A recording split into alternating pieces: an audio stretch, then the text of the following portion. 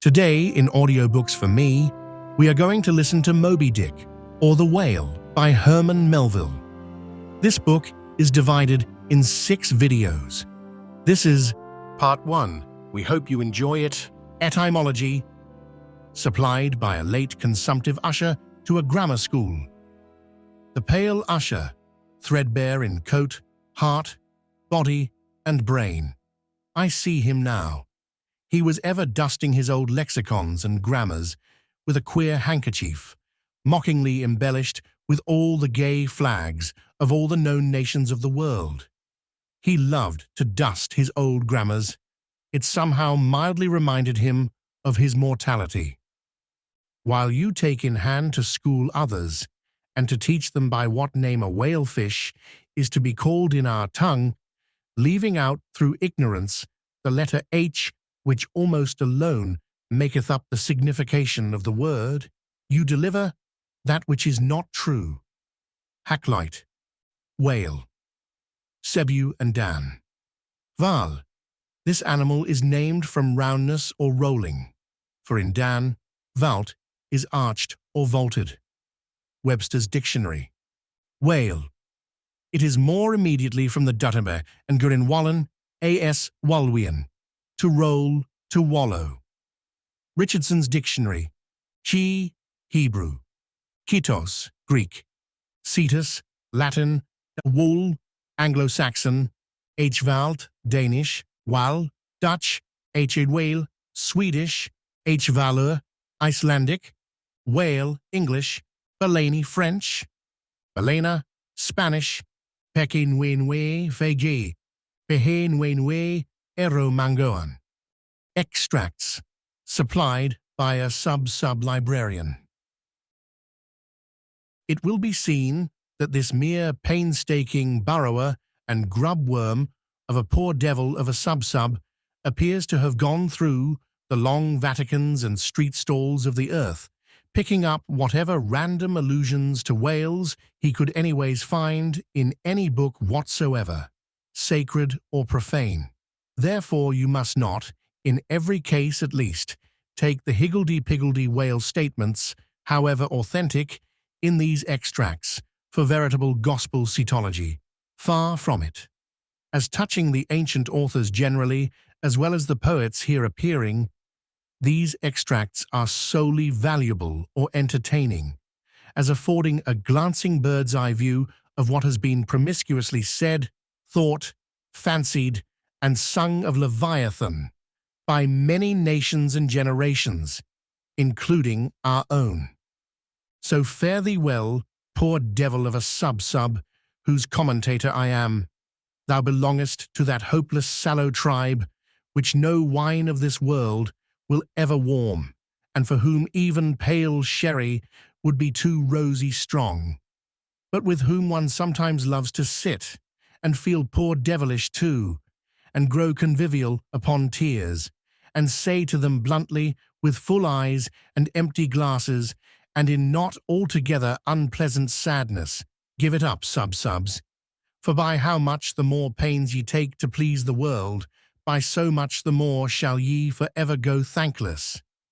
Would that I could clear out Hampton Court and the Tuileries for ye, but gulp down your tears, and high aloft to the royal mast with your hearts, for your friends who have gone before are clearing out the 7-storied heavens, and making refugees of long-pampered Gabriel, Michael, and Raphael against your coming. Here ye strike but splintered hearts together, there ye shall strike unsplinterable glasses. Extracts. And God created great whales. Genesis. Leviathan maketh a path to shine after him. One would think the deep to be hoary. Job. Now the Lord had prepared a great fish to swallow up Jonah. Jonah. There go the ships. There is that Leviathan whom thou hast made to play therein. Psalms. In that day the Lord with his sore and great and strong sword shall punish Leviathan the piercing serpent, even Leviathan that crooked serpent, and he shall slay the dragon that is in the sea. Isaiah. And what thing soever besides cometh within the chaos of this monster's mouth, be it beast, boat, or stone, down it goes all incontinently, that foul great swallow of his, and perisheth in the bottomless gulf of his paunch. Holland's Plutarch's Morals. The Indian Sea breedeth the most and the biggest fishes that are, among which the whales and whirlpools called baleine take up as much in length as 4 acres or arpens of land. Holland's Pliny. Scarcely had we proceeded 2 days on the sea, when about sunrise a great many whales and other monsters of the sea appeared. Among the former, one was of a most monstrous size. This came towards us, open-mouthed, raising the waves on all sides and beating the sea before him into a foam. Tux Lucian. The True History. He visited this country also with a view of catching horse whales, which had bones of very great value for their teeth, of which he brought some to the king. The best whales were catched in his own country, of which some were 48, some 50 yards long. He said that he was one of 6 who had killed 60 in 2 days. Other or others' verbal narrative taken down from his mouth by King Alfred, A.D. 890. And whereas all the other things, whether beast or vessel, that enter into the dreadful gulf of this monster's whale's mouth are immediately lost and swallowed up, the sea gudgeon retires into it in great security and there sleeps. Montaigne. Apology for Raymond Sebon. Let us fly, let us fly. Old Nick take me, if it is not Leviathan, described by the noble prophet Moses in the life of patient Job. Rabelais. This whale's liver was 2 cartloads.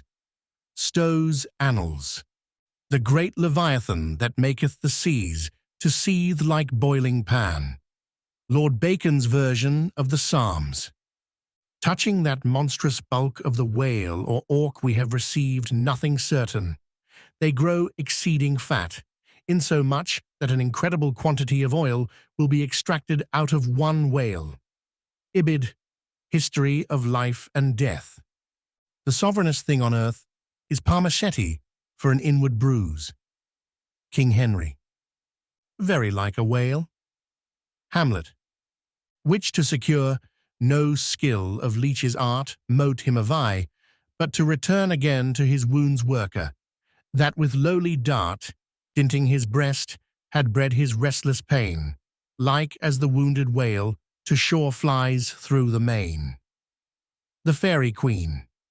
Immense as whales, the motion of whose vast bodies can in a peaceful calm trouble the ocean till it boil. Sir William Davenant. Preface to Gondibert. What spermaceti is, men might justly doubt, since the learned Hosmanus in his work of 30 years saith plainly, Nescio quid sit.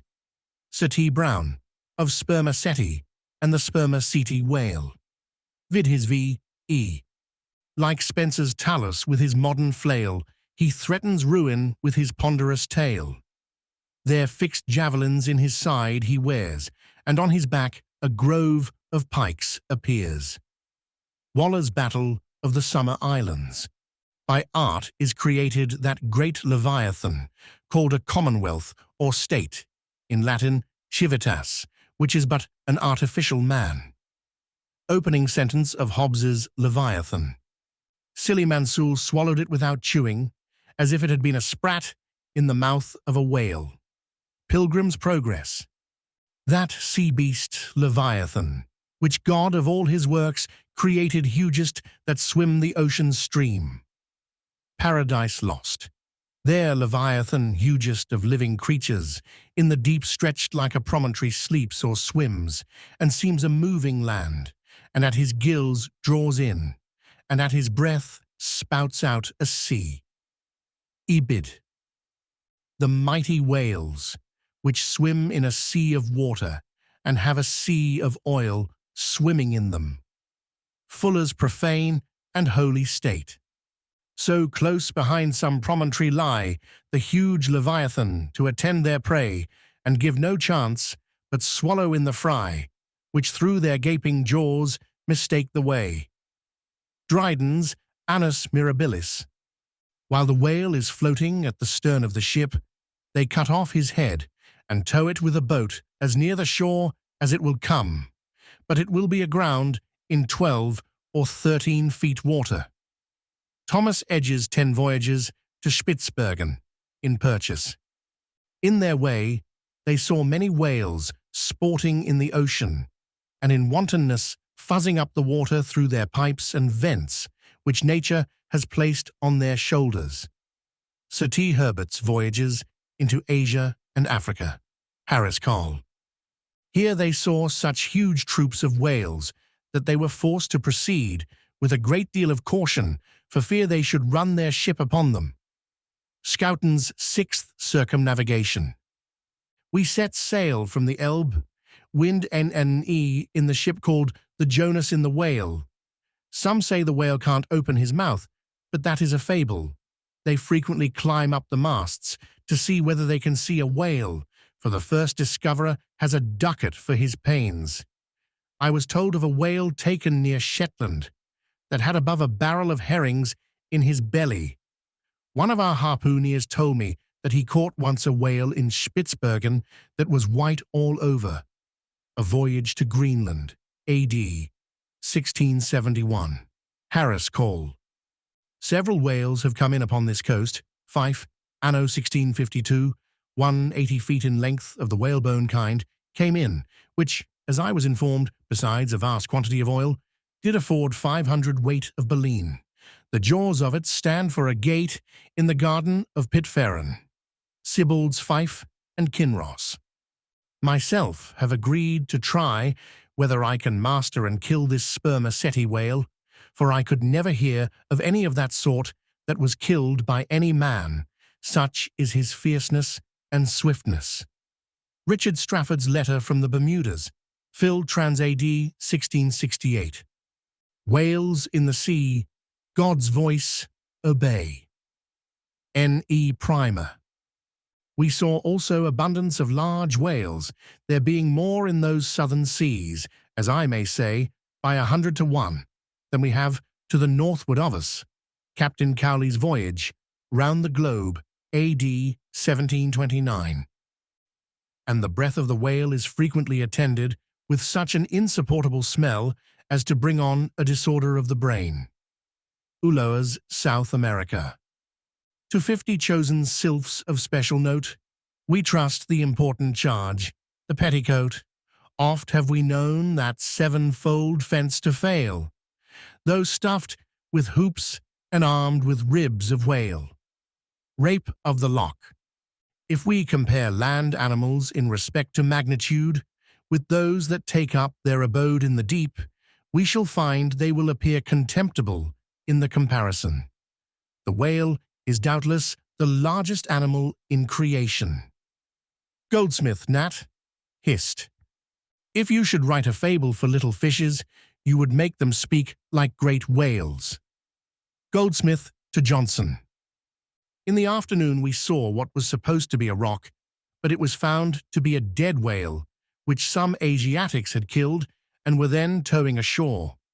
They seemed to endeavor to conceal themselves behind the whale in order to avoid being seen by us. Cook's Voyages. The larger whales they seldom venture to attack.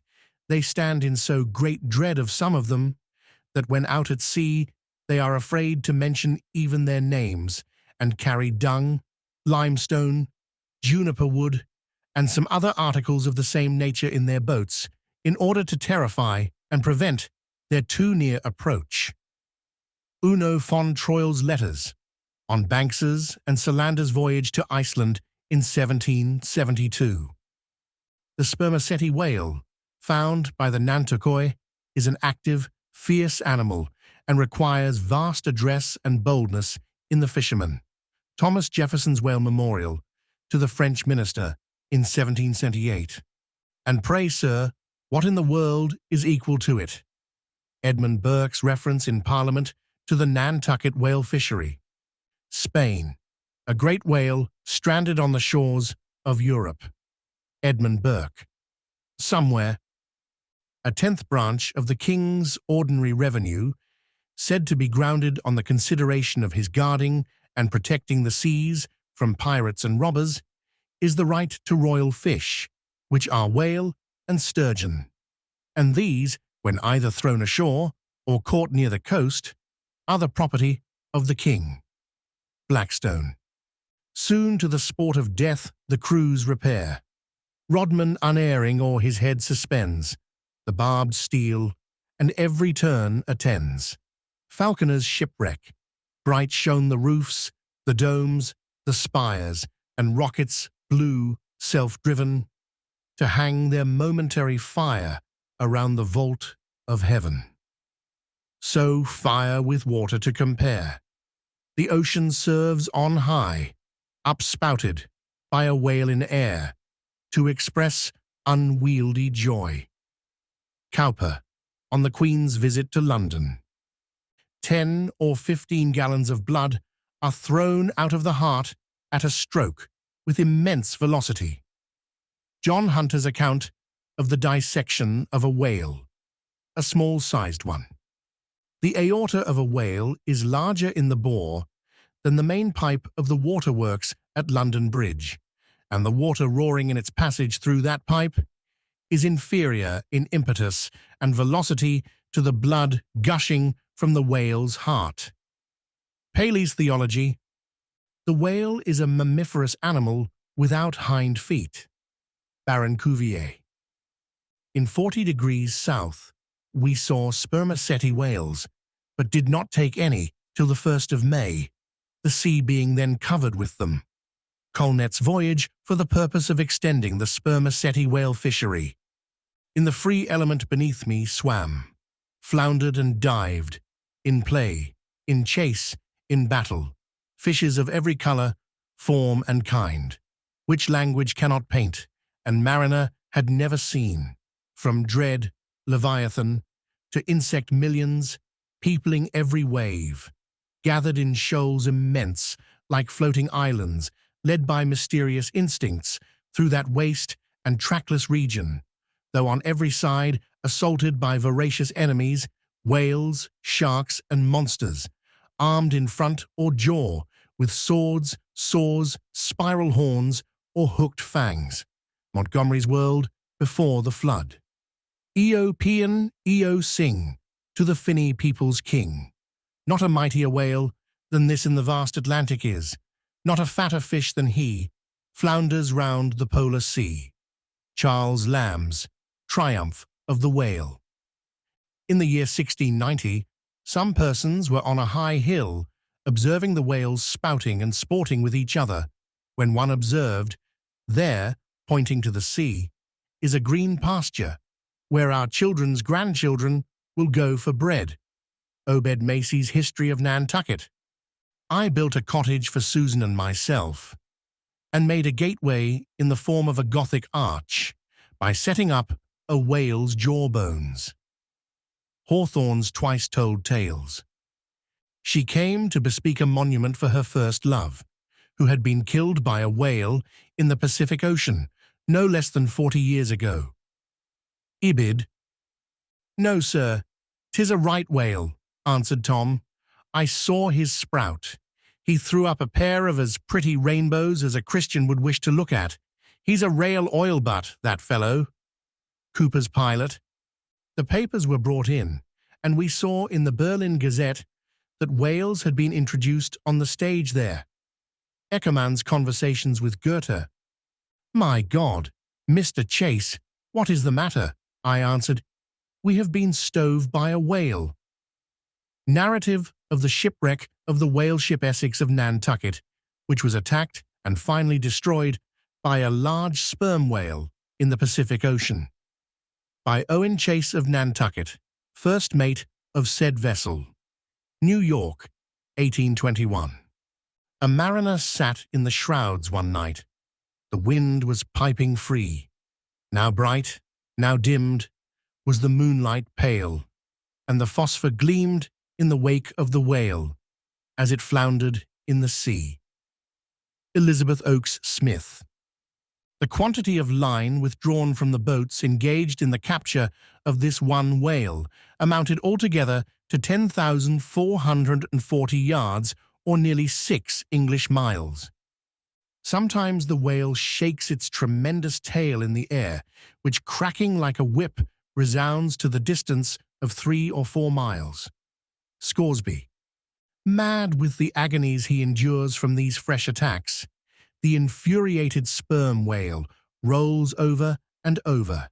He rears his enormous head and with wide expanded jaws snaps at everything around him. He rushes at the boats with his head. They are propelled before him with vast swiftness and sometimes utterly destroyed. It is a matter of great astonishment that the consideration of the habits of so interesting and, in a commercial point of view, so important an animal as the sperm whale should have been so entirely neglected, or should have excited so little curiosity among the numerous, and many of them competent observers, that of late years must have possessed the most abundant and the most convenient opportunities of witnessing their habitudes. Thomas Beale's History of the Sperm Whale, 1839. The cachalot, sperm whale, is not only better armed than the true whale, Greenland or right whale, in possessing a formidable weapon at either extremity of its body, but also more frequently displays a disposition to employ these weapons offensively and in manner at once so artful, bold, and mischievous as to lead to its being regarded as the most dangerous to attack of all the known species of the whale tribe. Frederick de Bell Bennett's Whaling Voyage Round the Globe, 1840, October 13th. "There she blows," was sung out from the masthead. "Where away?" demanded the captain. "3 points off the lee bow, sir." "Raise up your wheel. Steady?"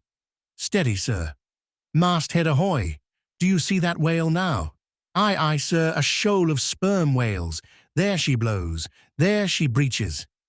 Sing out every time." "Aye, aye, sir, there she blows. There she blows. Bows, bo-os."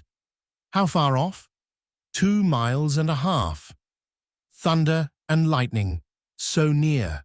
Call all hands."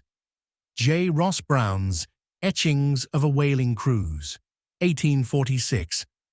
The whale ship Globe, on board of which vessel occurred the horrid transactions we are about to relate, belonged to the island of Nantucket. Narrative of the Globe Mutiny by Lay and Hussey survivors, A.D. 1828. Being once pursued by a whale which he had wounded, he parried the assault for some time with a lance, but the furious monster at length rushed on the boat, himself and comrades only being preserved by leaping into the water when they saw the onset was inevitable.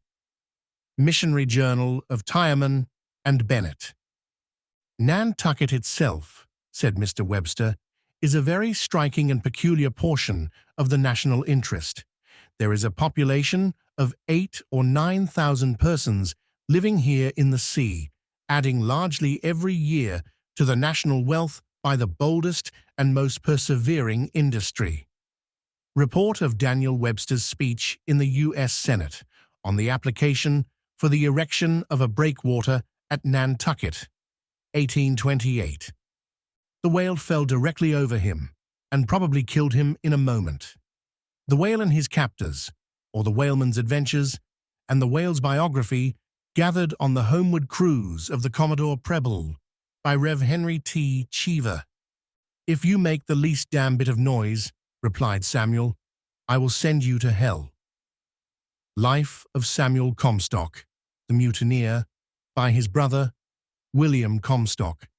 Another version of the whale ship Globe narrative. The voyages of the Dutch and English to the Northern Ocean, in order, if possible, to discover a passage through it to India, though they failed of their main object, laid open the haunts of the whale. McCulloch's Commercial Dictionary. These things are reciprocal. The ball rebounds, only to bound forward again. For now, in laying open the haunts of the whalemen seem to have indirectly hit upon new clues to that same mystic northwest passage. From something unpublished, it is impossible to meet a whale ship on the ocean without being struck by her near appearance. The vessel under short sail, with lookouts at the mastheads, eagerly scanning the wide expanse around them, has a totally different air from those engaged in regular voyage. Currents and whaling. U.S. Asymmexies. Pedestrians in the vicinity of London and elsewhere may recollect having seen large curved bones set upright in the earth, either to form arches over gateways or entrances to alcoves, and they may perhaps have been told that these were the ribs of whales. Tales of a whale voyager to the Arctic Ocean. It was not till the boats returned from the pursuit of these whales that the whites saw their ship in bloody possession of the savages enrolled among the crew. Newspaper account of the taking and retaking of the whale ship Hobomack. It is generally well known that out of the crews of whaling vessels, American, few ever return in the ships on board of which they departed. Crews in a whaleboat. Suddenly, a mighty mass emerged from the water and shot up perpendicularly into the air. It was the whale. Miriam Coffin, or the whale fisherman. The whale is harpooned, to be sure, but bethink you how you would manage a powerful, unbroken colt with the mere appliance of a rope tied to the root of his tail. A chapter on whaling in ribs and trucks. On one occasion, I saw two of these monsters, whales, probably male and female, slowly swimming, one after the other, within less than a stone's throw of the shore, Terra del Fuego, over which the beech tree extended its branches. Darwin's Voyage of a Naturalist. "Stern all!" exclaimed the mate, as upon turning his head, he saw the distended jaws of a large sperm whale close to the head of the boat, threatening it with instant destruction. "Stern all, for your lives." Wharton, the whale killer. So be cheery, my lads. Let your hearts never fail, while the bold harpooneer is striking the whale. Nantucket Song. Oh, the rare old whale, mid-storm and gale, in his ocean home will be a giant in might, where might is right, and king of the boundless sea. Whale Song. Chapter 1. Loomings. Call me Ishmael. Some years ago, never mind how long precisely, having little or no money in my purse and nothing particular to interest me on shore, I thought I would sail about a little and see the watery part of the world. It is a way I have of driving off the spleen and regulating the circulation.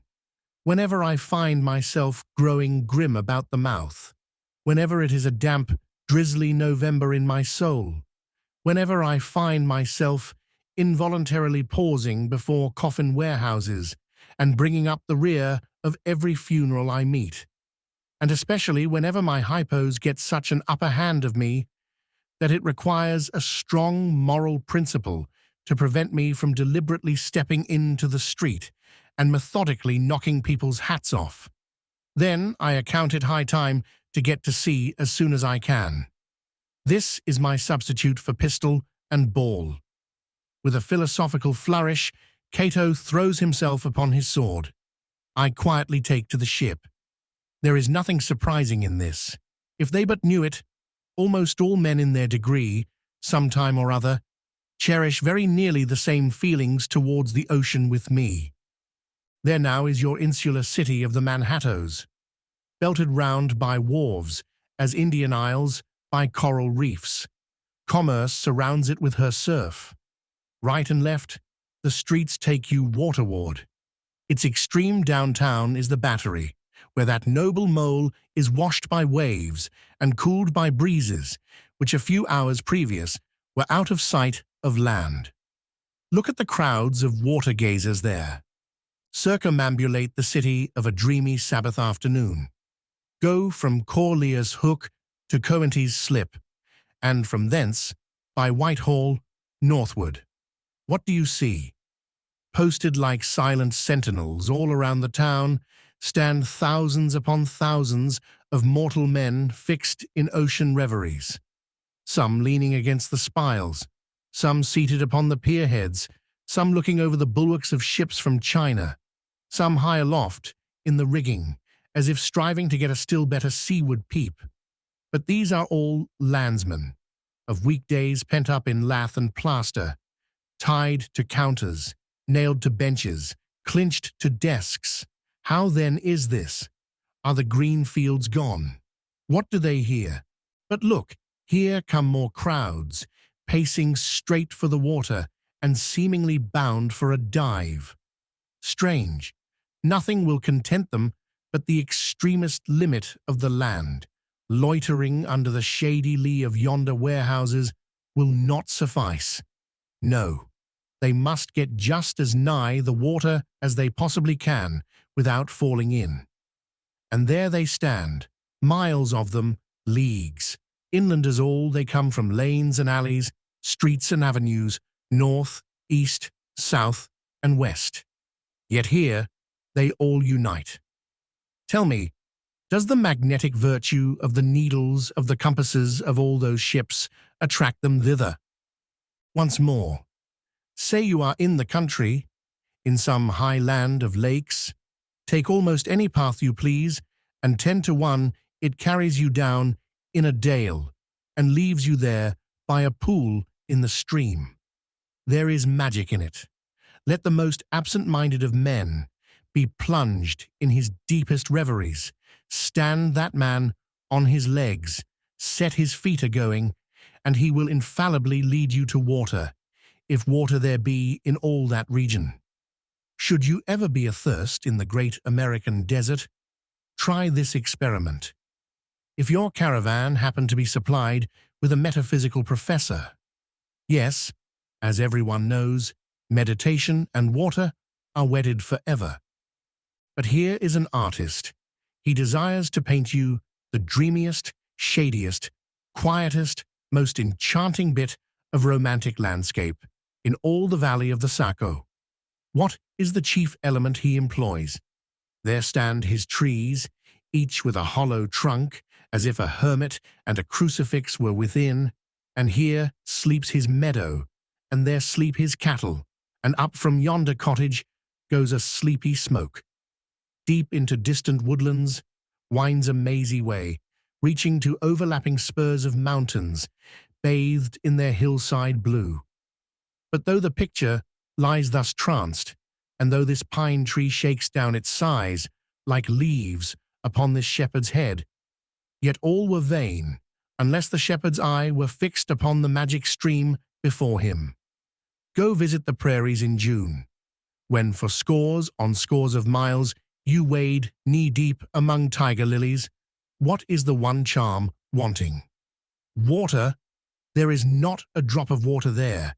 Were Niagara but a cataract of sand, would you travel your 1,000 miles to see it? Why did the poor poet of Tennessee, upon suddenly receiving 2 handfuls of silver, deliberate whether to buy him a coat, which he sadly needed, or invest his money in a pedestrian trip to Rockaway Beach? Why is almost every robust, healthy boy with a robust, healthy soul in him at some time or other crazy to go to sea? Why, upon your first voyage as a passenger, did you yourself feel such a mystical vibration when first told that you and your ship were now out of sight of land? Why did the old Persians hold the sea holy? Why did the Greeks give it a separate deity, and own brother of Jove? Surely all this is not without meaning, and still deeper the meaning of that story of Narcissus, who, because he could not grasp the tormenting mild image he saw in the fountain, plunged into it and was drowned. But that same image we ourselves see in all rivers and oceans. It is the image of the ungraspable phantom of life, and this is the key to it all. Now, when I say that I am in the habit of going to sea, whenever I begin to grow hazy about the eyes and begin to be overconscious of my lungs, I do not mean to have it inferred that I ever go to sea as a passenger. For to go as a passenger, you must needs have a purse, and a purse is but a rag unless you have something in it. Besides, passengers get seasick, grow quarrelsome, don't sleep of nights, do not enjoy themselves much as a general thing. No, I never go as a passenger, nor, though I am something of a salt, do I ever go to sea as a commodore, or a captain, or a cook. I abandon the glory and distinction of such offices to those who like them. For my part, I abominate all honourable, respectable toils, trials, and tribulations of every kind whatsoever. It is quite as much as I can do to take care of myself, without taking care of ships, barks, brigs, schooners, and what not. And as for going as cook, though I confess there is considerable glory in that, a cook being a sort of officer on shipboard, yet somehow I never fancied broiling fowls, though once broiled, judiciously buttered, and judgmatically salted and peppered, there is no one who will speak more respectfully, not to say reverentially, of a broiled fowl than I will. It is out of the idolatrous dotings of the old Egyptians upon broiled ibis and roasted river horse that you see the mummies of those creatures in their huge bakehouses, the pyramids. No, when I go to sea, I go as a simple sailor, right before the mast, plumb down into the forecastle, aloft there to the royal masthead. True, they rather order me about some, and make me jump from spar to spar, like a grasshopper in a May meadow. And at first, this sort of thing is unpleasant enough. It touches one's sense of honour, particularly if you come of an old established family in the land, the Van Rensselaers, or Randolphs, or Hardicanuts, and more than all, if just previous to putting your hand into the tar-pot, you have been lording it as a country schoolmaster, making the tallest boys stand in awe of you. The transition is a keen one, I assure you, from a schoolmaster to a sailor, and requires a strong decoction of Seneca and the Stoics to enable you to grin and bear it. But even this wears off in time. What of it, if some old hunks of a sea captain orders me to get a broom and sweep down the decks? What does that indignity amount to? Weighed, I mean, in the scales of the New Testament.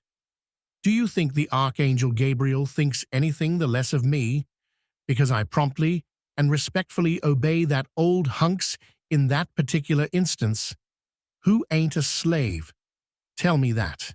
Well then, however, the old sea captains may order me about, however they may thump and punch me about, I have the satisfaction of knowing that it is all right, that everybody else is one way or other served in much the same way, either in a physical or metaphysical point of view, that is, and so the universal thump is passed round, and all hands should rub each other's shoulder blades and be content. Again, I always go to sea as a sailor, because they make a point of paying me for my trouble, whereas they never pay passengers a single penny that I ever heard of. On the contrary, passengers themselves must pay, and there is all the difference in the world between paying and being paid. The act of paying is perhaps the most uncomfortable infliction that the two orchard thieves entailed upon us. But being paid, what will compare with it? The urbane activity with which a man receives money is really marvellous, considering that we so earnestly believe money to be the root of all earthly ills, and that on no account can a moneyed man enter heaven. Ah, how cheerfully we consign ourselves to perdition.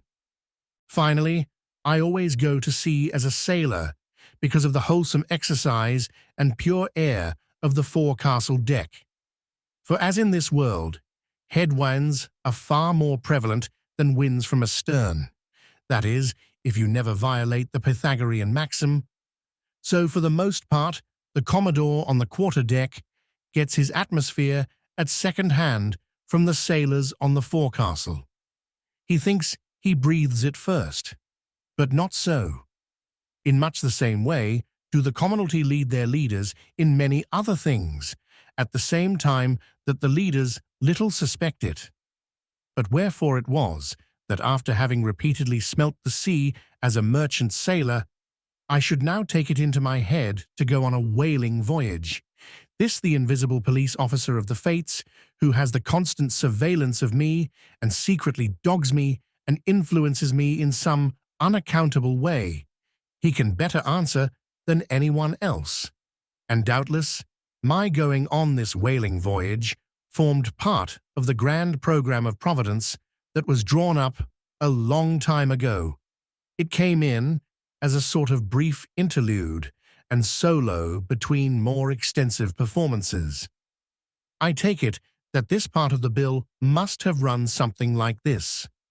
Grand contested election for the presidency of the United States. Whaling voyage by one. Ishmael.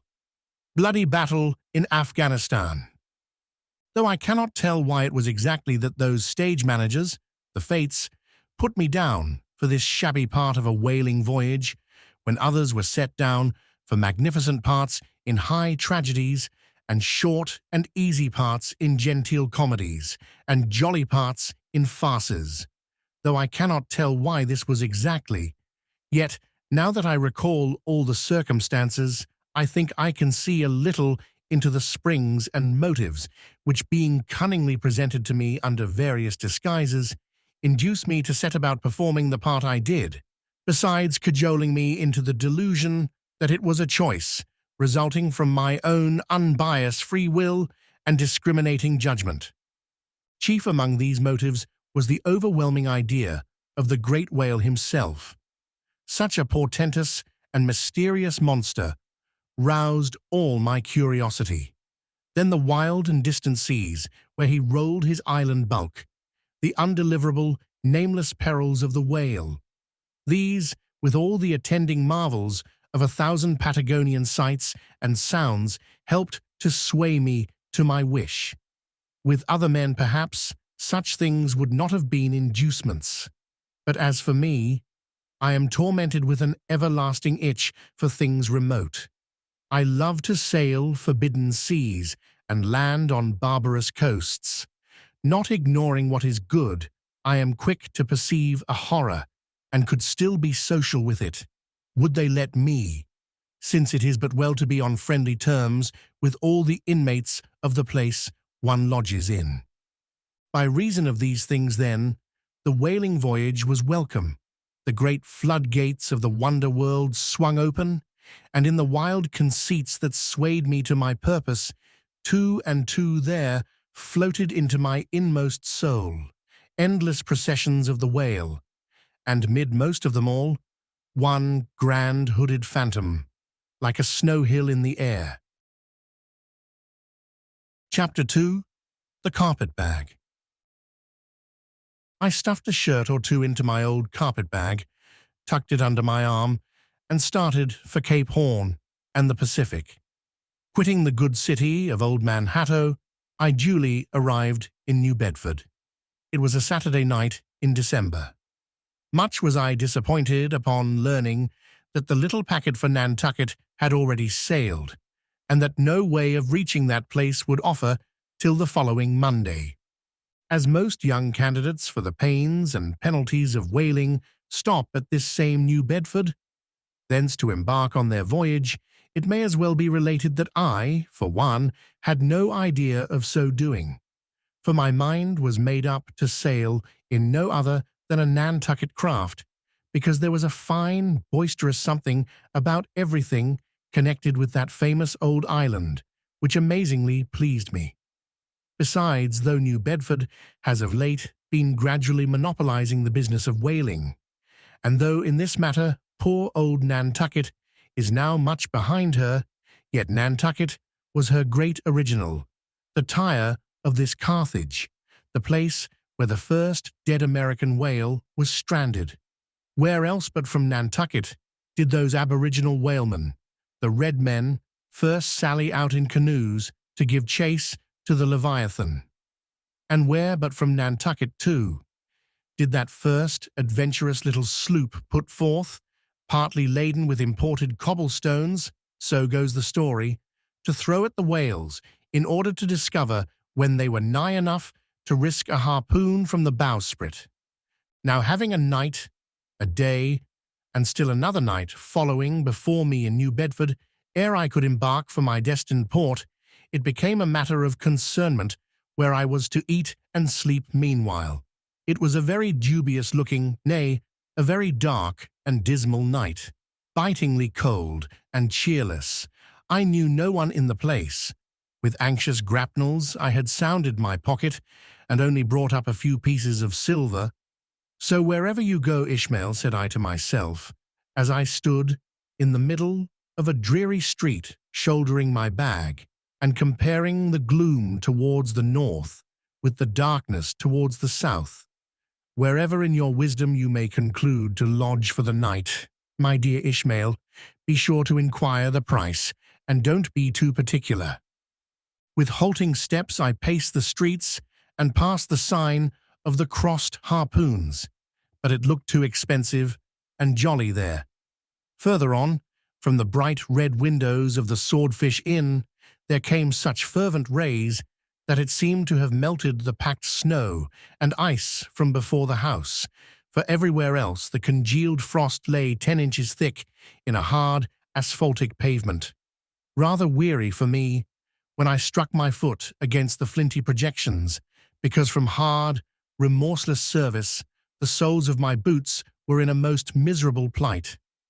Too expensive and jolly again, thought I, pausing one moment to watch the broad glare in the street and hear the sounds of the tinkling glasses within. But go on, Ishmael, said I at last. Don't you hear? Get away from before the door. Your patched boots are stopping the way. So on I went. I now by instinct followed the streets that took me waterward, for there, doubtless, were the cheapest, if not the cheeriest inns. Such dreary streets, blocks of blackness, not houses on either hand, and here and there a candle, like a candle moving about in a tomb. At this hour of the night, of the last day of the week, that quarter of the town proved all but deserted. But presently I came to a smoky light proceeding from a low, wide building, the door of which stood invitingly open.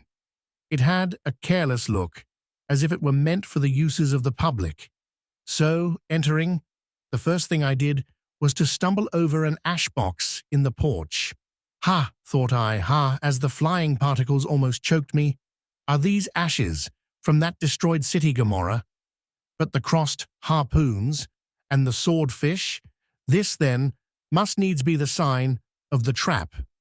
However, I picked myself up, and hearing a loud voice within, pushed on and opened a second, interior door. It seemed the great black Parliament, sitting in Tophet. 100 black faces turned round in their rows to peer, and beyond, a black angel of doom was beating a book in a pulpit. It was a Negro church, and the preacher's text was about the blackness of darkness and the weeping and wailing and teeth-gnashing there. Ha, Ishmael, muttered I, backing out. Wretched entertainment at the sign of the trap.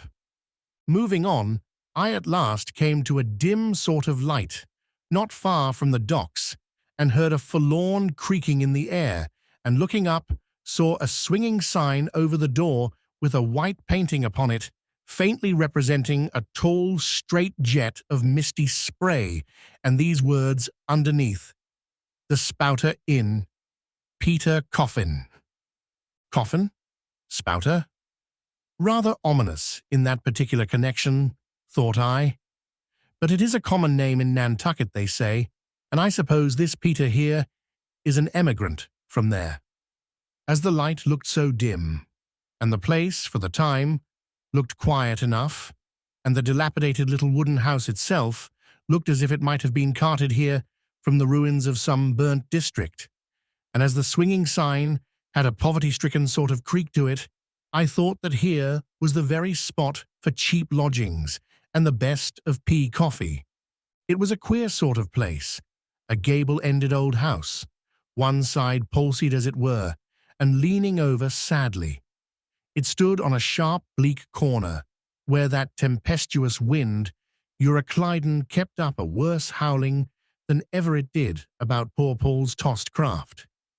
Euroclydon, nevertheless, is a mighty pleasant zephyr to anyone indoors, with his feet on the hob, quietly toasting for bed.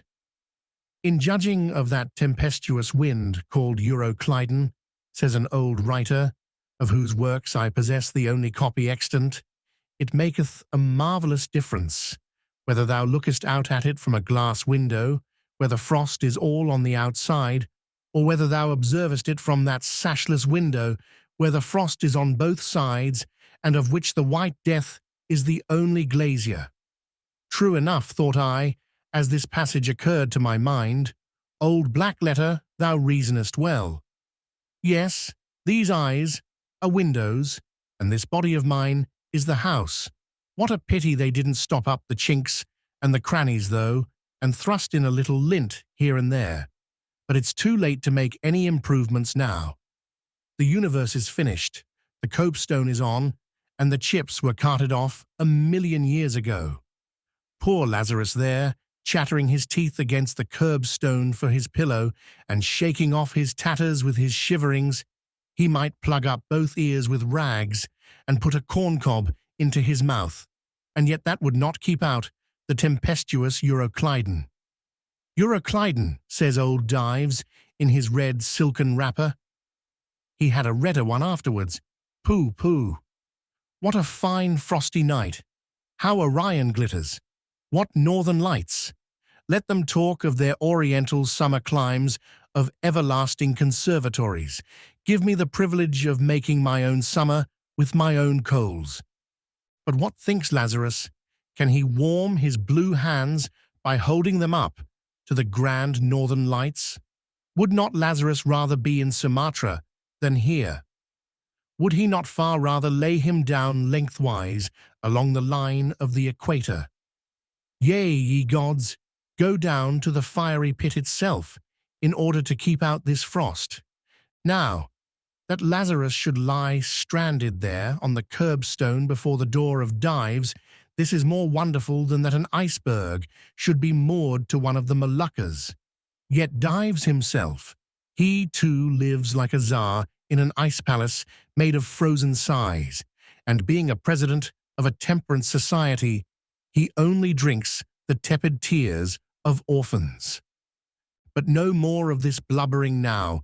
We are going a-whaling, and there is plenty of that yet to come. Let us scrape the ice from our frosted feet, and see what sort of a place this spouter may be. Chapter 3. The Spouter Inn. Entering that gable-ended Spouter Inn, you found yourself in a wide, low, straggling entry with old-fashioned wainscots, reminding one of the bulwarks of some condemned old craft. On one side hung a very large oil painting so thoroughly besmoked and every way defaced that in the unequal cross-lights by which you viewed it, it was only by diligent study and a series of systematic visits to it and careful inquiry of the neighbours that you could anyway arrive at an understanding of its purpose. Such unaccountable masses of shades and shadows that at first you almost thought some ambitious young artist in the time of the New England hags had endeavoured to delineate chaos bewitched. But by dint of much and earnest contemplation and oft-repeated ponderings, and especially by throwing open the little window towards the back of the entry, you at last come to the conclusion that such an idea, however wild, might not be altogether unwarranted. But what most puzzled and confounded you was a long, limber, portentous, black mass of something hovering in the center of the picture over 3 blue, dim perpendicular lines floating in a nameless yeast.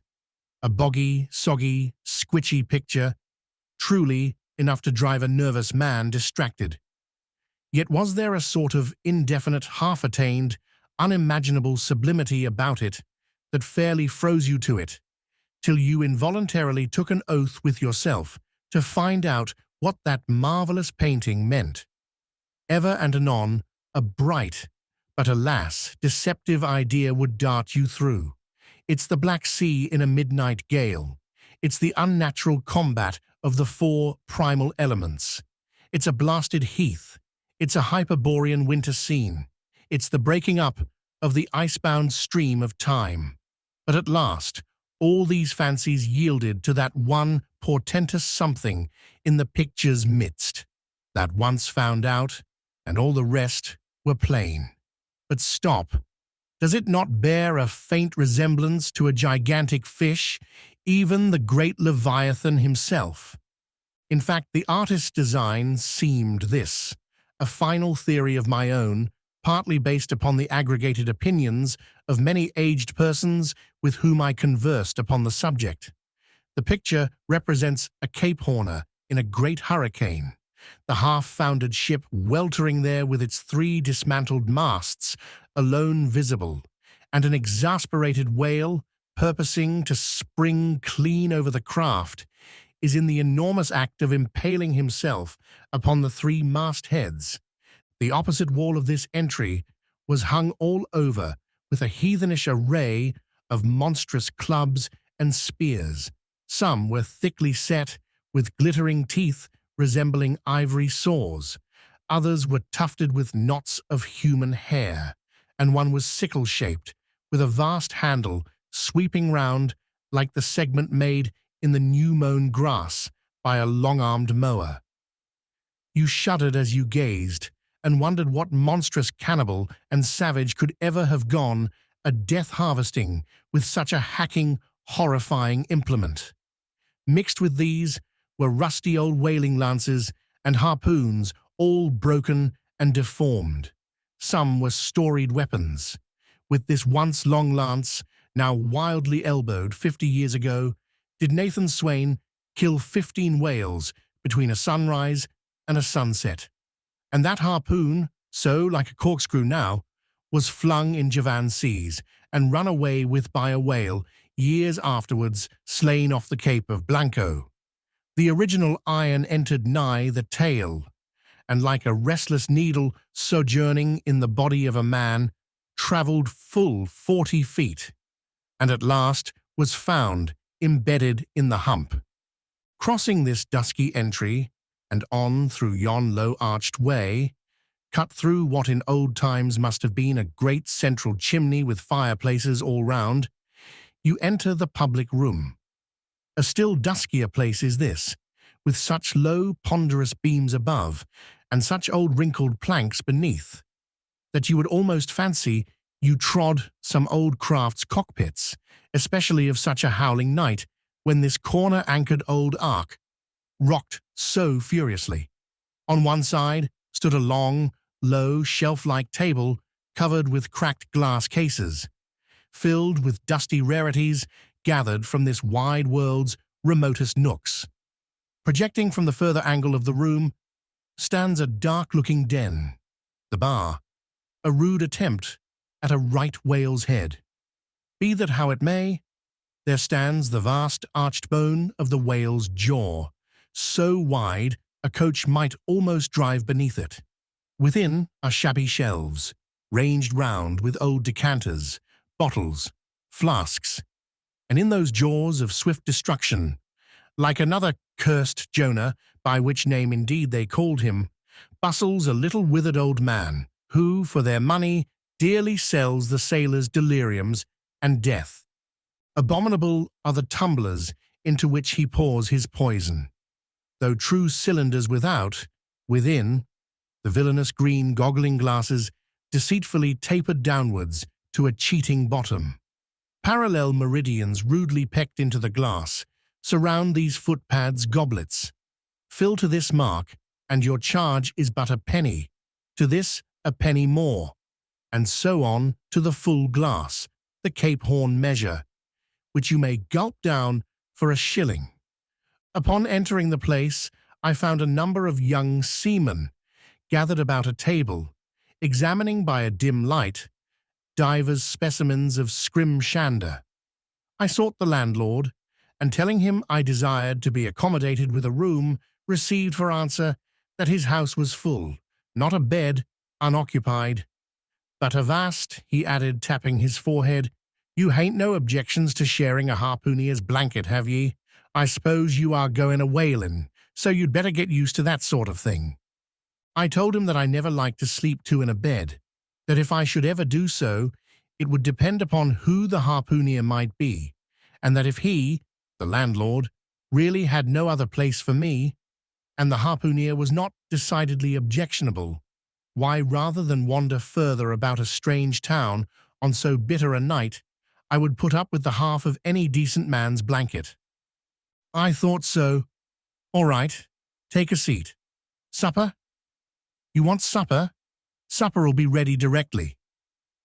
I sat down on an old wooden settle, carved all over like a bench on the battery. At one end, a ruminating tar was still further adorning it with his jackknife, stooping over and diligently working away at the space between his legs. He was trying his hand at a ship under full sail, but he didn't make much headway, I thought.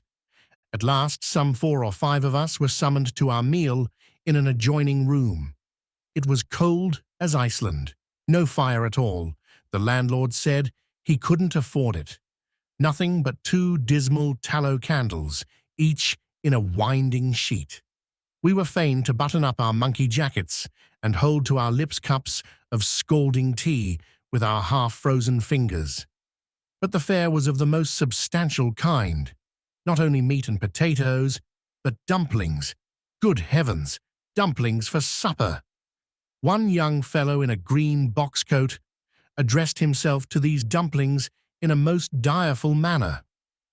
"My boy," said the landlord, "you'll have the nightmare to a dead sartainty." "Landlord," I whispered, "that ain't the harpooner, is it?" "Oh, no," said he, looking a sort of diabolically funny. "The harpooner is a dark-complexioned chap. He never eats dumplings. He don't.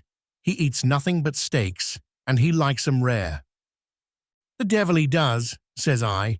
"Where is that harpooner? Is he here?" "He'll be here afore long," was the answer. I could not help it, but I began to feel suspicious of this dark-complexioned harpooner. At any rate, I made up my mind that if it so turned out that we should sleep together, he must undress and get into bed before I did. Supper over, the company went back to the bar-room, when, knowing not what else to do with myself, I resolved to spend the rest of the evening as a looker-on. Presently, a rioting noise was heard without. Starting up, the landlord cried, "That's the Grampus's crew. I seed her reported in the offing this morning. A 3 years' voyage and a full ship. Hurrah, boys! Now we'll have the latest news from the Fijis." A tramping of sea boots was heard in the entry. The door was flung open, and in rolled a wild set of mariners enough, enveloped in their shaggy watch coats and with their heads muffled in woolen comforters, all bedarned and ragged, and their beards stiff with icicles. They seemed an eruption of bears from Labrador. They had just landed from their boat, and this was the first house they entered. No wonder, then, that they made a straight wake for the whale's mouth, the bar, when the wrinkled little old Jonah, there officiating, soon poured them out brimmers all round. One complained of a bad cold in his head, upon which Jonah mixed him a pitch-like potion of gin and molasses, which he swore was a sovereign cure for all colds and catarrhs whatsoever, never mind of how long standing, or whether caught off the coast of Labrador, or on the weather side of an ice island. The liquor soon mounted into their heads, as it generally does, even with the arrantus topers newly landed from sea, and they began capering about most obstreperously. I observed, however, that one of them held somewhat aloof, and though he seemed desirous not to spoil the hilarity of his shipmates by his own sober face, yet upon the whole he refrained from making as much noise as the rest. This man interested me at once, and since the sea gods had ordained that he should soon become my shipmate, though but a sleeping partner one so far as this narrative is concerned, I will here venture upon a little description of him. He stood full 6 feet in height, with noble shoulders, and a chest like a cofferdam. I have seldom seen such brawn in a man. His face was deeply brown and burnt, making his white teeth dazzling by the contrast, while in the deep shadows of his eyes floated some reminiscences that did not seem to give him much joy. His voice at once announced that he was a southerner, and from his fine stature, I thought he must be one of those tall mountaineers from the Alleghanian Ridge in Virginia. When the revelry of his companions had mounted to its height, this man slipped away unobserved, and I saw no more of him till he became my comrade on the sea. In a few minutes, however, he was missed by his shipmates, and being, it seems, for some reason, a huge favourite with them, they raised a cry of "Bulkington, Bulkington, where's Bulkington?" and darted out of the house in pursuit of him. It was now about 9 o'clock, and the room seeming almost supernaturally quiet after these orgies, I began to congratulate myself upon a little plan that had occurred to me just previous to the entrance of the seamen. No man prefers to sleep two in a bed. In fact, you would a good deal rather not sleep with your own brother. I don't know how it is, but people like to be private when they are sleeping, and when it comes to sleeping with an unknown stranger, in a strange inn, in a strange town, and that stranger a harpooneer, then your objections indefinitely multiply. Nor was there any earthly reason why I, as a sailor, should sleep two in a bed, more than anybody else. For sailors no more sleep two in a bed at sea than bachelor kings do ashore. To be sure, they all sleep together in one apartment, but you have your own hammock, and cover yourself with your own blanket, and sleep in your own skin. The more I pondered over this harpooneer, the more I abominated the thought of sleeping with him. It was fair to presume that, being a harpooneer, his linen or woolen, as the case might be, would not be of the tidiest, certainly none of the finest. I began to twitch all over. Besides, it was getting late, and my decent harpooneer ought to be home and going bedwards. Suppose now he should tumble in upon me at midnight. How could I tell from what vile hole he had been coming? "Landlord, I've changed my mind about that harpooneer. I shan't sleep with him. I'll try the bench here." "Just as you please. I'm sorry I can't spare your tablecloth for a mattress, and it's a plaguey rough board here," feeling of the knots and notches. "But wait a bit, Scrimshander. I've got a carpenter's plane there in the bar. Wait, I say, and I'll make ye snug enough." So saying, he procured the plane, and with his old silk handkerchief, first dusting the bench, vigorously set to planing away at my bed, the while grinning like an ape. The shavings flew right and left, till at last the plane iron came bump against an indestructible knot. The landlord was near spraining his wrist, and I told him for heaven's sake to quit. The bed was soft enough to suit me, and I did not know how all the planing in the world could make eider down of a pine plank. So gathering up the shavings with another grin and throwing them into the great stove in the middle of the room, he went about his business and left me in a brown study. I now took the measure of the bench and found that it was a foot too short, but that could be mended with a chair.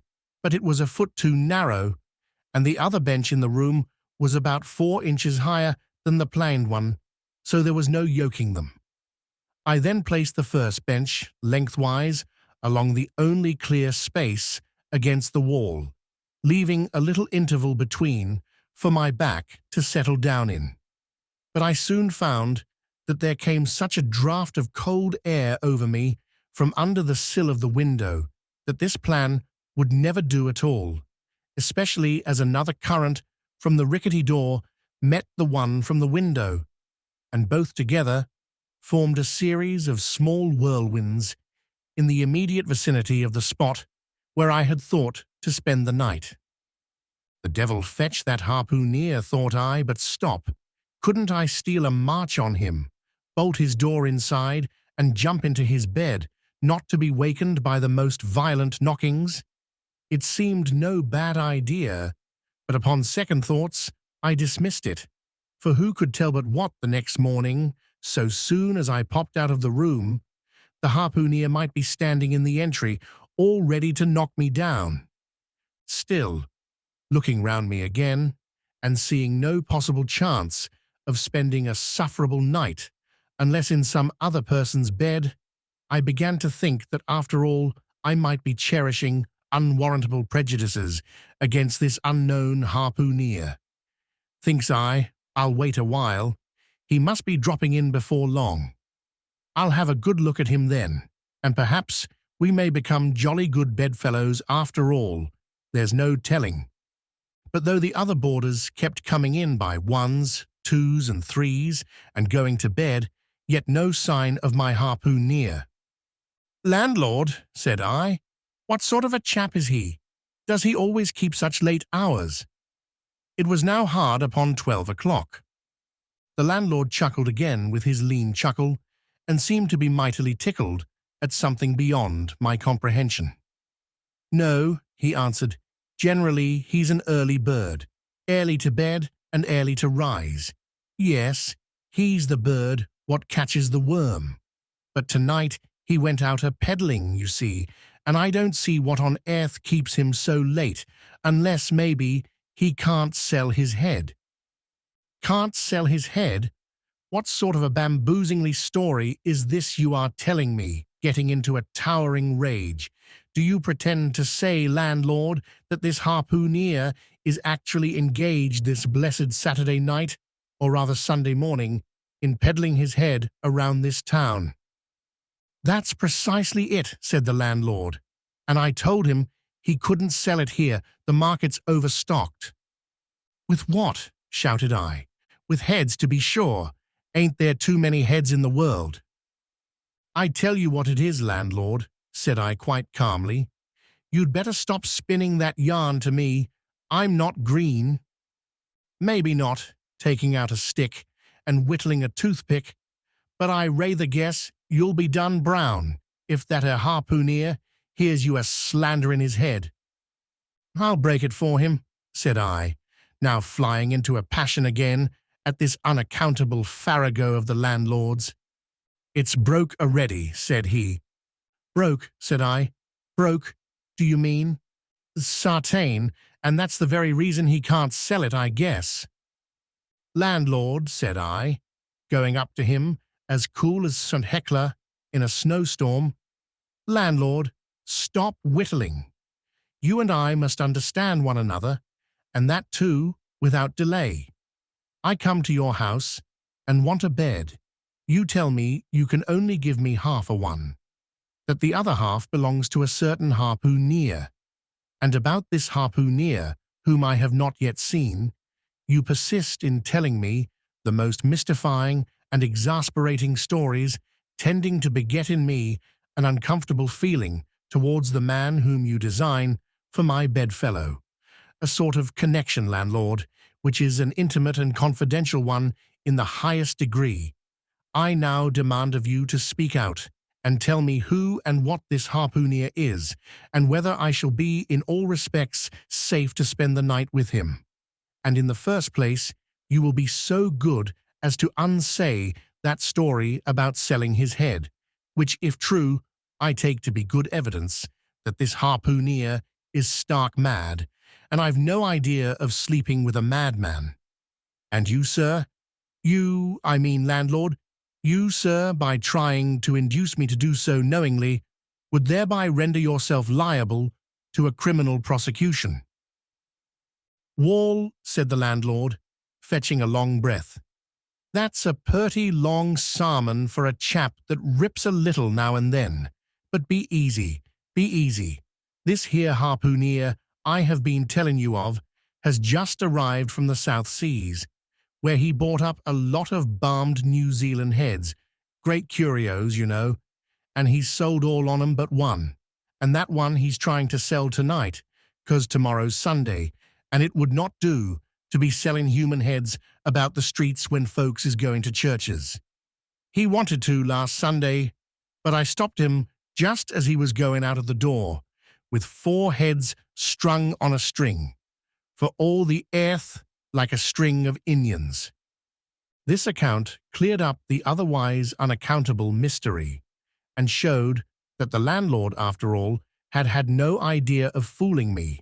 But at the same time, what could I think of a harpooneer who stayed out of a Saturday night clean into the holy Sabbath, engaged in such a cannibal business as selling the heads of dead idolaters? "Depend upon it, landlord, that harpooneer is a dangerous man." "He pays regular," was the rejoinder. "But come, it's getting dreadful late. You had better be turning flukes. It's a nice bed. Sal and me slept in that 'ere bed the night we were spliced. There's plenty of room for 2 to kick about in that bed. It's an almighty big bed, that. Why, afore we give it up, Sal used to put our Sam and little Johnny in the foot of it. But I got a dreaming and sprawling about one night, and somehow Sam got pitched on the floor and came near breaking his arm. After that, Sal said it wouldn't do. 'Come along here. I'll give ye a glim in a jiffy.' And so saying, he lighted a candle and held it towards me, offering to lead the way. But I stood irresolute, when, looking at a clock in the corner, he exclaimed, It's Sunday. You won't see that harpooneer tonight. He's come to anchor somewhere. Come along then. Do come. Won't ye come?" I considered the matter a moment, and then upstairs we went, and I was ushered into a small room, cold as a clam, and furnished, sure enough, with a prodigious bed, almost big enough indeed for any 4 harpooneers to sleep abreast. "There," said the landlord, placing the candle on a crazy old sea chest that did double duty as a washstand and centre table. "There, make yourself comfortable now, and good night to ye." I turned round from eyeing the bed, but he had disappeared. Folding back the counterpane, I stooped over the bed. Though none of the most elegant, it yet stood the scrutiny tolerably well. I then glanced round the room, and besides the bedstead and centre table, could see no other furniture belonging to the place but a rude shelf, the 4 walls, and a papered fireboard representing a man striking a whale. Of things not properly belonging to the room, there was a hammock lashed up and thrown upon the floor in one corner. Also, a large seaman's bag, containing the harpooneer's wardrobe, no doubt in lieu of a land trunk. Likewise, there was a parcel of outlandish bonefish hooks on the shelf over the fireplace, and a tall harpoon, standing at the head of the bed. But what is this on the chest? I took it up, and held it close to the light, and felt it, and smelt it, and tried every way possible to arrive at some satisfactory conclusion concerning it. I can compare it to nothing but a large doormat, ornamented at the edges with little tinkling tags, something like the stained porcupine quills round an Indian moccasin. There was a hole or slit in the middle of this mat, as you see the same in South American ponchos. But could it be possible that any sober harpooneer would get into a doormat and parade the streets of any Christian town in that sort of guise? I put it on to try it, and it weighed me down like a hamper, being uncommonly shaggy and thick, and I thought a little damp, as though this mysterious harpooneer had been wearing it of a rainy day. I went up in it to a bit of glass stuck against the wall, and I never saw such a sight in my life. I tore myself out of it in such a hurry that I gave myself a kink in the neck. I sat down on the side of the bed and commenced thinking about this head-peddling harpooner and his doormat. After thinking some time on the bedside, I got up and took off my monkey jacket and then stood in the middle of the room, thinking. I then took off my coat and thought a little more in my shirt sleeves, but beginning to feel very cold now, half undressed as I was, and remembering what the landlord said about the harpooner's not coming home at all that night, it being so very late, I made no more ado, but jumped out of my pantaloons and boots, and then blowing out the light, tumbled into bed, and commended myself to the care of heaven. Whether that mattress was stuffed with corncobs or broken crockery, there is no telling, but I rolled about a good deal, and could not sleep for a long time. At last, I slid off into a light doze, and had pretty nearly made a good offing towards the land of Nod, when I heard a heavy footfall in the passage and saw a glimmer of light come into the room from under the door. Lord save me, thinks I, that must be the harpooner, the infernal head-peddler. But I lay perfectly still, and resolved not to say a word till spoken to. Holding a light in one hand, and that identical New Zealand head in the other, the stranger entered the room, and without looking towards the bed, placed his candle a good way off from me on the floor in one corner, and then began working away at the knotted cords of the large bag I before spoke of as being in the room.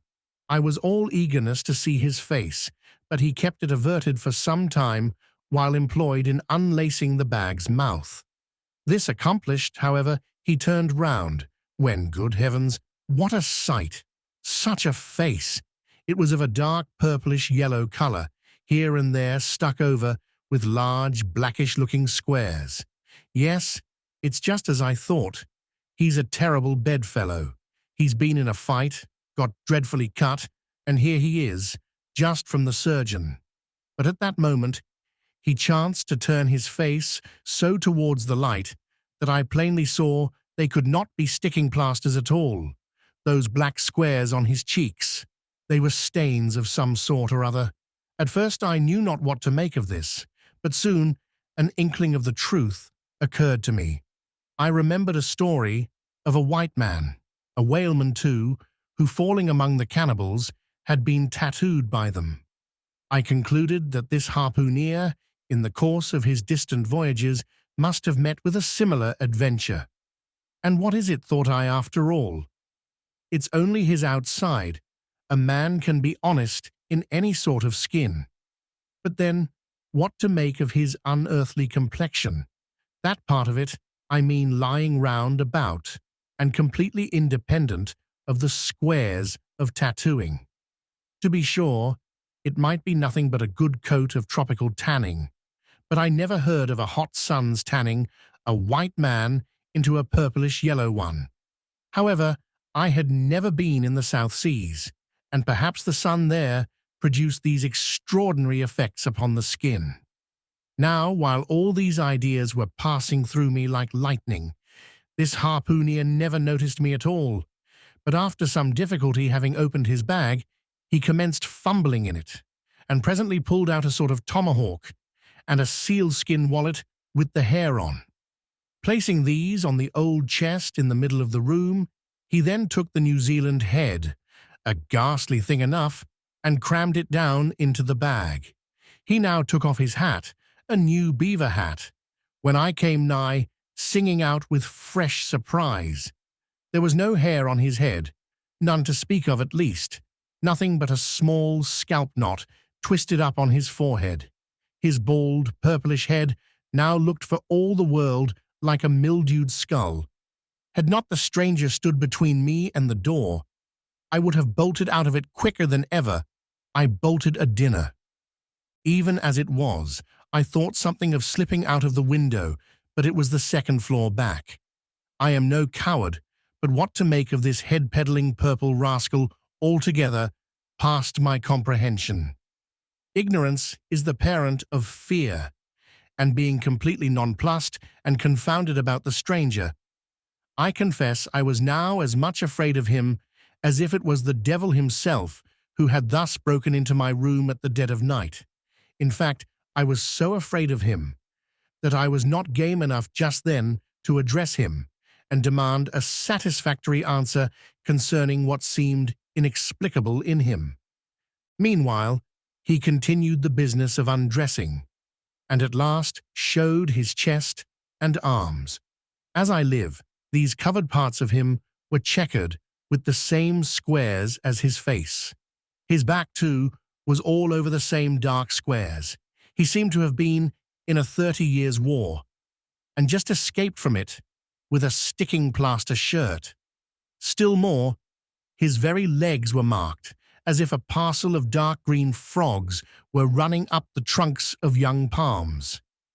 It was now quite plain that he must be some abominable savage or other shipped aboard of a whaleman in the South Seas, and so landed in this Christian country. I quaked to think of it.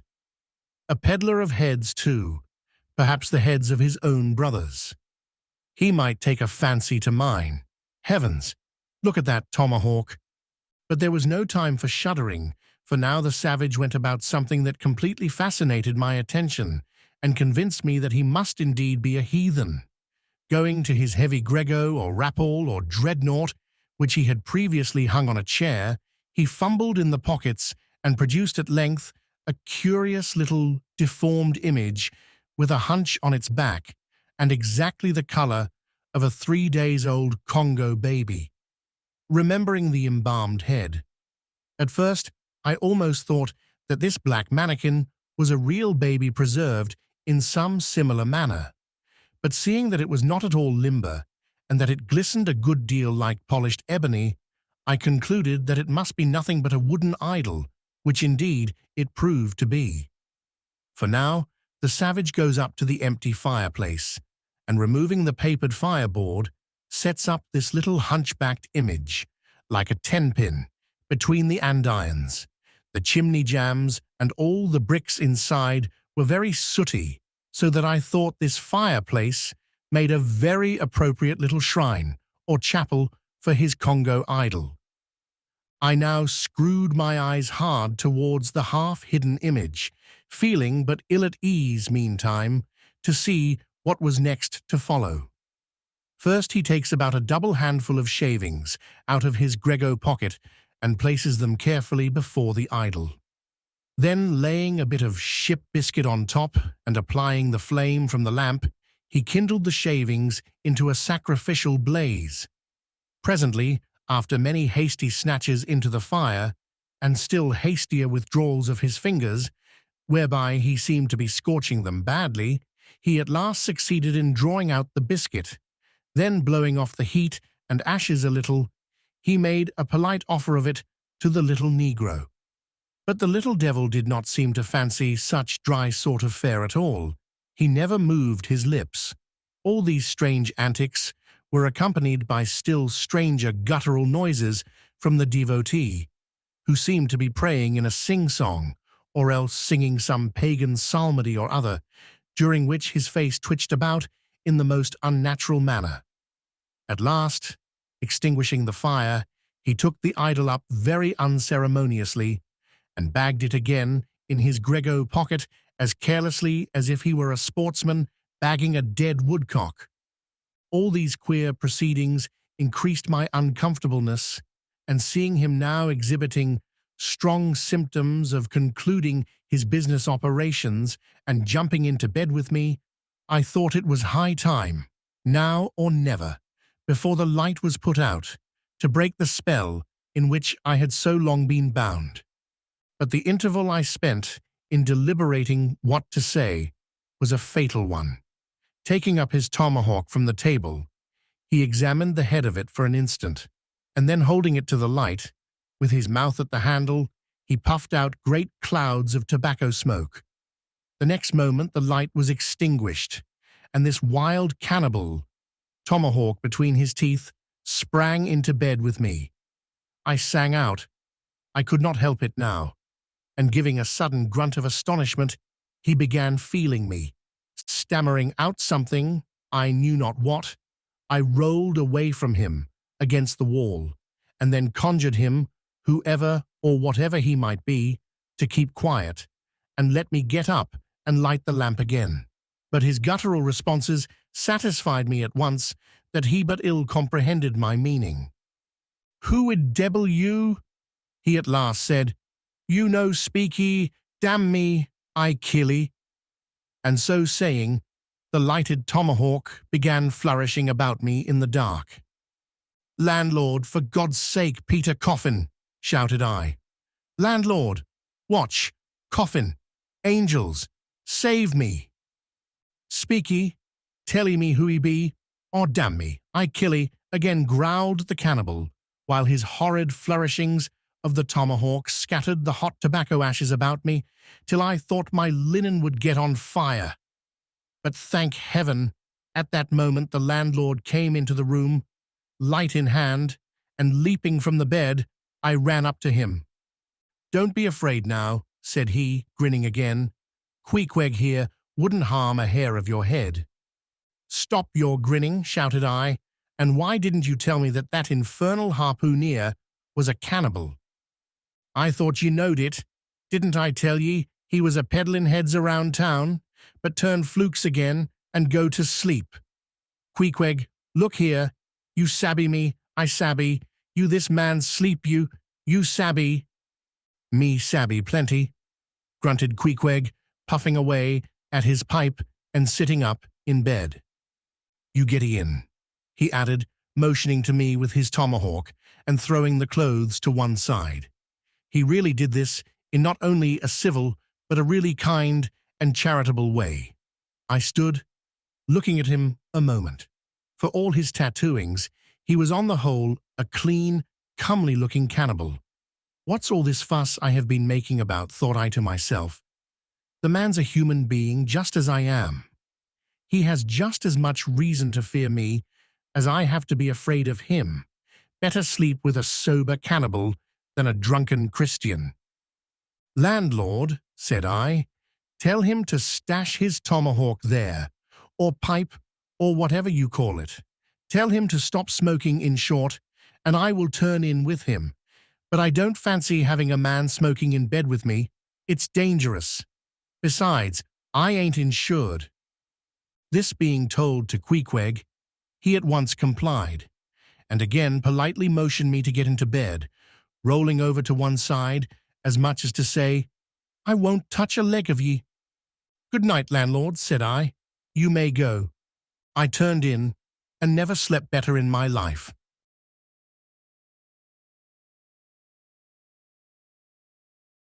Chapter 4. The Counterpane. Upon waking next morning about daylight, I found Queequeg's arm thrown over me in the most loving and affectionate manner. You had almost thought I had been his wife.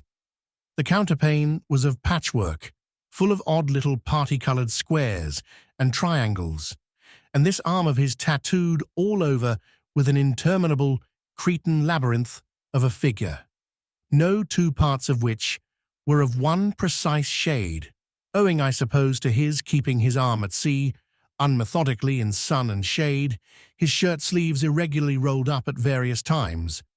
This same arm of his, I say, looked for all the world like a strip of that same patchwork quilt. Indeed, partly lying on it, as the arm did when I first awoke, I could hardly tell it from the quilt. They so blended their hues together, and it was only by the sense of weight and pressure that I could tell that Queequeg was hugging me. My sensations were strange. Let me try to explain them. When I was a child, I well remember a somewhat similar circumstance that befell me. Whether it was a reality or a dream, I never could entirely settle. The circumstance was this. I had been cutting up some caper or other. I think it was trying to crawl up the chimney, as I had seen a little sweep do a few days previous, and my stepmother, who somehow or other was all the time whipping me or sending me to bed supperless, my mother dragged me by the legs out of the chimney and packed me off to bed, though it was only 2 o'clock in the afternoon of the 21st June. the longest day in the year in our hemisphere. I felt dreadfully, but there was no help for it.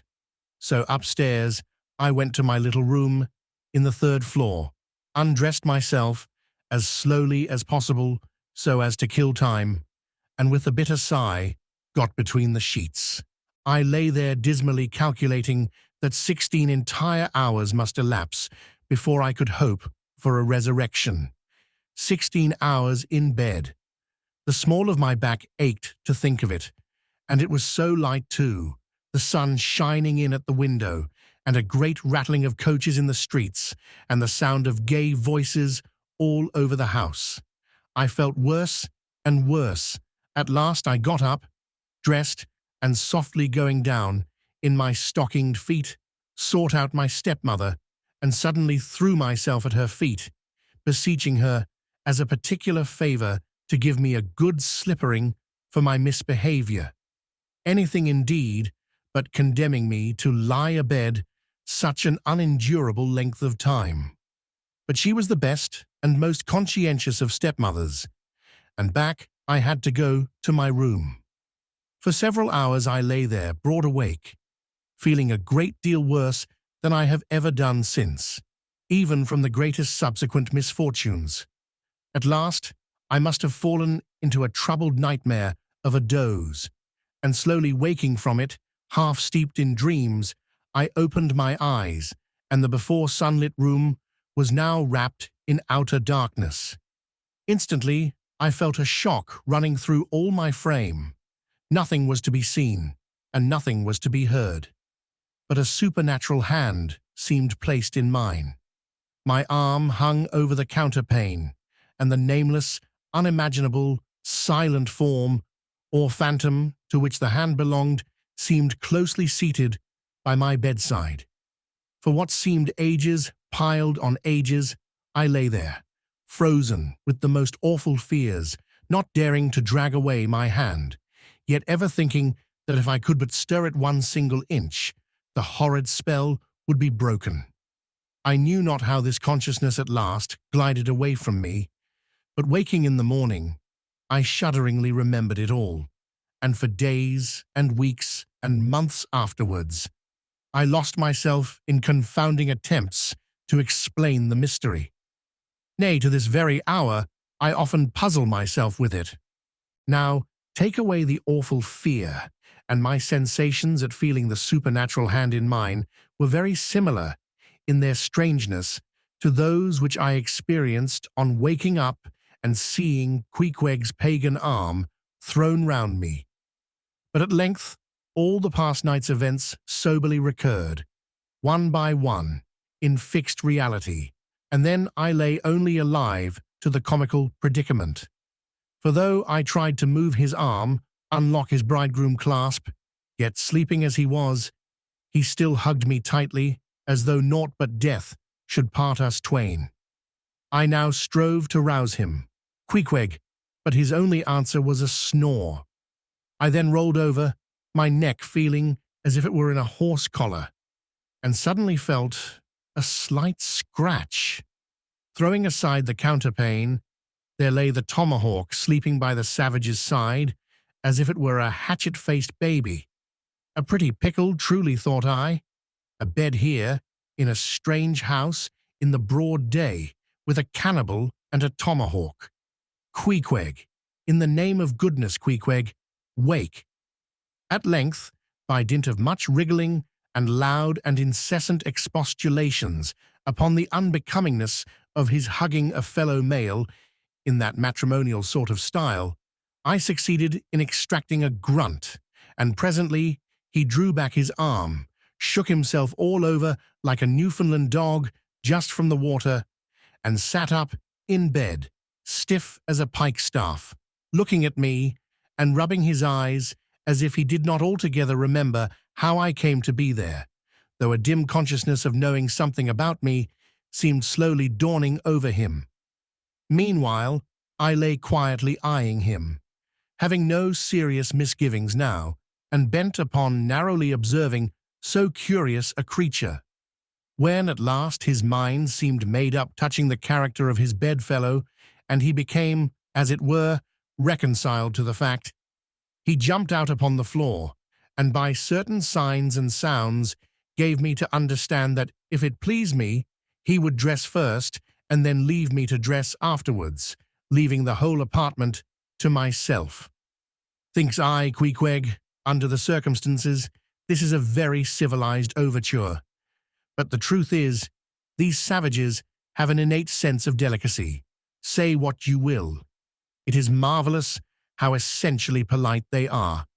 I pay this particular compliment to Queequeg because he treated me with so much civility and consideration while I was guilty of great rudeness, staring at him from the bed and watching all his toilette motions, for the time my curiosity getting the better of my breeding.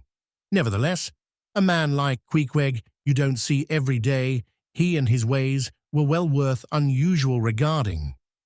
He commenced dressing at top by donning his beaver hat, a very tall one by the by, and then, still minus his trousers, he hunted up his boots.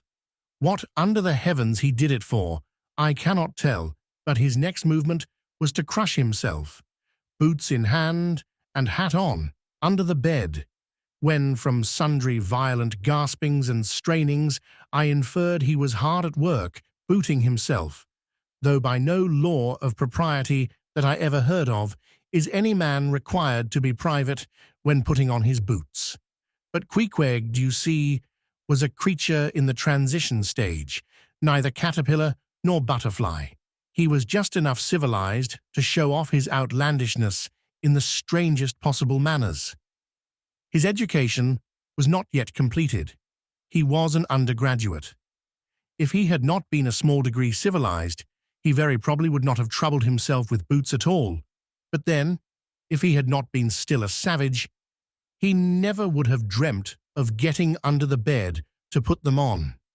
At last, he emerged with his hat, very much dented and crushed down over his eyes, and began creaking and limping about the room, as if, not being much accustomed to boots, his pair of damp, wrinkled cowhide ones, probably not made to order either, rather pinched and tormented him at the first go off of a bitter cold morning. Seeing now that there were no curtains to the window and that the street being very narrow, the house opposite commanded a plain view into the room, and observing more and more the indecorous figure that Queequeg made staving about with little else but his hat and boots on, I begged him as well as I could to accelerate his toilet somewhat, and particularly to get into his pantaloons as soon as possible. He complied, and then proceeded to wash himself. At that time in the morning, any Christian would have washed his face, but Queequeg, to my amazement, contented himself with restricting his ablutions to his chest, arms, and hands. He then donned his waistcoat, and taking up a piece of hard soap on the washstand center table, dipped it into water and commenced lathering his face. I was watching to see where he kept his razor, when lo and behold, he takes the harpoon from the bed corner, slips out the long wooden stock, unsheathes the head, wets it a little on his boot, and striding up to the bit of mirror against the wall, begins a vigorous scraping, or rather harpooning of his cheeks. Thinks I, Queequeg, this is using Roger's best cutlery with a vengeance. Afterwards, I wondered the less at this operation when I came to know of what fine steel the head of a harpoon is made, and how exceedingly sharp the long straight edges are always kept. The rest of his toilet was soon achieved, and he proudly marched out of the room, wrapped up in his great pilot monkey jacket, and sporting his harpoon like a marshal's baton. Chapter 5. Breakfast. I quickly followed suit, and descending into the bar-room, accosted the grinning landlord very pleasantly.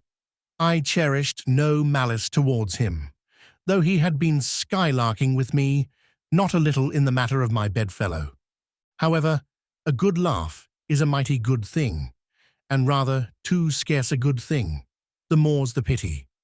So, if any one man, in his own proper person, affords stuff for a good joke to anybody, let him not be backward, but let him cheerfully allow himself to spend and be spent in that way. And the man that has anything bountifully laughable about him, be sure there is more in that man than you perhaps think for. The bar-room was now full of the boarders who had been dropping in the night previous and whom I had not as yet had a good look at. They were nearly all whalemen, chief mates and second mates and third mates and sea carpenters and sea coopers and sea blacksmiths and harpooneers and shipkeepers, a brown and brawny company with bosky beards, an unshorn, shaggy set, all wearing monkey jackets for morning gowns. You could pretty plainly tell how long each one had been ashore. This young fellow's healthy cheek is like a sun-toasted pear in hue, and would seem to smell almost as musky. He cannot have been 3 days landed from his Indian voyage. That man next him looks a few shades lighter. You might say a touch of satin wood is in him. In the complexion of a third still lingers a tropic tawn, but slightly bleached withal. He doubtless has tarried whole weeks ashore.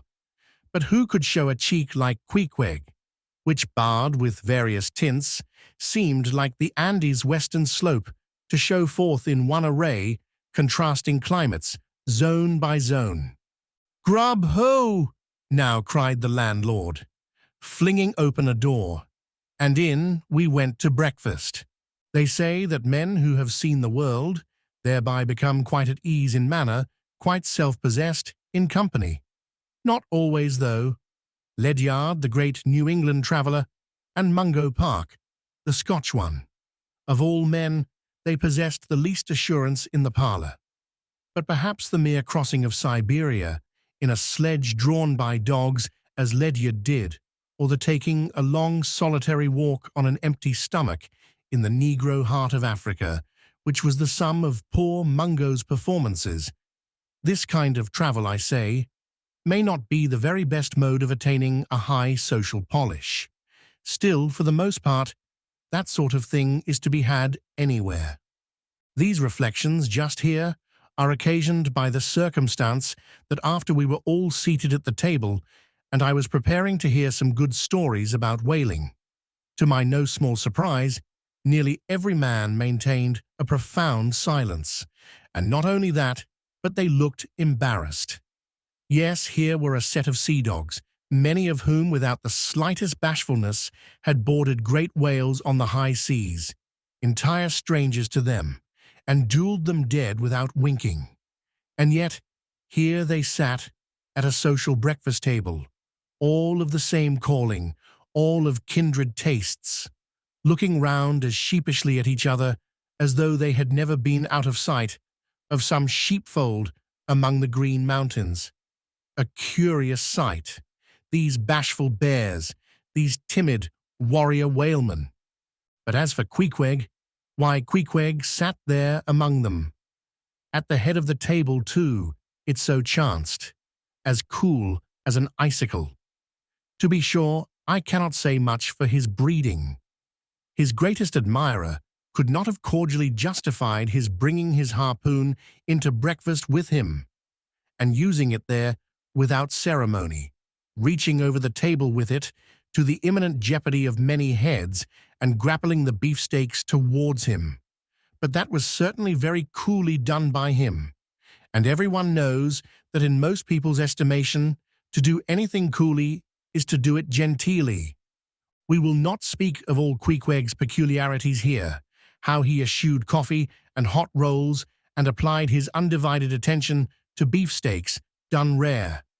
Enough that when breakfast was over, he withdrew like the rest into the public room, lighted his tomahawk pipe, and was sitting there, quietly digesting and smoking with his inseparable hat on, when I sallied out for a stroll. Chapter 6. The Street. If I had been astonished at first catching a glimpse of so outlandish an individual as queequeg circulating among the polite society of a civilized town, that astonishment soon departed upon taking my first daylight stroll through the streets of New Bedford. In thoroughfares nigh the docks, any considerable seaport will frequently offer to view the queerest-looking nondescripts from foreign parts. Even in Broadway and Chestnut streets, Mediterranean mariners will sometimes jostle the affrighted ladies. Regent Street is not unknown to Lascars and Malays, and at Bombay, in the Apollo Green, live Yankees have often scared the natives. But New Bedford beats all Water Street and Wapping. In these last-mentioned haunts, you see only sailors, but in New Bedford, actual cannibals stand chatting at street corners, savages outright, many of whom yet carry on their bones unholy flesh.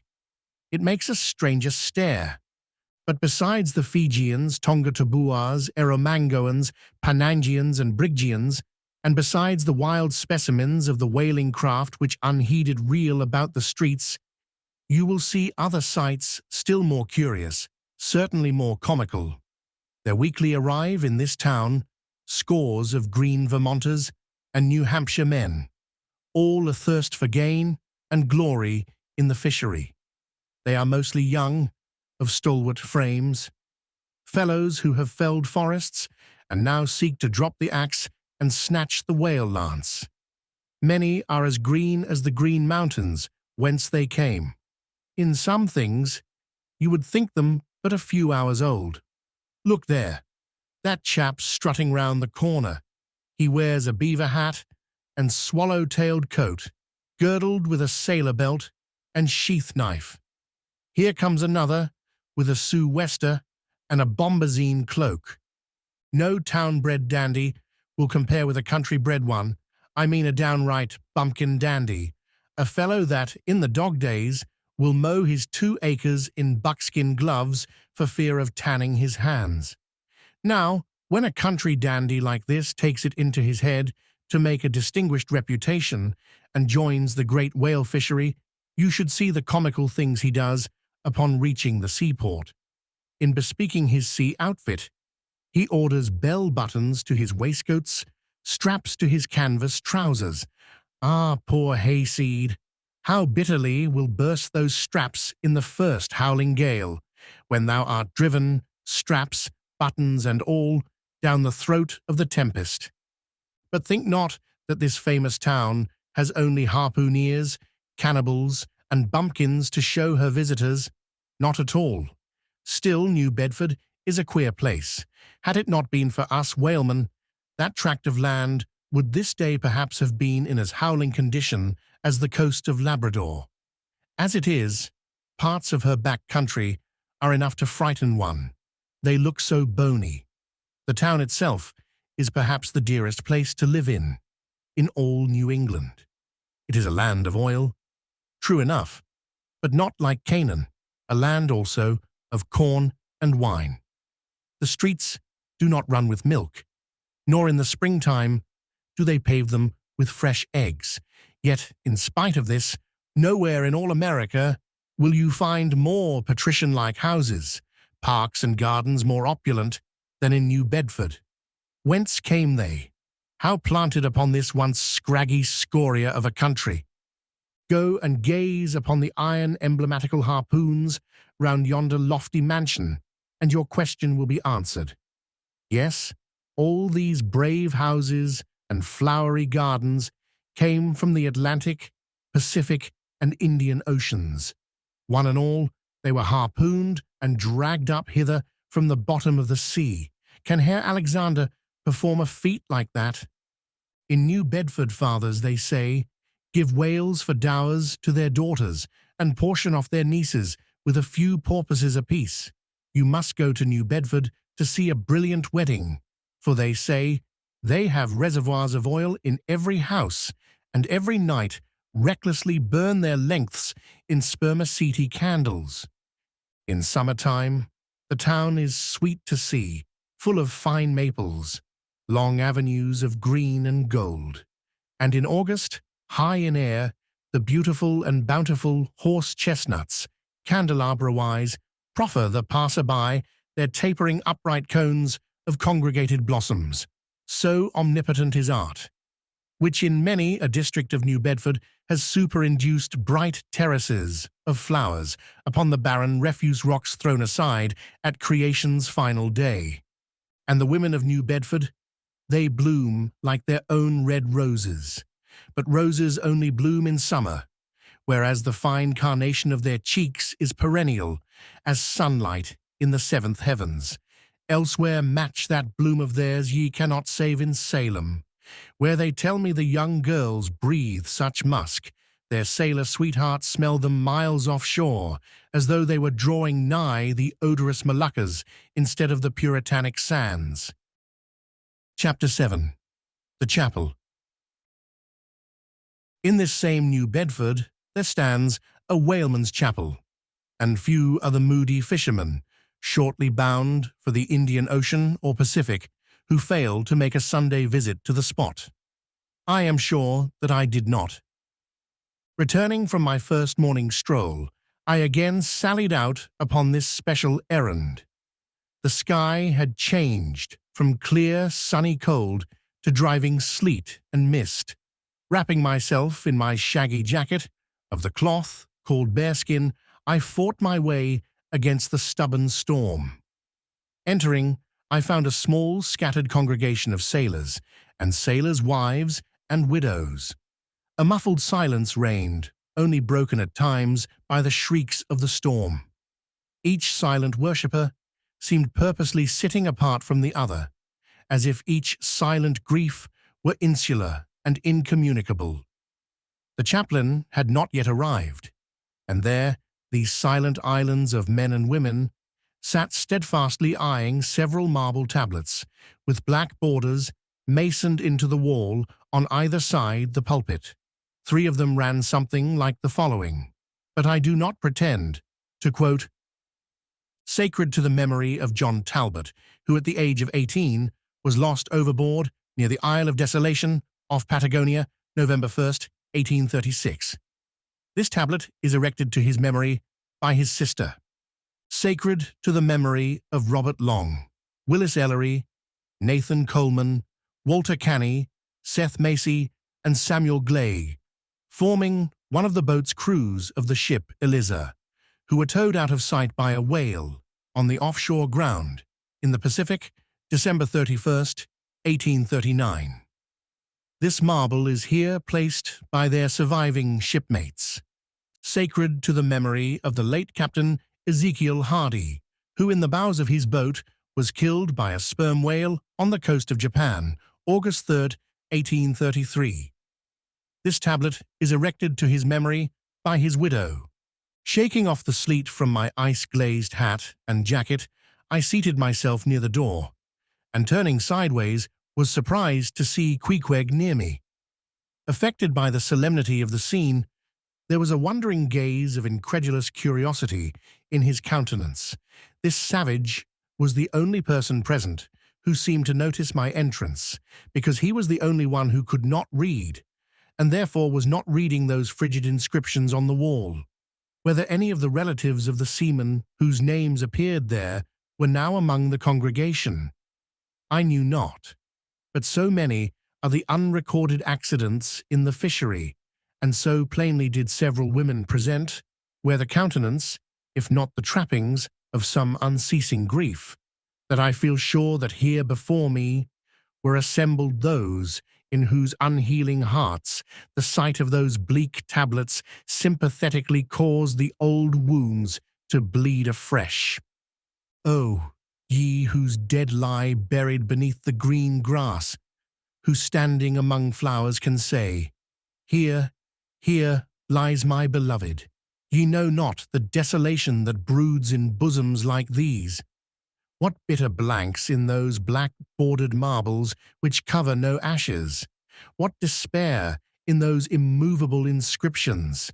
What deadly voids and unbidden infidelities in the lines that seem to gnaw upon all faith and refuse resurrections to the beings who have placelessly perished without a grave! As well might those tablets stand in the cave of Elephanta as here? In what census of living creatures the dead of mankind are included?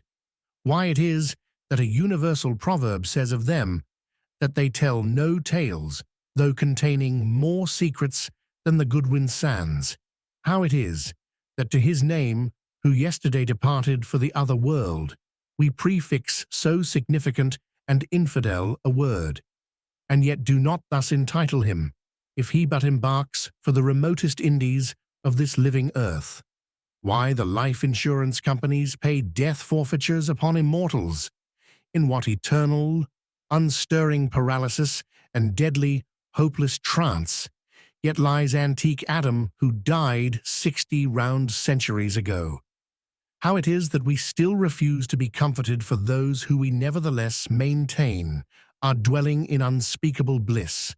Why all the living so strive to hush all the dead?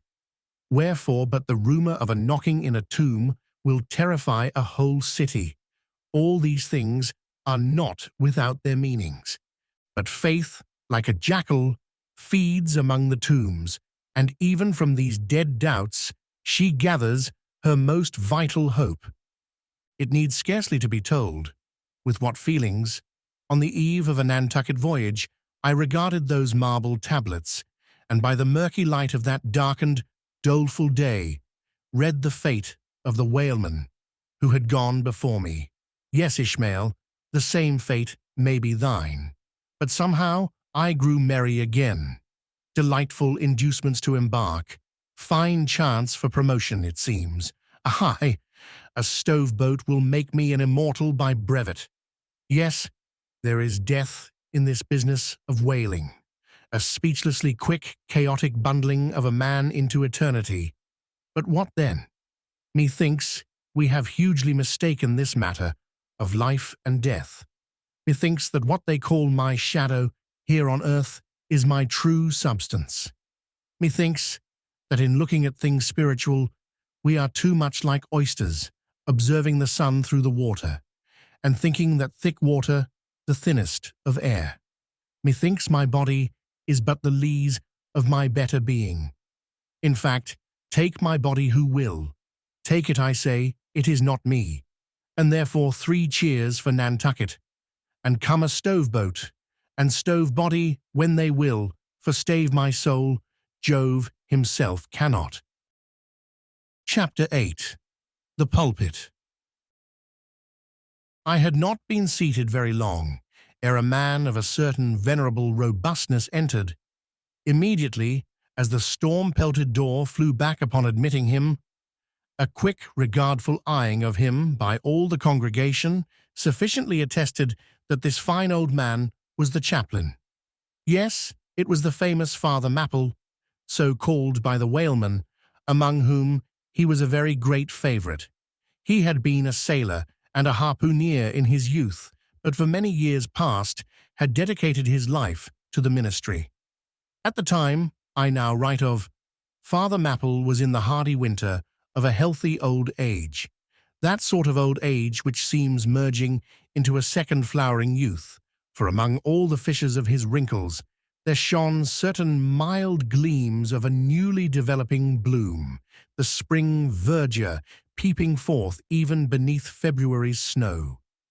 No one having previously heard his history could for the first time behold Father Mapple without the utmost interest, because there were certain engrafted clerical peculiarities about him, imputable to that adventurous maritime life he had led.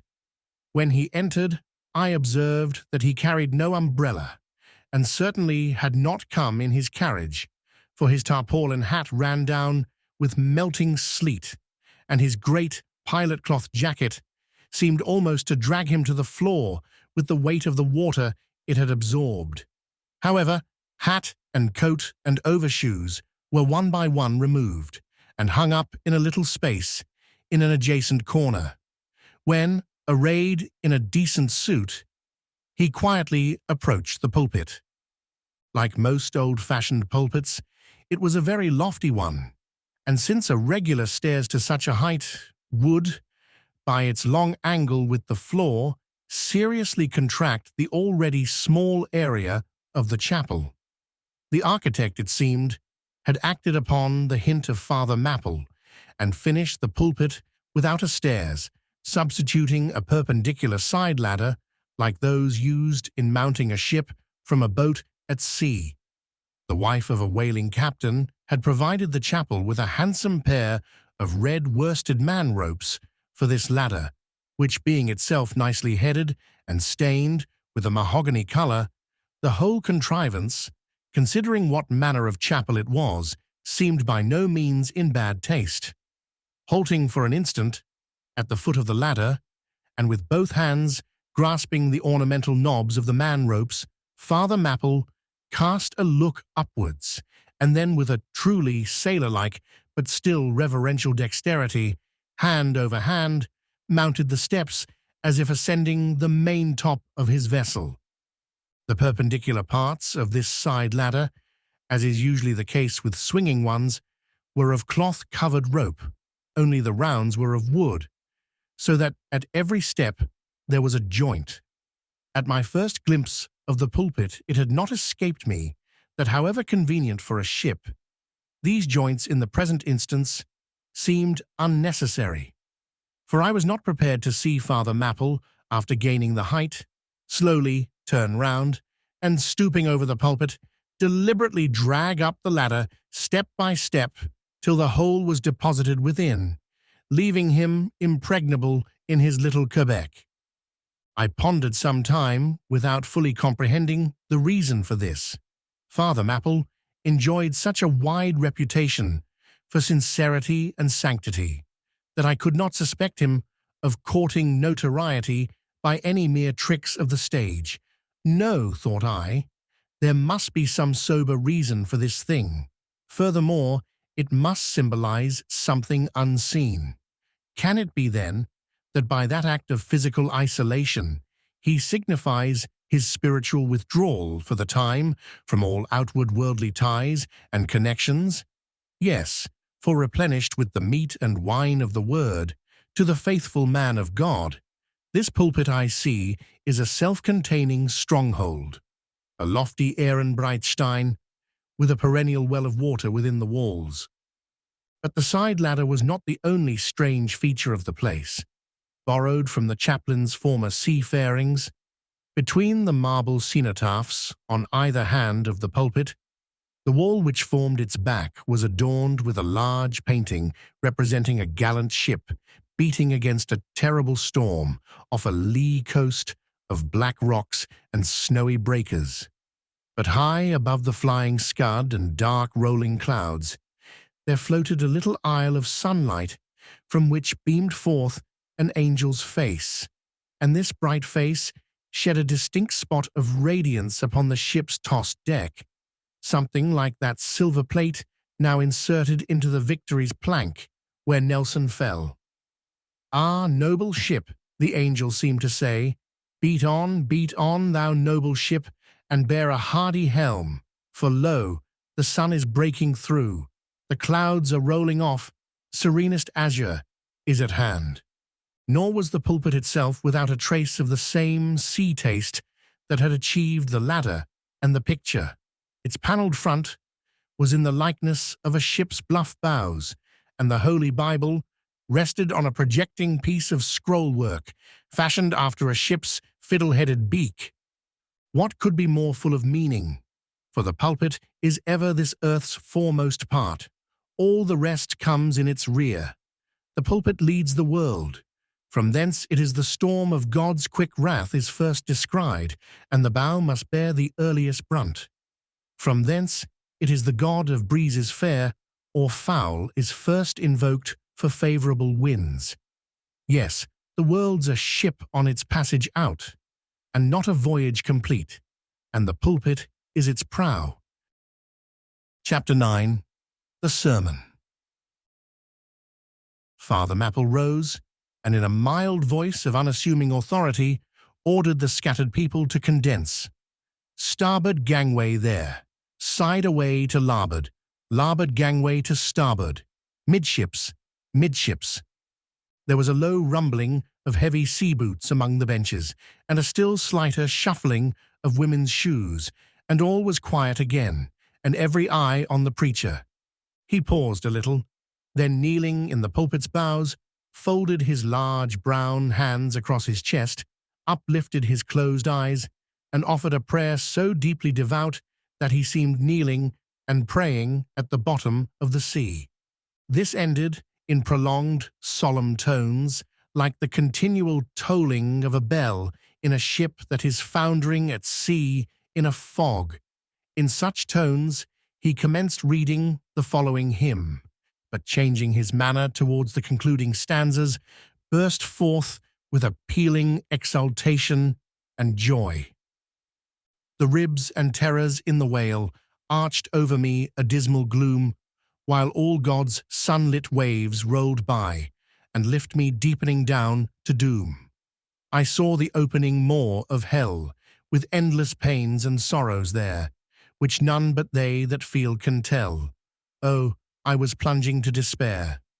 In black distress, I called my God. When I could scarce believe him mine, he bowed his ear to my complaints. No more the whale did me confine. With speed, he flew to my relief, as on a radiant dolphin borne, awful yet bright as lightning shone the face of my deliverer God. My song forever shall record that terrible, that joyful hour. I give the glory to my God, his all the mercy and the power. Nearly all joined in singing this hymn, which swelled high above the howling of the storm. A brief pause ensued. The preacher slowly turned over the leaves of the Bible, and at last, folding his hand down upon the proper page, said, "Beloved shipmates, clinch the last verse of the first chapter of Jonah." And God had prepared a great fish to swallow up Jonah. Shipmates, this book, containing only 4 chapters, 4 yarns, is one of the smallest strands in the mighty cable of the Scriptures. Yet, what depths of the soul does Jonah's deep sea line sound? What a pregnant lesson to us is this prophet!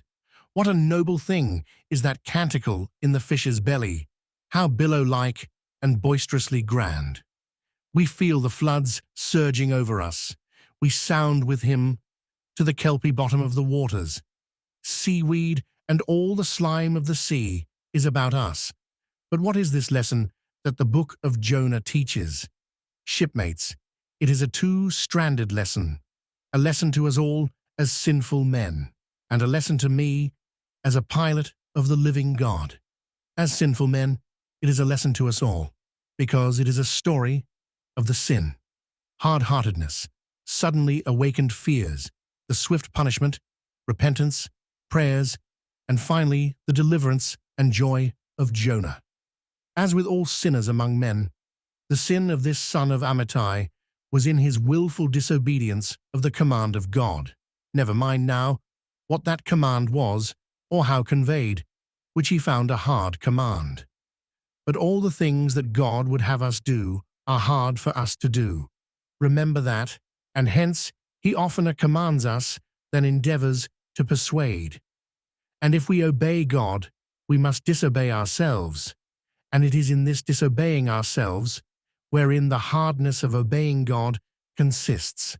With this sin of disobedience in him, Jonah still further flouts at God by seeking to flee from him.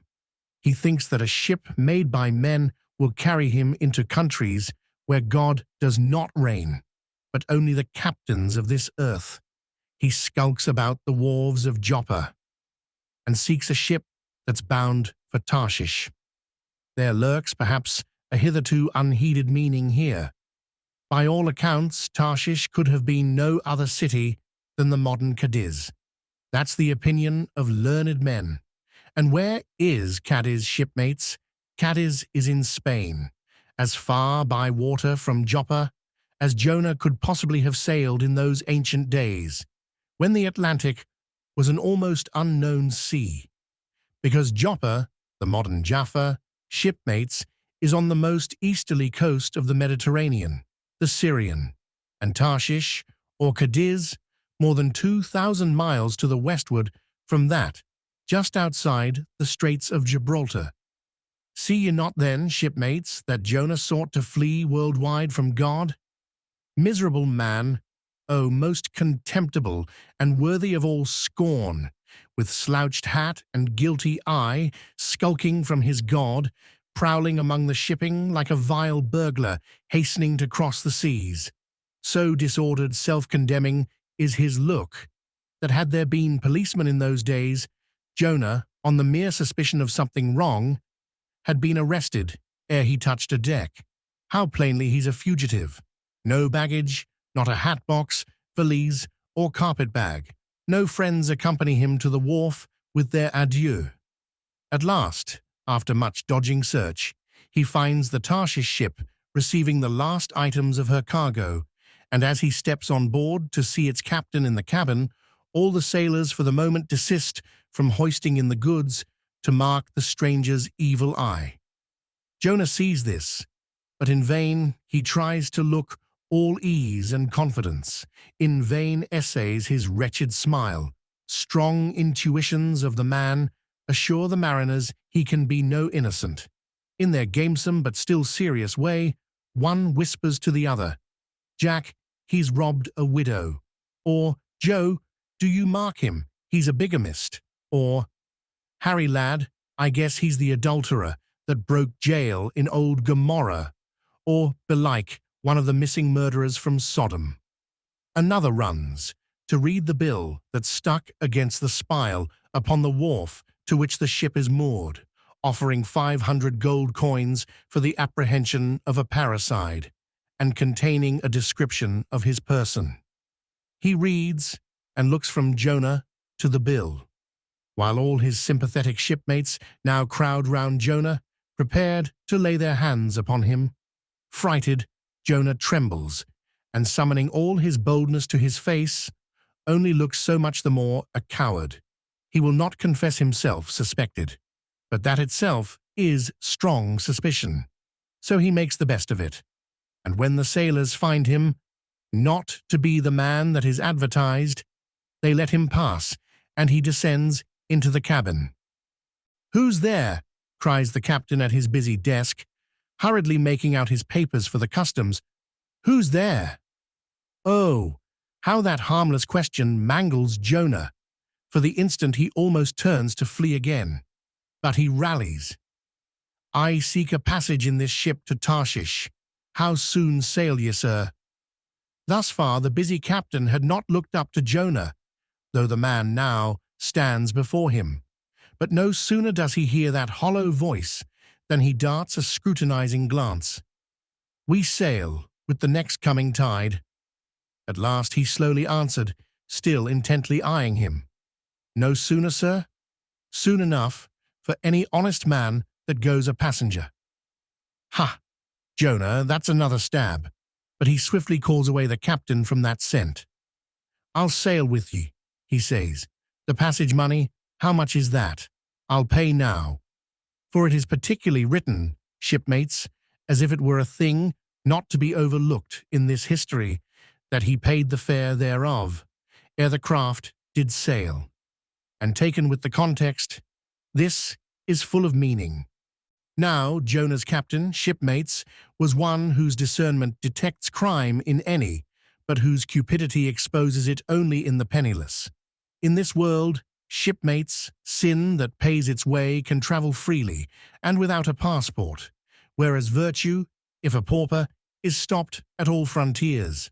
So Jonah's captain prepares to test the length of Jonah's purse, ere he judge him openly. He charges him thrice the usual sum, and it's assented to. Then the captain knows that Jonah is a fugitive, but at the same time resolves to help a flight that paves its rear with gold. Yet when Jonah fairly takes out his purse, prudent suspicions still molest the captain. He rings every coin to find a counterfeit. "Not a forger anyway," he mutters, and Jonah is put down for his passage. "Point out my stateroom, sir," says Jonah now. "I'm travel-weary, I need sleep." "Thou lookest like it," says the captain. "There's thy room." Jonah enters and would lock the door, but the lock contains no key. Hearing him foolishly fumbling there, the captain laughs lowly to himself and mutters something about the doors of convict cells being never allowed to be locked within.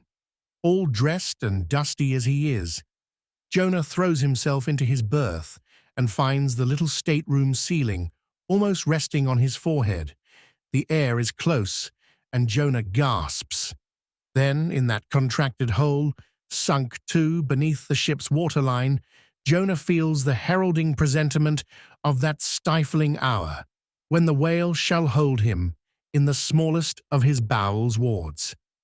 Screwed at its axis against the side, a swinging lamp slightly oscillates in Jonah's room, and the ship, heeling over towards the wharf with the weight of the last bales received, the lamp, flame and all, though in slight motion, still maintains a permanent obliquity with reference to the room, though, in truth, infallibly straight itself, it but made obvious the false, lying levels among which it hung.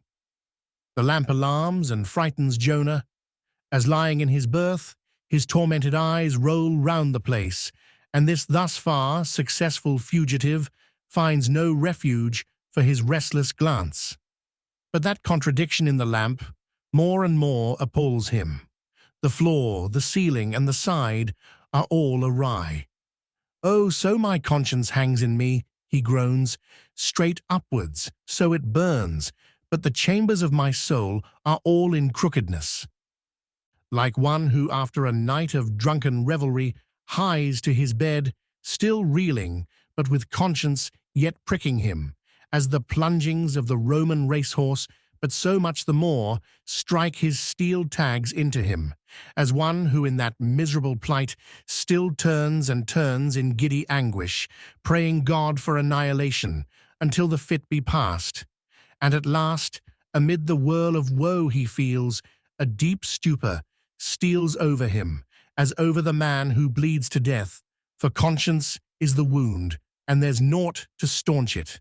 So, after sore wrestlings in his berth, Jonah's prodigy of ponderous misery drags him, drowning down, to sleep. And now the time of tide has come. The ship casts off her cables, and from the deserted wharf, the uncheered ship for Tarshish, all careening, glides to sea. That ship, my friends, was the first of recorded smugglers. The contraband was Jonah. But the sea rebels. He will not bear the wicked burden. A dreadful storm comes on. The ship is like to break.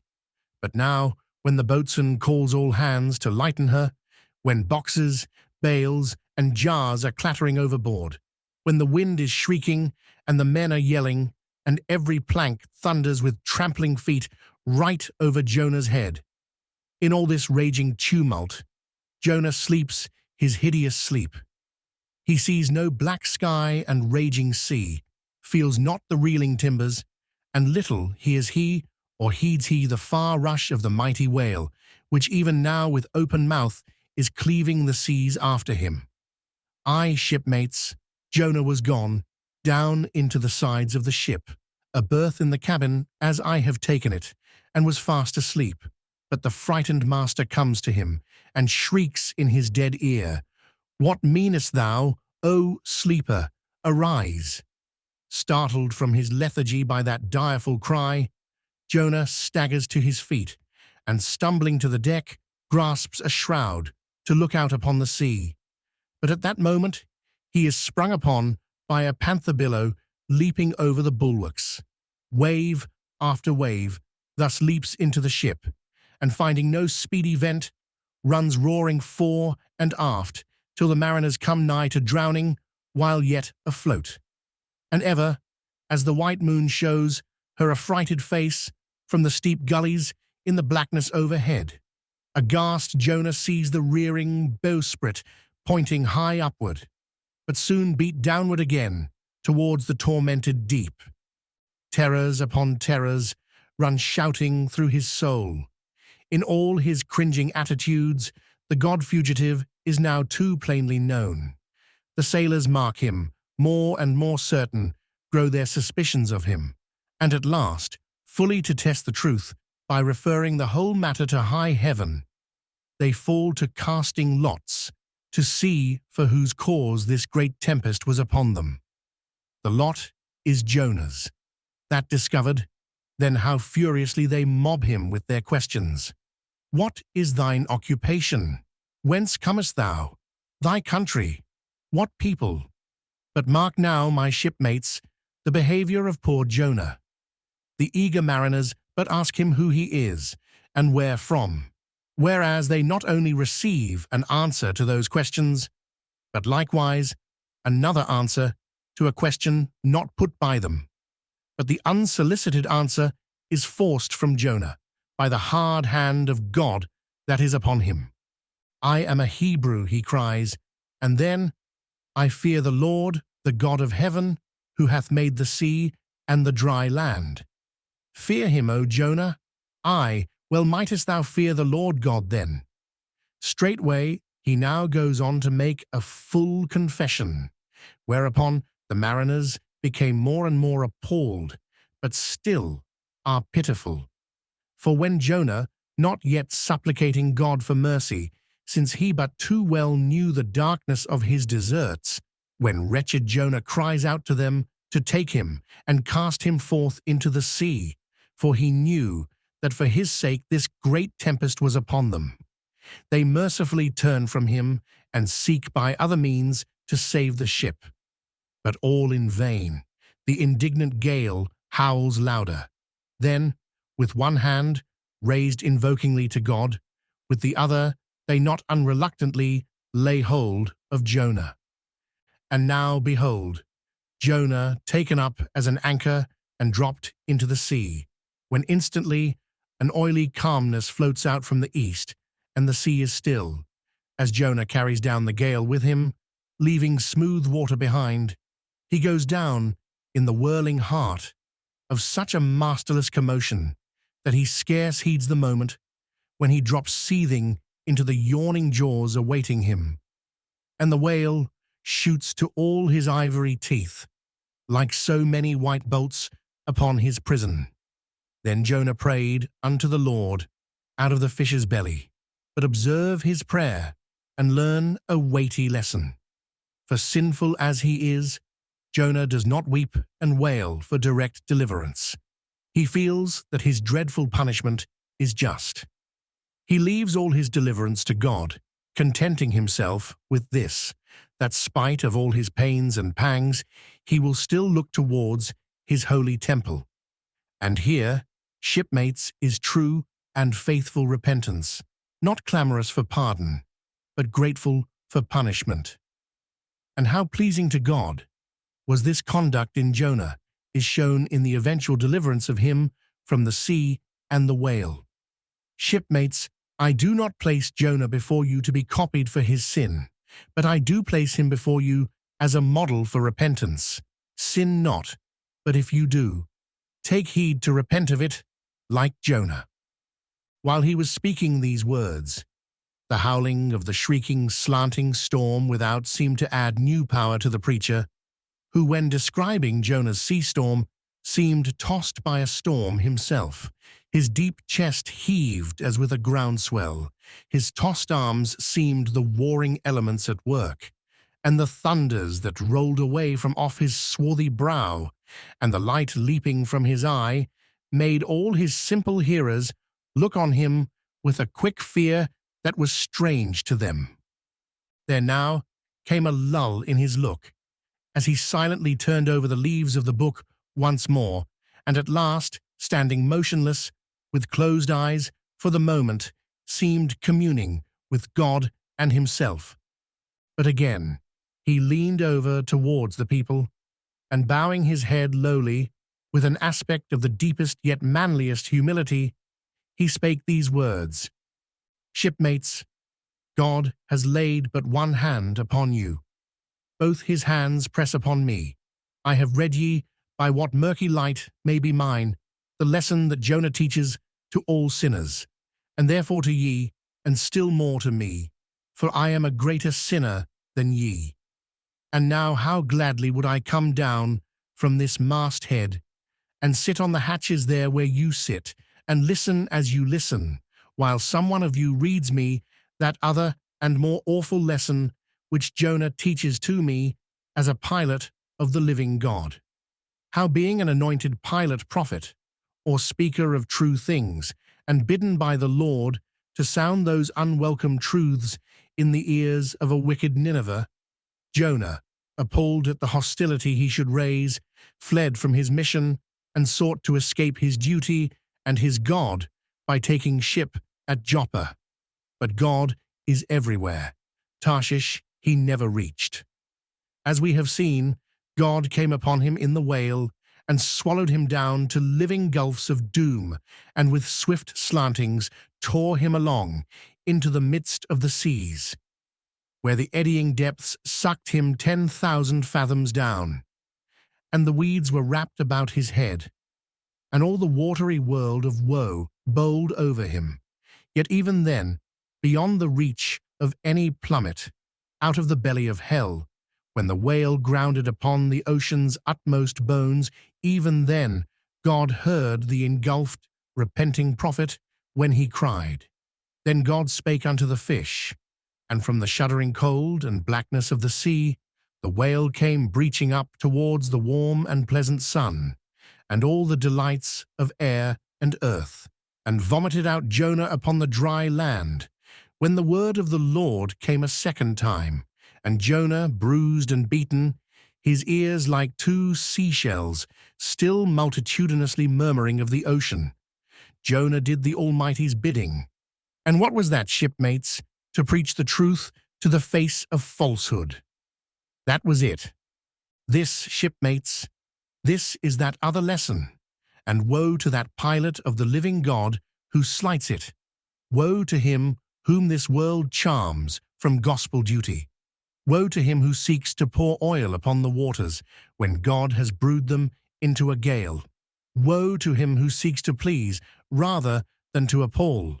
Woe to him whose good name is more to him than goodness. Woe to him who in this world courts not dishonor. Woe to him who would not be true, even though to be false were salvation.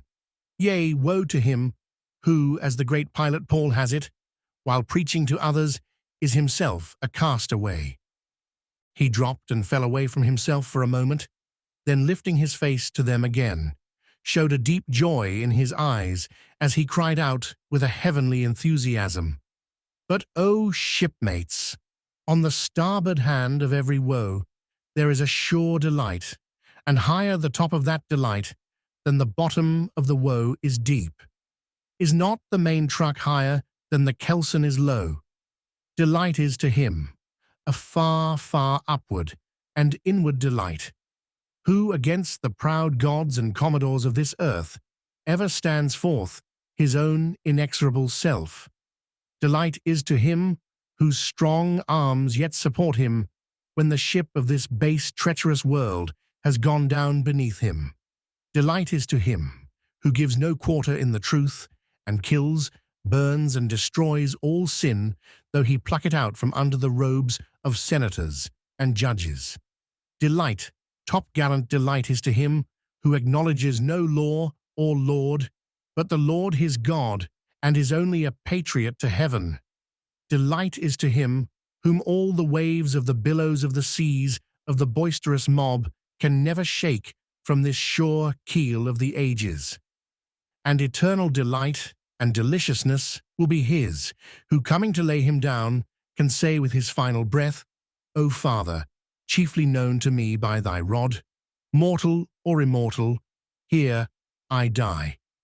I have striven to be thine, more than to be this world's or mine own. Yet this is nothing. I leave eternity to thee. For what is man that he should live out the lifetime of his God?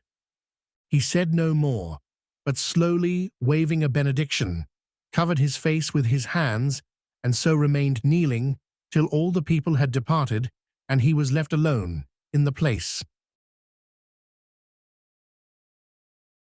Chapter 10.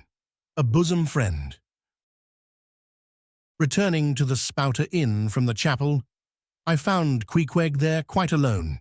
He, having left the chapel before the benediction some time, he was sitting on a bench before the fire, with his feet on the stove hearth, and in one hand was holding close up to his face that little negro idol of his, peering hard into its face, and with a jackknife gently whittling away at its nose, meanwhile humming to himself in his heathenish way.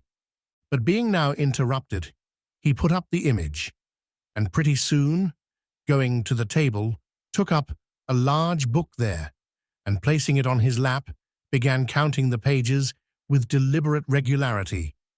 At every 50th page, as I fancied, stopping a moment, looking vacantly around him, and giving utterance to a long-drawn, gurgling whistle of astonishment.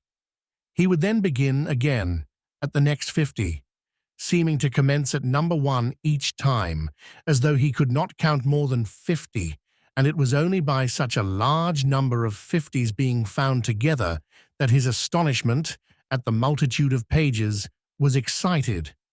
With much interest, I sat watching him, savage though he was, and hideously marred about the face, at least to my taste. His countenance yet had a something in it which was by no means disagreeable. You cannot hide the soul. Through all his unearthly tattooings, I thought I saw the traces of a simple, honest heart, and in his large, deep eyes, fiery black and bold, there seemed tokens of a spirit that would dare 1,000 devils. And besides all this, there was a certain lofty bearing about the pagan, which even his uncouthness could not altogether maim. He looked like a man who had never cringed and never had had a creditor. Whether it was, too, that his head being shaved, his forehead was drawn out in freer and brighter relief, and looked more expansive than it otherwise would, this I will not venture to decide. But certain it was, his head was phrenologically an excellent one. It may seem ridiculous, but it reminded me of General Washington's head, as seen in the popular busts of him. It had the same long, regularly graded, retreating slope from above the brows, which were likewise very projecting, like two long promontories, thickly wooded on top. Queequeg was George Washington cannibalistically developed. Whilst I was thus closely scanning him, half pretending meanwhile to be looking out at the storm from the casement, he never heeded my presence, never troubled himself with so much as a single glance, but appeared wholly occupied with counting the pages of the marvelous book. Considering how sociably we had been sleeping together the night previous, and especially considering the affectionate arm I had found thrown over me upon waking in the morning, I thought this indifference of his very strange. But savages are strange beings. At times, you do not know exactly how to take them. At first, they are overawing. Their calm self-collectedness of simplicity seems a Socratic wisdom. I had noticed also that Queequeg never consorted at all, or but very little, with the other seamen in the inn. He made no advances whatever, appeared to have no desire to enlarge the circle of his acquaintances. All this struck me as mighty singular, yet upon second thoughts there was something almost sublime in it. Here was a man some 20,000 miles from home, by the way of Cape Horn, that is, which was the only way he could get there, thrown among people as strange to him as though he were in the planet Jupiter, and yet he seemed entirely at his ease, preserving the utmost serenity, content with his own companionship, always equal to himself. Surely this was a touch of fine philosophy, though no doubt he had never heard there was such a thing as that. But perhaps, to be true philosophers, we mortals should not be conscious of so living or so striving. So soon as I hear that such or such a man gives himself out for a philosopher, I conclude that, like the dyspeptic old woman, he must have broken his digester. As I sat there in that now lonely room, the fire burning low, in that mild stage when, after its first intensity has warmed the air, it then only glows to be looked at. The evening shades and phantoms gathering round the casements and peering in upon us silent, solitary twain. The storm booming without in solemn swells. I began to be sensible of strange feelings. I felt a melting in me. No more my splintered heart and maddened hand were turned against the wolfish world. This soothing savage had redeemed it. There he sat, his very indifference speaking a nature in which there lurked no civilized hypocrisies and bland deceits. Wild he was, a very sight of sights to see. Yet I began to feel myself mysteriously drawn towards him. And those same things that would have repelled most others, they were the very magnets that thus drew me. I'll try a pagan friend, thought I, since Christian kindness has proved but hollow courtesy.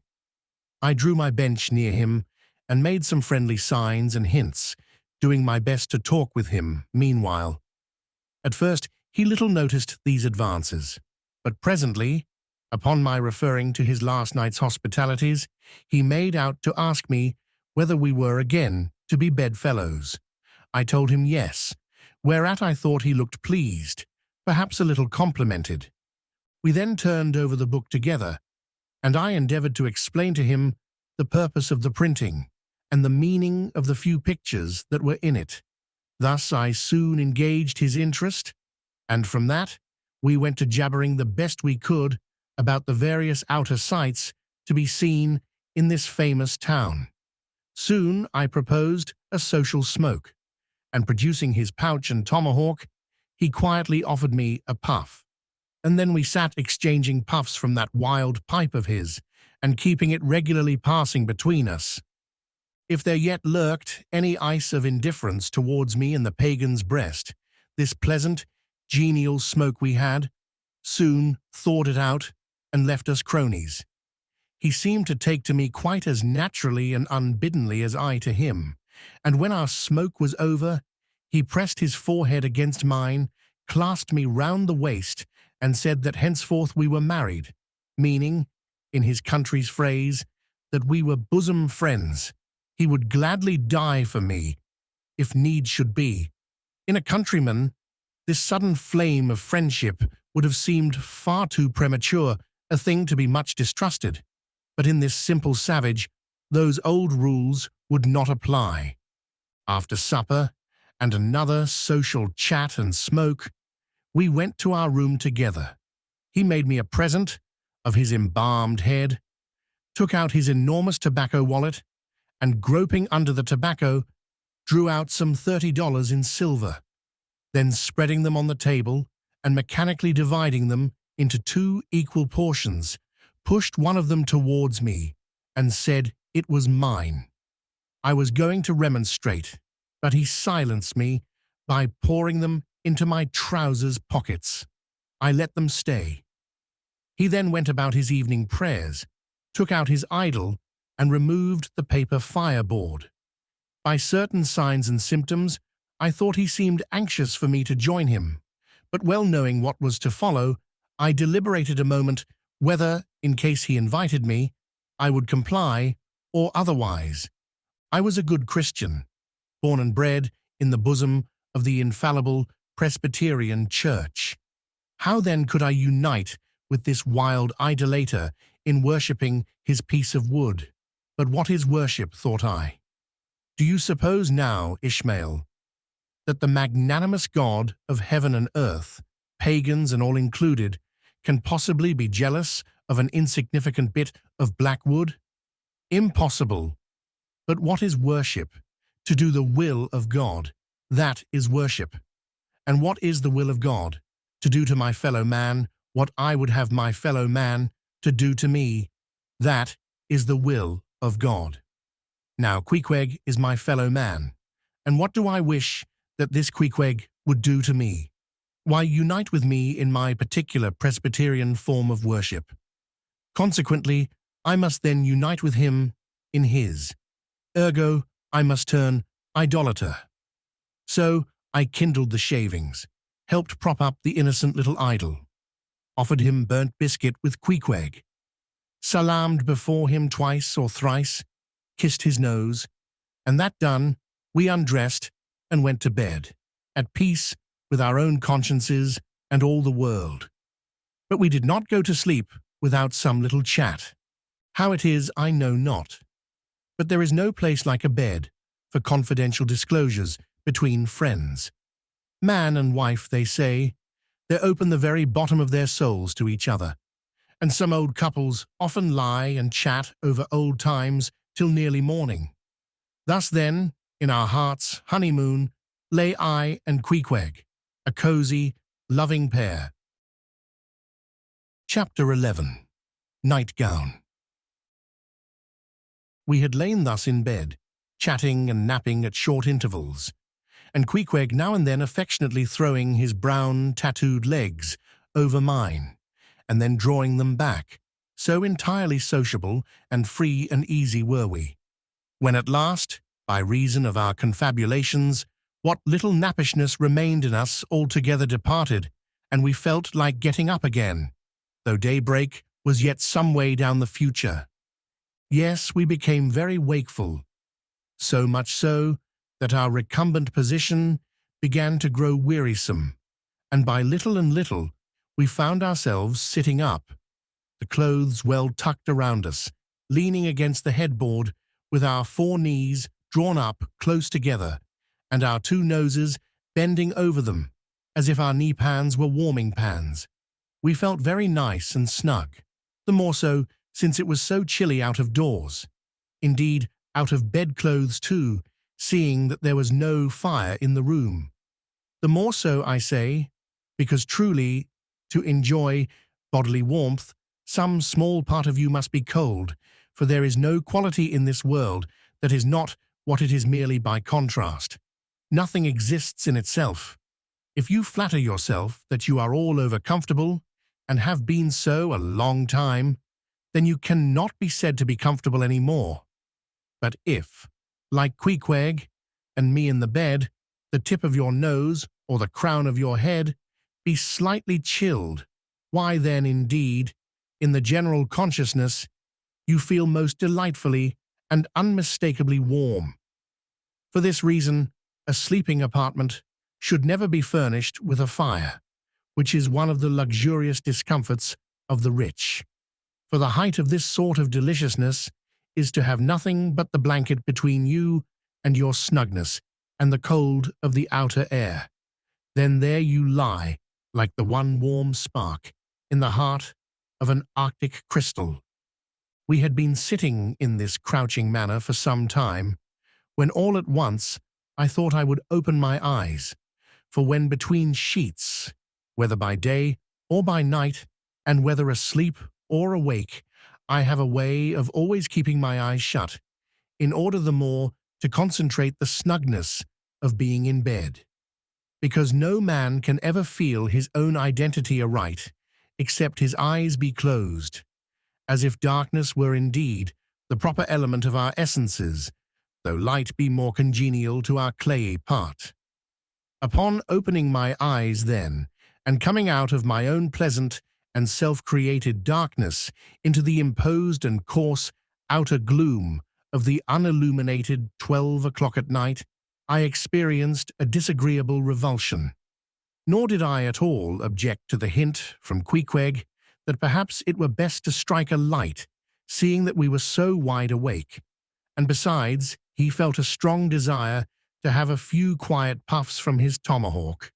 Be it said, that though I had felt such a strong repugnance to his smoking in the bed the night before, yet see how elastic our stiff prejudices grow when love once comes to bend them. For now I like nothing better than to have Queequeg smoking by me, even in bed, because he seemed to be full of such serene household joy then. I no more felt unduly concerned for the landlord's policy of insurance.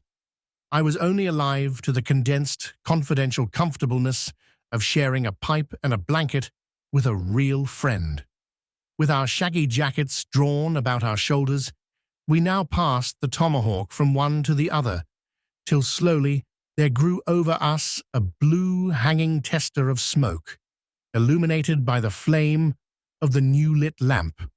Whether it was that this undulating tester rolled the savage away to far-distant scenes, I know not, but he now spoke of his native island, and eager to hear his history, I begged him to go on and tell it. He gladly complied, though at the time I but ill comprehended not a few of his words, yet subsequent disclosures, when I had become more familiar with his broken phraseology, now enable me to present the whole story such as it may prove in the mere skeleton I give. Chapter 12. Biographical. Queequeg was a native of Rokovoko, an island far away to the west and south. It is not down in any map. True places never are. When a new-hatched savage running wild about his native woodlands in a grass clout, followed by the nibbling goats, as if he were a green sapling. Even then, in Queequeg's ambitious soul, lurked a strong desire to see something more of Christendom than a specimen whaler or two.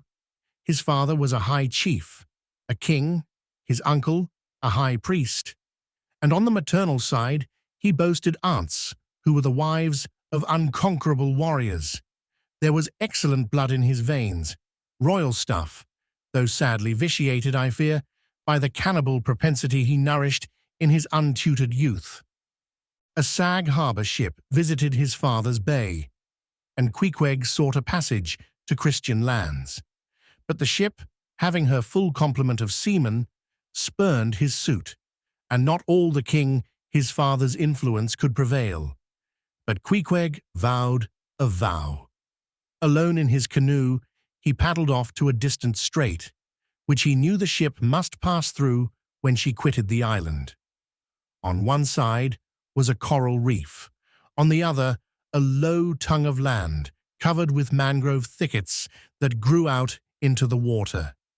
Hiding his canoe, still afloat among these thickets, with its prow seaward, he sat down in the stern, paddle low in hand, and when the ship was gliding by, like a flash he darted out, gained her side, with one backward dash of his foot, capsized and sank his canoe, climbed up the chains, and throwing himself at full length upon the deck, grappled a ringbolt there and swore not to let it go, though hacked in pieces. In vain, the captain threatened to throw him overboard, suspended a cutlass over his naked wrists. Queequeg was the son of a king, and Queequeg budged not. Struck by his desperate dauntlessness and his wild desire to visit Christendom, the captain at last relented and told him he might make himself at home. But this fine young savage, this sea prince of Wales, never saw the captain's cabin. They put him down among the sailors and made a whaleman of him. But like Tsar Peter, content to toil in the shipyards of foreign cities, Queequeg disdained no seeming ignominy, if thereby he might happily gain the power of enlightening his untutored countrymen. For at bottom, so he told me, he was actuated by a profound desire to learn among the Christians the arts whereby to make his people still happier than they were, and more than that, still better than they were. But alas, the practices of whalemen soon convinced him that even Christians could be both miserable and wicked, infinitely more so than all his father's heathens. Arrived at last in old Sag Harbor, and seeing what the sailors did there, and then going on to Nantucket, and seeing how they spent their wages in that place also, poor Queequeg gave it up for lost. Thought he, "It's a wicked world in all meridians. I'll die a pagan." And thus, an old idolater at heart, he yet lived among these Christians, wore their clothes, and tried to talk their gibberish. Hence the queer ways about him, though now, some time from home. By hints, I asked him whether he did not propose going back and having a coronation, since he might now consider his father dead and gone, he being very old and feeble at the last accounts. He answered no, not yet, and added that he was fearful Christianity, or rather Christians, had unfitted him for ascending the pure and undefiled throne of 30 pagan kings before him. But by and by, he said, he would return, as soon as he felt himself baptized again. For the nonce, however, he proposed to sail about and sow his wild oats in all 4 oceans. They had made a harpooner of him, and that barbed iron was in lieu of a scepter now. I asked him what might be his immediate purpose, touching his future movements. He answered, to go to sea again, in his old vocation. Upon this I told him that whaling was my own design, and informed him of my intention to sail out of Nantucket, as being the most promising port for an adventurous whaleman to embark from. He at once resolved to accompany me to that island, ship aboard the same vessel, get into the same watch, the same boat, the same mess with me, in short, to share my every hap, with both my hands in his, boldly dip into the potluck of both worlds. To all this I joyously assented, for besides the affection I now felt for Queequeg, he was an experienced harpooner, and as such could not fail to be of great usefulness to one who, like me, was wholly ignorant of the mysteries of whaling, though well acquainted with the sea, as known to merchant seamen. His story being ended with his pipe's last dying puff, Queequeg embraced me, pressed his forehead against mine, and blowing out the light, we rolled over from each other, this way and that, and very soon were sleeping. Chapter 13. Wheelbarrow. Next morning, Monday, after disposing of the embalmed head to a barber, for a block I settled my own and comrade's bill, using, however, my comrade's money. The grinning landlord, as well as the boarders, seemed amazingly tickled at the sudden friendship which had sprung up between me and Queequeg, especially as Peter Coffin's cock and bull stories about him had previously so much alarmed me concerning the very person whom I now companied with. We borrowed a wheelbarrow, and embarking our things, including my own poor carpet-bag and Queequeg's canvas sack and hammock, away we went down to the Moss, the little Nantucket packet schooner, moored at the wharf. As we were going along, the people stared, not at Queequeg so much, for they were used to seeing cannibals like him in their streets, but at seeing him and me upon such confidential terms. But we heeded them not, going along, wheeling the barrow by turns, and Queequeg now and then stopping to adjust the sheath on his harpoon barbs. I asked him why he carried such a troublesome thing with him ashore, and whether all whaling ships did not find their own harpoons. To this, in substance, he replied that though what I hinted was true enough, yet he had a particular affection for his own harpoon, because it was of assured stuff, well tried in many a mortal combat, and deeply intimate with the hearts of whales.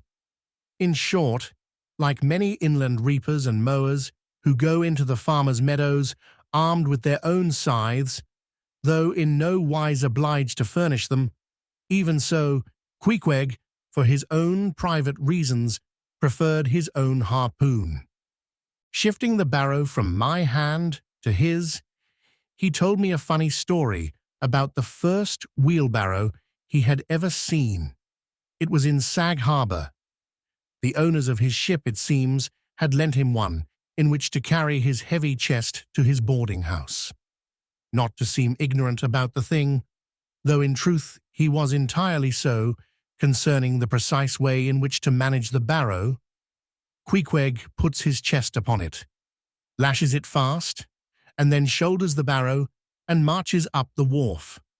"Why," said I, "Queequeg, you might have known better than that, one would think.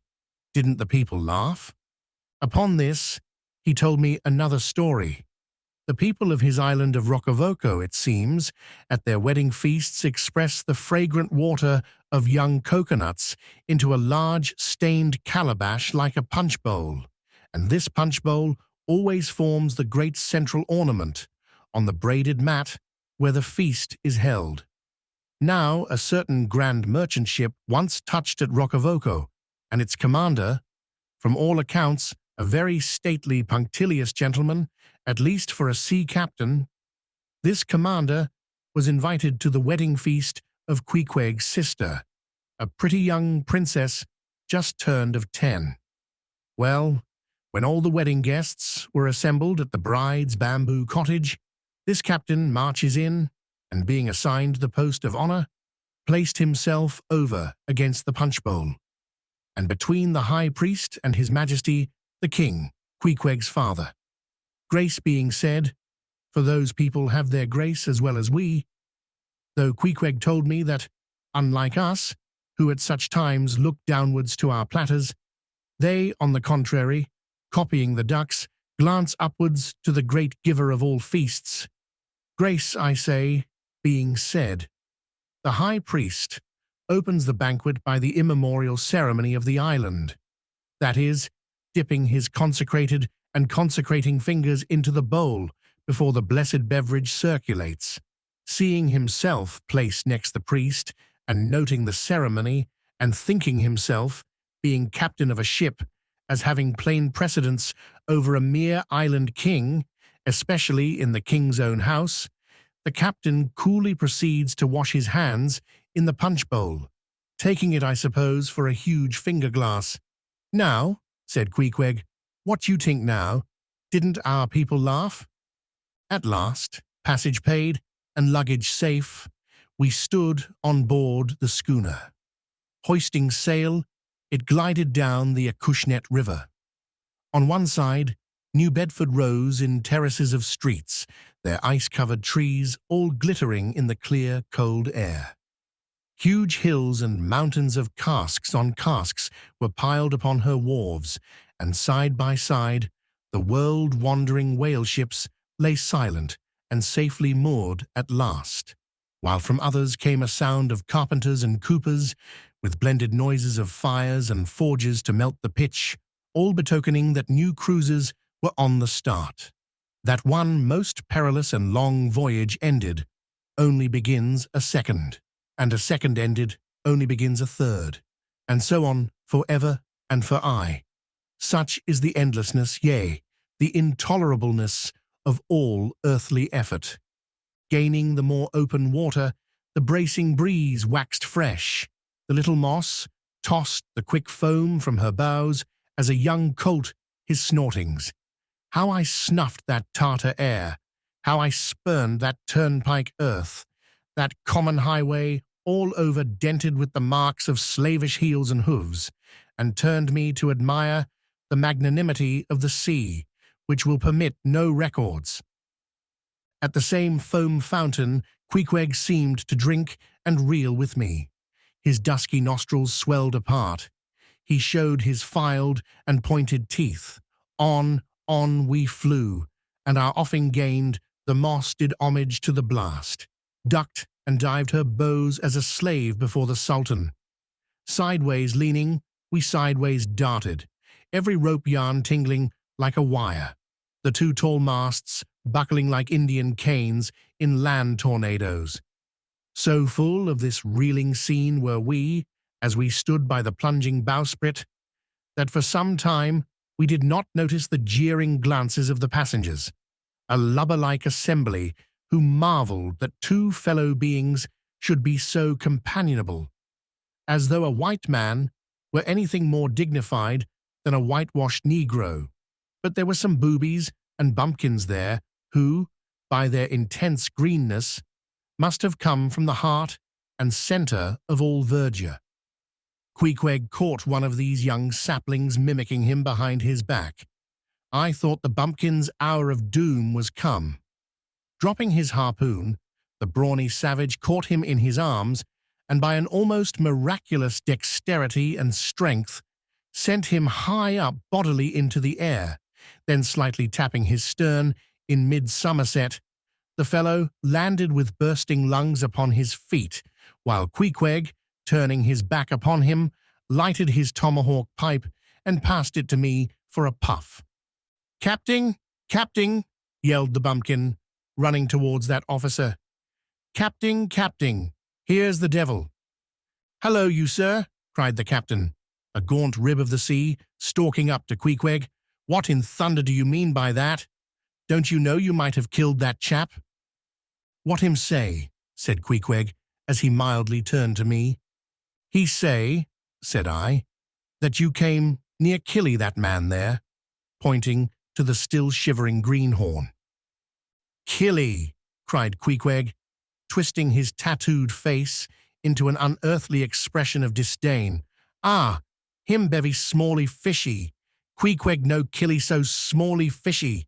Queequeg kill a big whale." "Look you," roared the captain, "I'll killy you, you cannibal, if you try any more of your tricks aboard here. So mind your eye." But it so happened just then that it was high time for the captain to mind his own eye. The prodigious strain upon the mainsail had parted the weather sheet, and the tremendous boom was now flying from side to side, completely sweeping the entire after part of the deck. The poor fellow, whom Queequeg had handled so roughly, was swept overboard.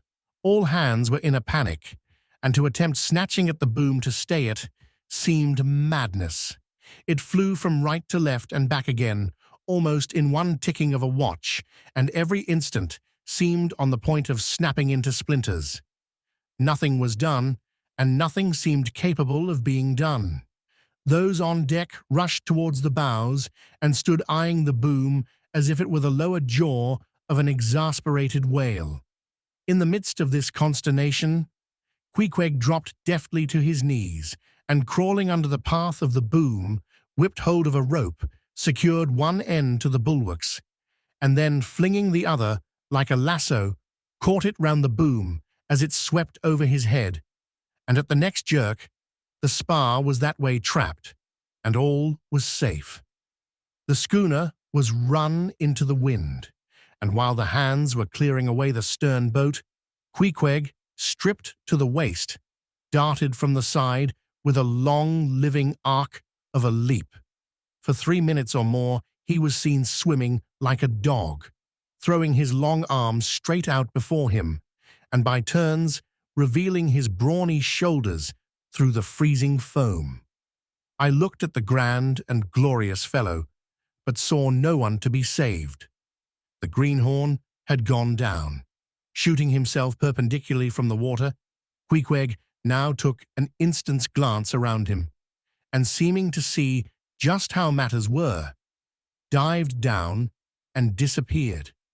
A few minutes more, and he rose again, one arm still striking out, and with the other dragging a lifeless form. The boat soon picked them up.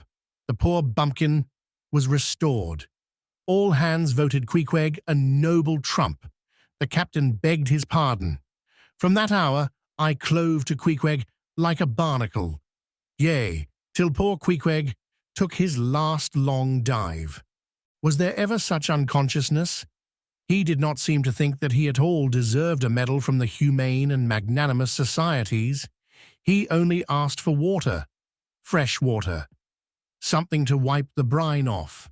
That done, he put on dry clothes, lighted his pipe, and leaning against the bulwarks and mildly eyeing those around him, seemed to be saying to himself, "It's a mutual joint-stock world. In all meridians, we cannibals must help these Christians." Chapter 14.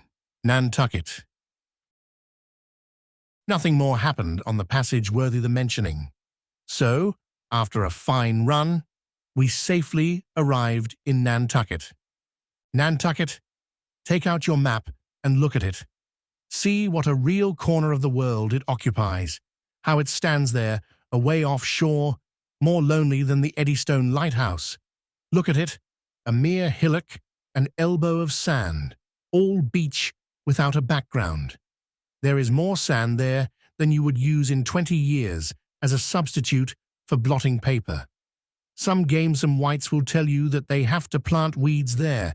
They don't grow naturally, that they import Canada thistles, that they have to send beyond seas for a spile to stop a leak in an oil cask, that pieces of wood in Nantucket are carried about like bits of the true cross in Rome.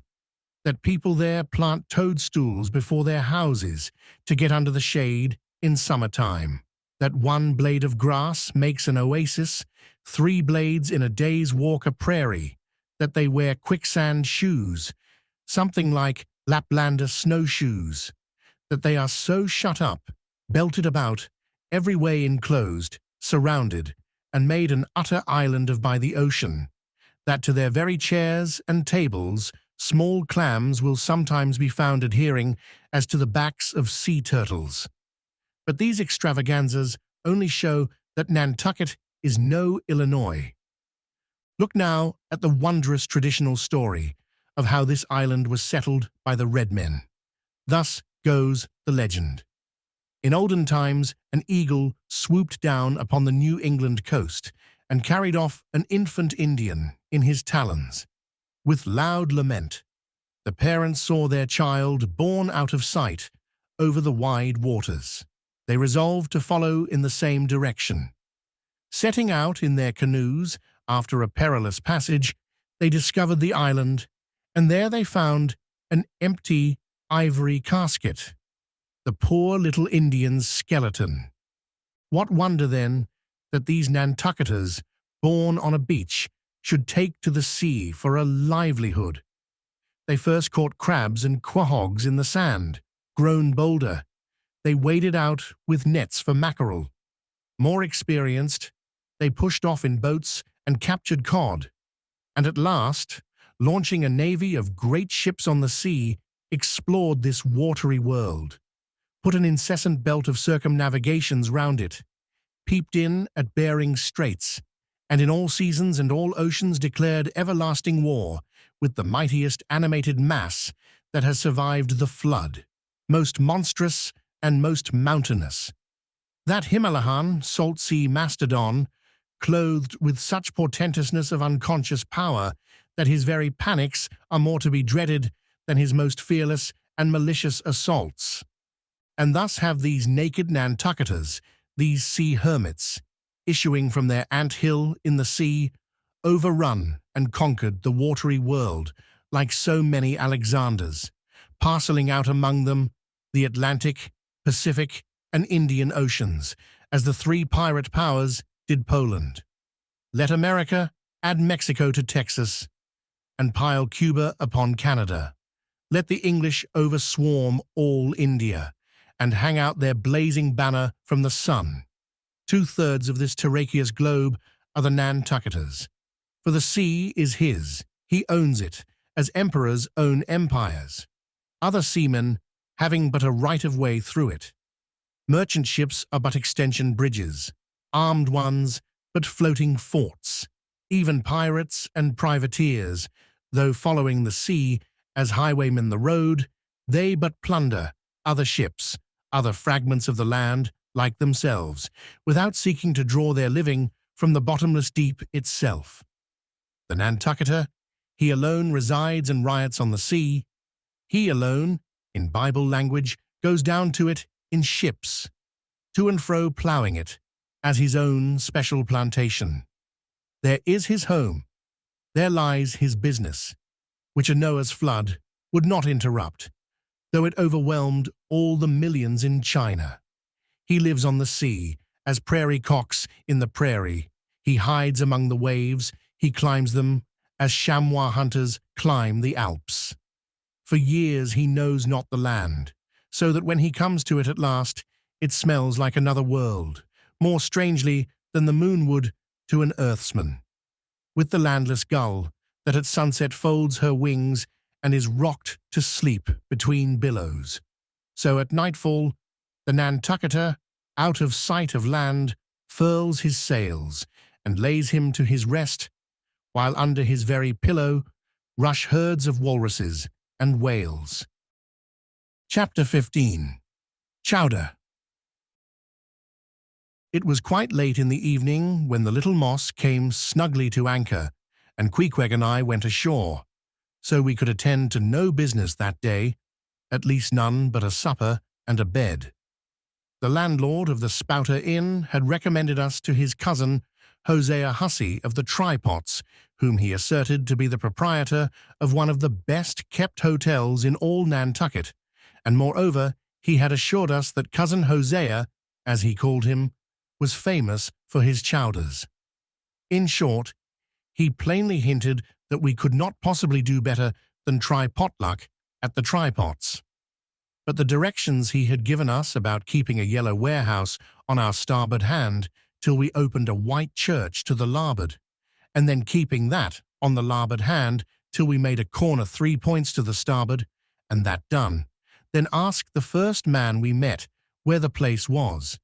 These crooked directions of his very much puzzled us at first, especially as, at the outset, Queequeg insisted that the yellow warehouse, our first point of departure, must be left on the larboard hand, whereas I had understood Peter Coffin to say it was on the starboard. However, by dint of beating about a little in the dark, and now and then knocking up a peaceable inhabitant to inquire the way, we at last came to something which there was no mistaking. 2 enormous wooden pots, painted black, and suspended by asses' ears, swung from the cross-trees of an old topmast, planted in front of an old doorway. The horns of the cross-trees were sawed off on the other side, so that this old topmast looked not a little like a gallows. Perhaps I was oversensitive to such impressions at the time, but I could not help staring at this gallows with a vague misgiving. A sort of crick was in my neck as I gazed up to the 2 remaining horns. Yes, 2 of them, one for Queequeg and one for me. It's ominous, thinks I. A coffin my innkeeper upon landing in my first whaling port. Tombstones staring at me in the whaleman's chapel. And here a gallows. And a pair of prodigious black pots too. Are these last throwing out oblique hints touching Tophet? I was called from these reflections by the sight of a freckled woman with yellow hair and a yellow gown, standing in the porch of the inn, under a dull red lamp swinging there, that looked much like an injured eye, and carrying on a brisk scolding with a man in a purple woolen shirt. "Get along with ye," said she to the man, "or I'll be combing ye." "Come on, Queequeg," said I. "All right, there's Mrs. Hussey." And so it turned out, Mr. Hosea Hussey being from home, but leaving Mrs. Hussey entirely competent to attend to all his affairs.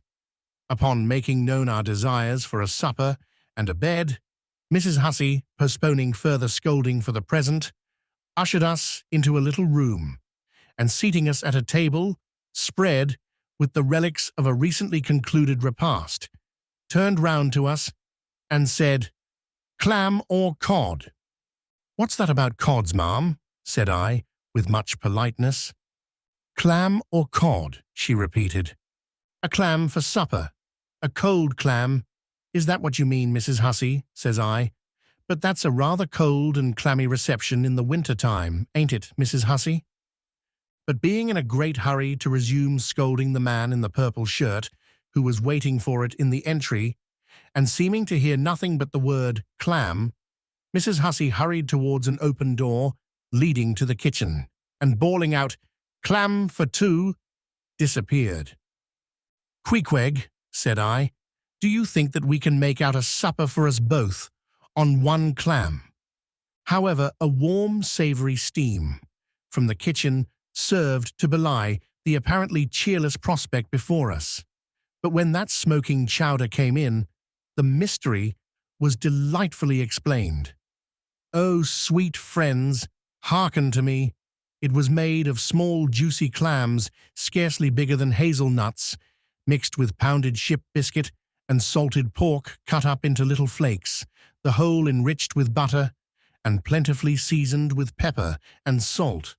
Our appetites being sharpened by the frosty voyage, and in particular, Queequeg seeing his favourite fishing food before him, and the chowder being surpassingly excellent, we dispatched it with great expedition, when leaning back a moment, and bethinking me of Mrs. Hussey's clam and cod announcement, I thought I would try a little experiment. Stepping to the kitchen door, I uttered the word cod with great emphasis and resumed my seat. In a few moments, the savory steam came forth again, but with a different flavor, and in good time, a fine cod chowder was placed before us. We resumed business, and while plying our spoons in the bowl, thinks I to myself, I wonder now if this here has any effect on the head. What's that stultifying saying about chowder-headed people? But look, Queequeg, ain't that a live eel in your bowl? Where's your harpoon? Fishiest of all fishy places was the try-pots, which well deserved its name, for the pots there were always boiling chowders. Chowder for breakfast, and chowder for dinner, and chowder for supper, till you began to look for fish bones coming through your clothes. The area before the house was paved with clamshells. Mrs. Hussey wore a polished necklace of codfish vertebra, and Hosea Hussey had his account books, bound in superior old shark skin. There was a fishy flavor to the milk too, which I could not at all account for, till one morning, happening to take a stroll along the beach among some fishermen's boats, I saw Hosea's brindled cow feeding on fish remnants and marching along the sand with each foot in a cod's decapitated head, looking very slipshod, I assure ye. Supper concluded, we received a lamp and directions from Mrs. Hussey concerning the nearest way to bed. But as Queequeg was about to precede me up the stairs, the lady reached forth her arm and demanded his harpoon. She allowed no harpoon in her chambers. Why not? Said I. Every true whaleman sleeps with his harpoon. But why not? Because it's dangerous, says she. Ever since young Stiggs, coming from that unfortunate voyage of his, when he was gone 4 years and a half, with only 3 barrels of ile, was found dead in my first floor back, with his harpoon in his side. Ever since then, I allow no boarders to take sich dangerous weapons in their rooms at night. So, Mr. Queequeg, for she had learned his name, I will just take this here iron and keep it for you till morning. But the chowder, clam or cod tomorrow for breakfast, men. Both, says I, and let's have a couple of smoked herring by way of variety. Chapter 16. The Ship. In bed we concocted our plans for the morrow. But to my surprise, and no small concern, Queequeg now gave me to understand that he had been diligently consulting Yojo, the name of his black little god, and Yojo had told him 2 or 3 times over, and strongly insisted upon it every way, that instead of our going together among the whaling fleet in harbour and in concert selecting our craft, instead of this, I say, Yojo earnestly enjoined that the selection of the ship should rest wholly with me, inasmuch as Yojo purposed befriending us, and in order to do so had already pitched upon a vessel which, if left to myself, I, Ishmael, should infallibly light upon, for all the world as though it had turned out by chance. And in that vessel I must immediately ship myself, for the present irrespective of Queequeg. I have forgotten to mention that in many things Queequeg placed great confidence in the excellence of Yojo's judgment and surprising forecast of things, and cherished Yojo with considerable esteem, as a rather good sort of god, who perhaps meant well enough upon the whole, but in all cases did not succeed in his benevolent designs. Now, this plan of Queequeg's, or rather Yojo's, touching the selection of our craft, I did not like that plan at all. I had not a little relied upon Queequeg's sagacity to point out the whaler best fitted to carry us and our fortunes securely. But as all my remonstrances produced no effect upon Queequeg, I was obliged to acquiesce, and accordingly prepared to set about this business with a determined rushing sort of energy and vigour that should quickly settle that trifling little affair. Next morning early, leaving Queequeg shut up with Yojo in our little bedroom, for it seemed that it was some sort of Lent or Ramadan, or day of fasting, humiliation, and prayer with Queequeg and Yojo that day. How it was I never could find out, for though I applied myself to it several times, I never could master his liturgies and yet ceased his articles, leaving Queequeg then fasting on his tomahawk pipe, and Yojo warming himself at his sacrificial fire of shavings. I sallied out among the shipping. After much prolonged sauntering and many random inquiries, I learnt that there were 3 ships up for 3 years' voyages: the Devil Dam, the Titbit, and the Pequod. Devil Dam I do not know the origin of. Titbit is obvious. Pequod, you will no doubt remember, was the name of a celebrated tribe of Massachusetts Indians, now extinct as the ancient Medes. I peered and pried about the Devil Dam. From her, hopped over to the Titbit, and finally, going on board the Pequod, looked around her for a moment, and then decided that this was the very ship for us.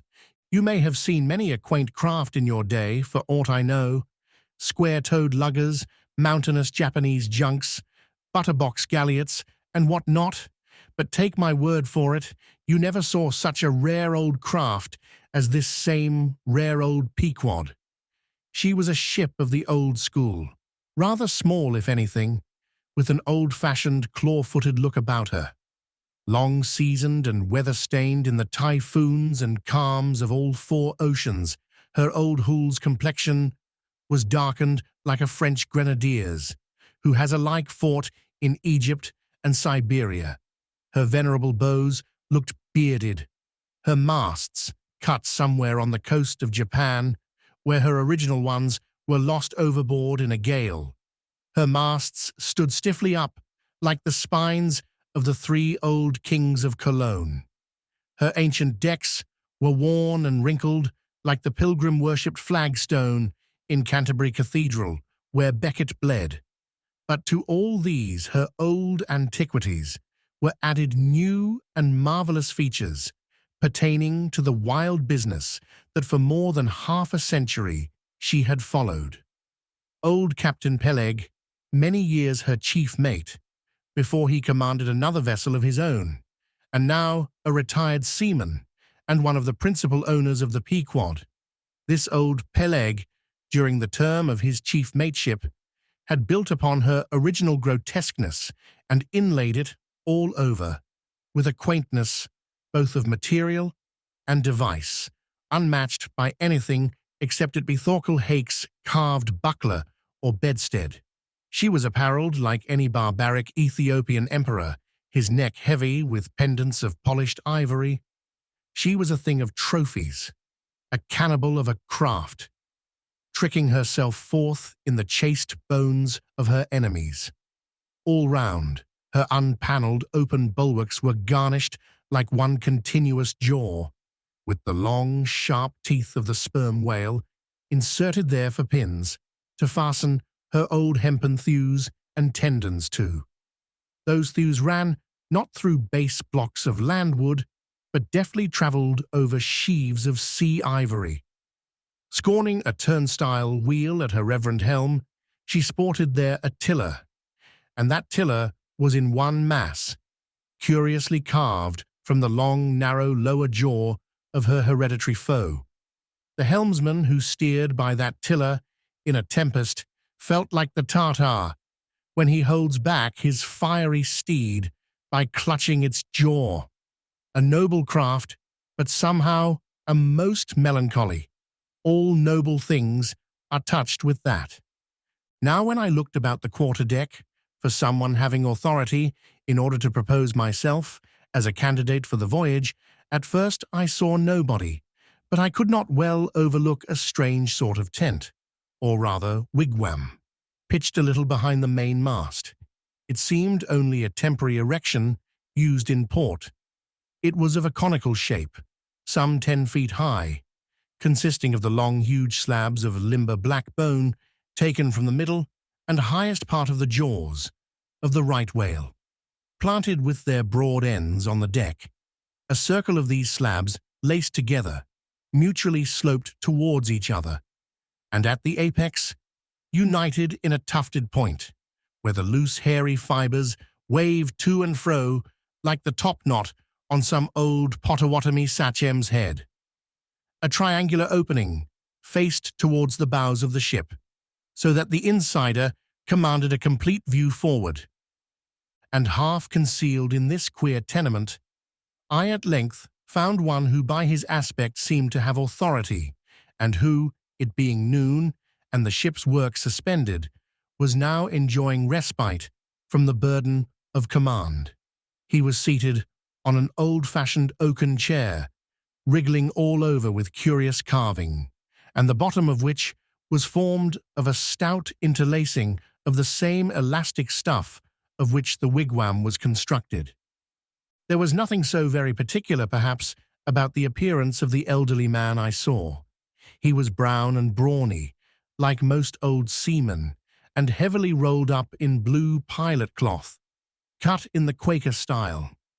Only there was a fine and almost microscopic network of the minutest wrinkles interlacing round his eyes, which must have arisen from his continual sailings in many hard gales and always looking to windward. For this causes the muscles about the eyes to become pursed together. Such eye wrinkles are very effectual in a scowl. "Is this the captain of the Pequod?" said I, advancing to the door of the tent. "Supposing it be the captain of the Pequod, what dost thou want of him?" he demanded. "I was thinking of shipping." "Thou wast, wast thou? I see thou art no Nantucketer. Ever been in a stove-boat?" "No, sir, I never have." "Dost know nothing at all about whaling, I dare say, eh?" "Nothing, sir, but I have no doubt I shall soon learn. I've been several voyages in the merchant service, and I think that—" "Merchant service be damned. Talk not that lingo to me. Dost see that leg? I'll take that leg away from thy stern, if ever thou talkest of the merchant service to me again. Merchant service, indeed. I suppose now ye feel considerable proud of having served in those merchant ships. But flukes, man, what makes thee want to go a-whaling, eh? It looks a little suspicious, don't it, eh? Hast not been a pirate, hast thou? Didst not rob thy last captain, didst thou? Dost not think of murdering the officers when thou gettest to sea? I protested my innocence of these things. I saw that under the mask of these half-humorous innuendos, this old seaman, as an insulated Quakerish Nantucketer, was full of his insular prejudices, and rather distrustful of all aliens, unless they hailed from Cape Cod or the Vineyard. But what takes thee a-whaling? I want to know that before I think of shipping ye." "Well, sir, I want to see what whaling is. I want to see the world." "Want to see what whaling is, eh? Have ye clapped eye on Captain Ahab?" "Who is Captain Ahab, sir?" I thought so. Captain Ahab is the captain of this ship." "I am mistaken then. I thought I was speaking to the captain himself." "Thou art speaking to Captain Peleg. That's who ye are speaking to, young man. It belongs to me and Captain Bildad to see the Pequod fitted out for the voyage and supplied with all her needs, including crew. We are part owners and agents. But as I was going to say, if thou wantest to know what whaling is, as thou tellest ye do, I can put ye in a way of finding it out before ye bind yourself to it. Past backing out. Clap eye on Captain Ahab, young man, and thou wilt find that he has only one leg." "What do you mean, sir? Was the other one lost by a whale?" "Lost by a whale? Young man, come nearer to me. It was devoured, chewed up, crunched by the monstrousest parmaxetti that ever chipped a boat. Ah. I was a little alarmed by his energy, perhaps also a little touched at the hearty grief in his concluding exclamation, but said as calmly as I could, "What you say is no doubt true enough, sir, but how could I know there was any peculiar ferocity in that particular whale, though indeed I might have inferred as much from the simple fact of the accident. Look you now, young man, thy lungs are a sort of soft. D'ye see? Thou dost not talk shark a bit. Sure you've been to sea before now? Sure of that? Sir, said I thought I told you that I had been 4 voyages in the Merchant. Hard down out of that. Mind what I said about the merchant service. Don't aggravate me, I won't have it. But let us understand each other. I have given thee a hint about what whaling is. Do ye yet feel inclined for it? I do, sir. Very good. Now, art thou the man to pitch a harpoon down a live whale's throat and then jump after it? Answer quick.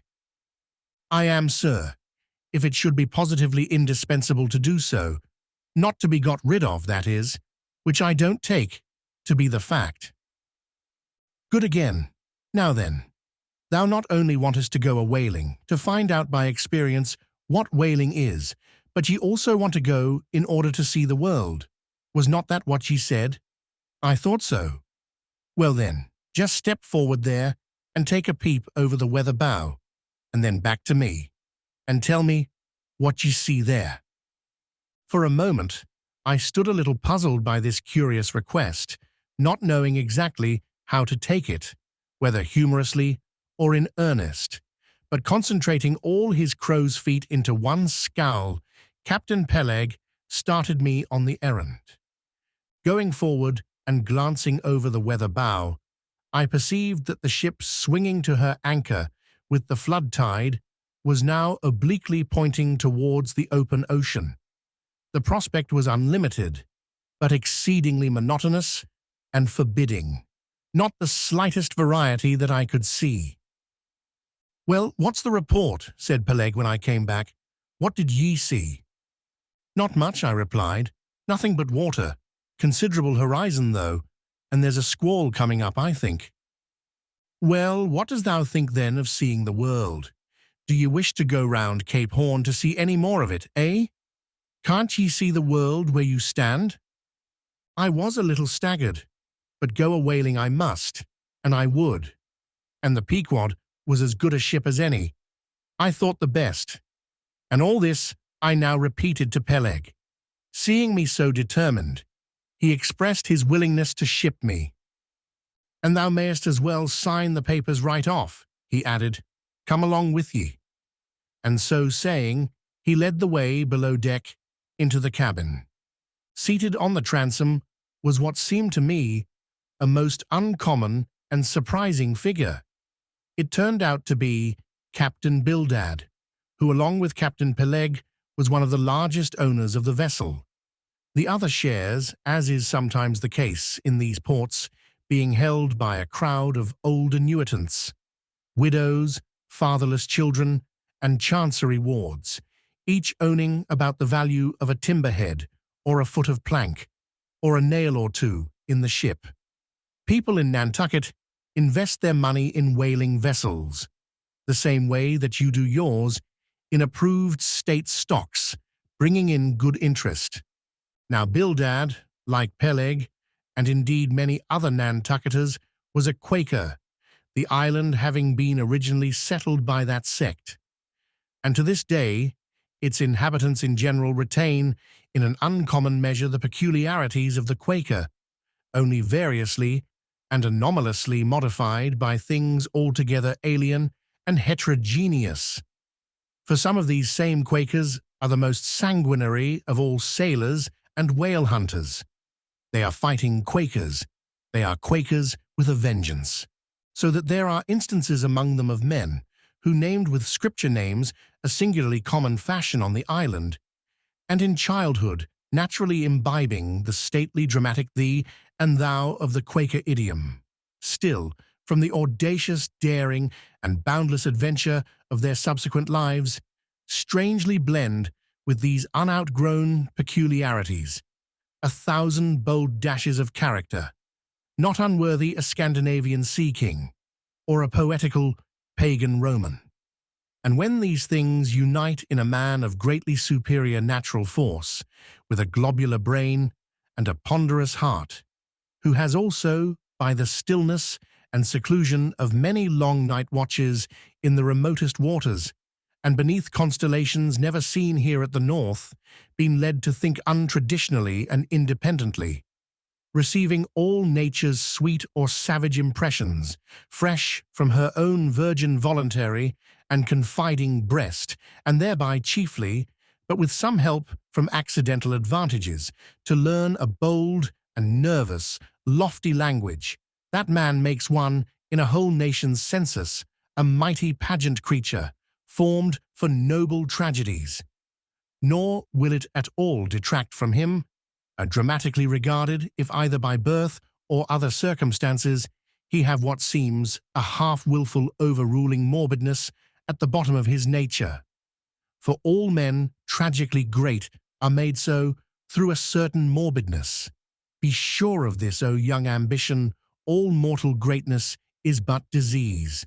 But as yet we have not to do with such an one, but with quite another, and still a man, who if indeed peculiar, it only results again from another phase of the Quaker, modified by individual circumstances. Like Captain Peleg, Captain Bildad was a well-to-do, retired whaleman. But unlike Captain Peleg, who cared not a rush for what are called serious things, and indeed deemed those self-same serious things the veriest of all trifles, Captain Bildad had not only been originally educated according to the strictest sect of Nantucket Quakerism, but all his subsequent ocean life and the sight of many unclad, lovely island creatures round the Horn, all that had not moved this native-born Quaker one single jot, had not so much as altered one angle of his vest. Still, for all this immutableness, was there some lack of common consistency about worthy Captain Bildad. Though refusing from conscientious scruples to bear arms against land invaders, yet himself had illimitably invaded the Atlantic and Pacific, and though a sworn foe to human bloodshed, yet had he in his straight-bodied coat spilled tons upon tons of Leviathan gore. How now, in the contemplative evening of his days, the pious Bildad reconciled these things in the reminiscence, I do not know. But it did not seem to concern him much, and very probably he had long since come to the sage and sensible conclusion that a man's religion is one thing, and this practical world quite another. This world pays dividends. Rising from a little cabin boy in short clothes of the drabbest drab to a harpooneer in a broad, shad-bellied waistcoat, from that becoming boat-header, chief mate, and captain, and finally a ship owner. Bildad, as I hinted before, had concluded his adventurous career by wholly retiring from active life at the goodly age of 60, and dedicating his remaining days to the quiet receiving of his well-earned income. Now Bildad, I am sorry to say, had the reputation of being an incorrigible old hunks, and in his sea-going days a bitter, hard taskmaster.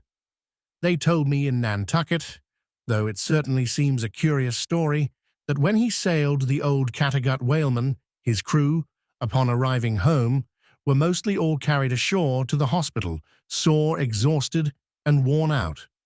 For a pious man, especially for a Quaker, he was certainly rather hard-hearted, to say the least. He never used to swear, though, at his men, they said. But somehow he got an inordinate quantity of cruel, unmitigated hard work out of them. When Bildad was a chief mate, to have his drab-colored eye intently looking at you made you feel completely nervous till you could clutch something, a hammer or a marling spike, and go to work like mad at something or other, never mind what. Indolence and idleness perished before him. His own person was the exact embodiment of his utilitarian character. On his long, gaunt body, he carried no spare flesh, no superfluous beard, his chin having a soft, economical nap to it, like the worn nap of his broad-brimmed hat. Such, then, was the person that I saw seated on the transom when I followed Captain Peleg down into the cabin. The space between the decks was small, and there, bolt upright, sat old Bildad, who always sat so and never leaned, and this to save his coat-tails. His broad brim was placed beside him, his legs were stiffly crossed, his drab vesture was buttoned up to his chin, and spectacles on nose. He seemed absorbed in reading from a ponderous volume. "Bildad," cried Captain Peleg, "at it again, Bildad, eh? Ye have been studying those scriptures now for the last 30 years, to my certain knowledge. How far ye got, Bildad?" As if long habituated to such profane talk from his old shipmate Bildad, without noticing his present irreverence, quietly looked up, and seeing me, glanced again inquiringly towards Peleg. "He says he's our man, Bildad," said Peleg. "He wants to ship." "Dost thee?" said Bildad in a hollow tone, and turning round to me. "I dost," said I unconsciously. He was so intense a Quaker. "What do you think of him, Bildad?" said Peleg. "He'll do," said Bildad, eyeing me, and then went on spelling away at his book in a mumbling tone, quite audible. I thought him the queerest old Quaker I ever saw, especially as Peleg, his friend and old shipmate, seemed such a blusterer. But I said nothing, only looking round me sharply.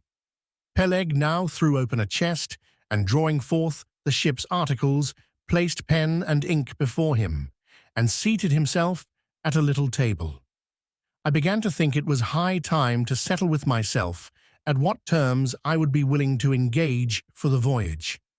I was already aware that in the whaling business they paid no wages, but all hands, including the captain, received certain shares of the profits called lays, and that these lays were proportioned to the degree of importance pertaining to the respective duties of the ship's company. I was also aware that being a green hand at whaling, my own lay would not be very large, but considering that I was used to the sea, could steer a ship, splice a rope, and all that, I made no doubt that from all I had heard I should be offered at least the 275th lay, that is, the 275th part of the clear net proceeds of the voyage, whatever that might eventually amount to. And though the 275th lay was what they call a rather long lay, yet it was better than nothing, and if we had a lucky voyage, might pretty nearly pay for the clothing I would wear out on it, not to speak of my 3 years' beef and board, for which I would not have to pay 1 stiver. It might be thought that this was a poor way to accumulate a princely fortune, and so it was a very poor way indeed. But I am one of those that never take on about princely fortunes, and am quite content if the world is ready to board and lodge me while I am putting up at this grim sign of the thundercloud. Upon the whole, I thought that the 275th lay would be about the fair thing, but would not have been surprised had I been offered the 200th, considering I was of a broad-shouldered make. But one thing, nevertheless, that made me a little distrustful about receiving a generous share of the profits was this. Ashore, I had heard something of both Captain Peleg and his unaccountable old crony Bildad, how that they being the principal proprietors of the Pequod, therefore the other and more inconsiderable and scattered owners, left nearly the whole management of the ship's affairs to these two. And I did not know but what the stingy old Bildad might have a mighty deal to say about shipping hands, especially as I now found him on board the Pequod, quite at home there in the cabin, and reading his Bible as if at his own fireside. Now while Peleg was vainly trying to mend a pen with his jackknife, old Bildad, to my no small surprise, considering that he was such an interested party in these proceedings, Bildad never heeded us, but went on mumbling to himself out of his book, "Lay not up for yourselves treasures upon earth, where moth—" "Well, Captain Bildad," interrupted Peleg, "what do you say? What lay shall we give this young man?" "Thou knowest best," was the sepulchral reply, The 777th wouldn't be too much, would it? Where moth and rust do corrupt, but lay indeed, thought I, and such a lay, the 777th. Well, old Bildad, you are determined that I, for one, shall not lay up many lays here below, where moth and rust do corrupt. It was an exceedingly long lay that, indeed, and though from the magnitude of the figure, it might at first deceive a landsman, yet the slightest consideration will show that though 777 is a pretty large number, yet, when you come to make a tenth of it, you will then see, I say, that the 777th part of a farthing is a good deal less than 777 gold doubloons, and so I thought at the time. "Why, blast your eyes, Bildad," cried Peleg, "thou dost not want to swindle this young man. He must have more than that." 777th, again said Bildad, without lifting his eyes, and then went on mumbling, "For where your treasure is, there will your heart be also." "I am going to put him down for the 300th, said Peleg. "Do ye hear that, Bildad? The 300th lay, I say." Bildad laid down his book, and turning solemnly towards him said, "Captain Peleg, thou hast a generous heart, but thou must consider the duty thou owest to the other owners of this ship, widows and orphans, many of them, and that if we too abundantly reward the labours of this young man, we may be taking the bread from those widows and those orphans. The 777th lay, Captain Peleg." "Thou, Bildad," roared Peleg, starting up and clattering about the cabin. "Blast ye, Captain Bildad, if I had followed thy advice in these matters, I would afore now had a conscience to lug about that would be heavy enough to founder the largest ship that ever sailed round Cape Horn." "Captain Peleg," said Bildad steadily, "thy conscience may be drawing 10 inches of water, or 10 fathoms, I can't tell, but as thou art still an impenitent man, Captain Peleg, I greatly fear lest thy conscience be but a leaky one, and will in the end sink thee foundering down to the fiery pit, Captain Peleg." Fiery pit, ye insult me, man. Past all natural bearing, ye insult me. It's an all-fired outrage to tell any human creature that he's bound to hell, flukes and flames. Bildad, say that again to me, and start my soul bolts. But yes, I'll swallow a live goat with all his hair and horns on. Out of the cabin, ye canting, drab-coloured son of a wooden gun. A straight wake with ye. As he thundered out this, he made a rush at Bildad, but with a marvellous oblique, sliding celerity. Bildad, for that time, eluded him. Alarmed at this terrible outburst between the two principal and responsible owners of the ship, and feeling half a mind to give up all idea of sailing in a vessel so questionably owned and temporarily commanded, I stepped aside from the door to give egress to Bildad, who, I made no doubt, was all eagerness to vanish from before the awakened wrath of Peleg. But to my astonishment, he sat down again on the transom very quietly and seemed to have not the slightest intention of withdrawing. He seemed quite used to impenitent Peleg and his ways. As for Peleg, after letting off his rage as he had, there seemed no more left in him, and he too sat down like a lamb, though he twitched a little, as if still nervously agitated. "Whew," he whistled at last. "The squall's gone off to leeward, I think. Bildad, thou used to be good at sharpening a lance. Mend that pen, will ye? My jackknife here needs the grindstone. That's he. Thank ye, Bildad. Now then, my young man, Ishmael's thy name, didn't ye say? Well then, down ye go here, Ishmael, for the 300th lay." "Captain Peleg," said I have a friend with me who wants to ship too. Shall I bring him down tomorrow?" "To be sure," said Peleg. "Fetch him along, and we'll look at him." "What lay does he want?" groaned Bildad, glancing up from the book, in which he had again been burying himself. "Oh, never thee mind about that, Bildad," said Peleg. "Has he ever whaled it any?" turning to me. "Killed more whales than I can count, Captain Peleg." "Well, bring him along then." And after signing the papers, off I went, nothing doubting but that I had done a good morning's work, and that the Pequod was the identical ship that Yojo had provided to carry Queequeg and me round the Cape. But I had not proceeded far, when I began to bethink me that the captain with whom I was to sail yet remained unseen by me, though indeed, in many cases, a whale ship will be completely fitted out, and receive all her crew on board, ere the captain makes himself visible by arriving to take command.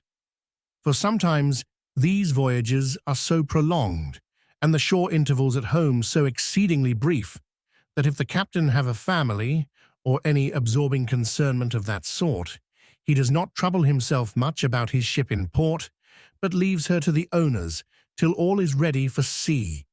However, it is always as well to have a look at him, before irrevocably committing yourself into his hands. Turning back, I accosted Captain Peleg, inquiring where Captain Ahab was to be found.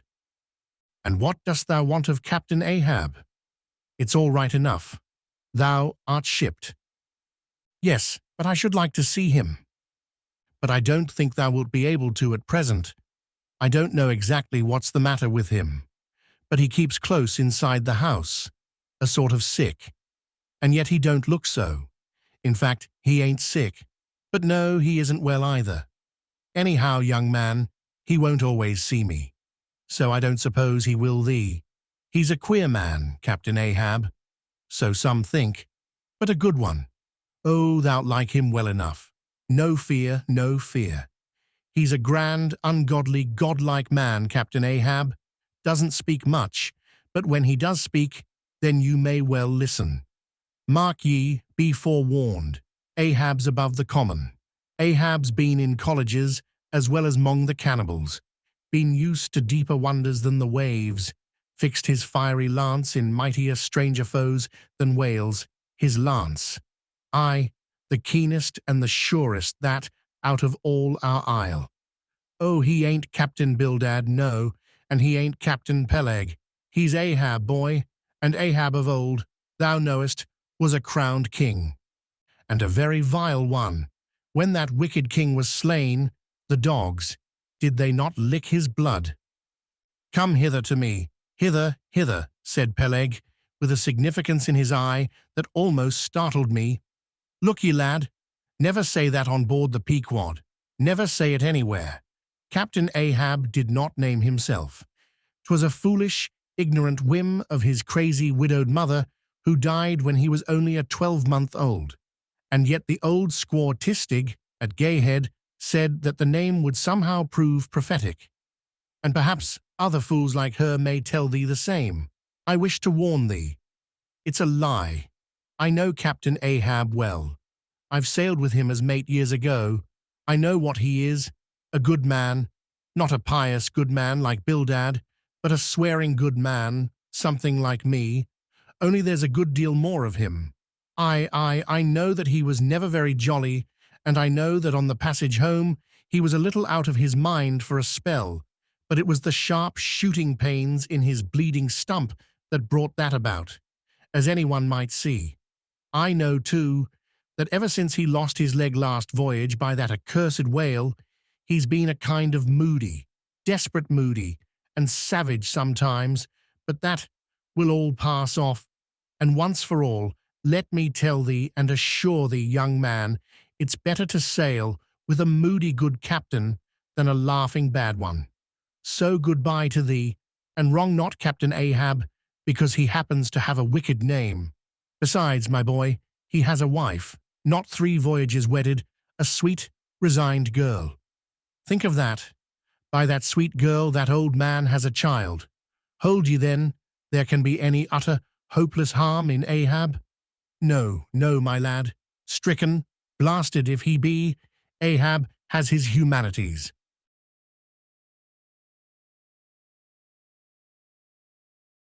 Chapter 17. The Ramadan.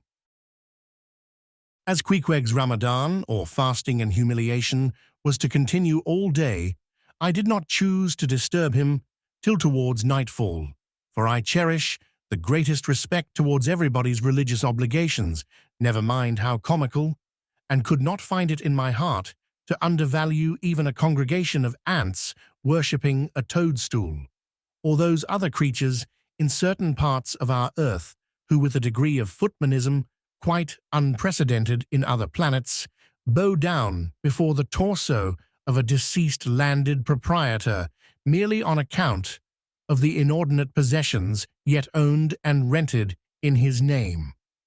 I say, we good Presbyterian Christians should be charitable in these things, and not fancy ourselves so vastly superior to other mortals, pagans, and what not, because of their half-crazy conceits on these subjects.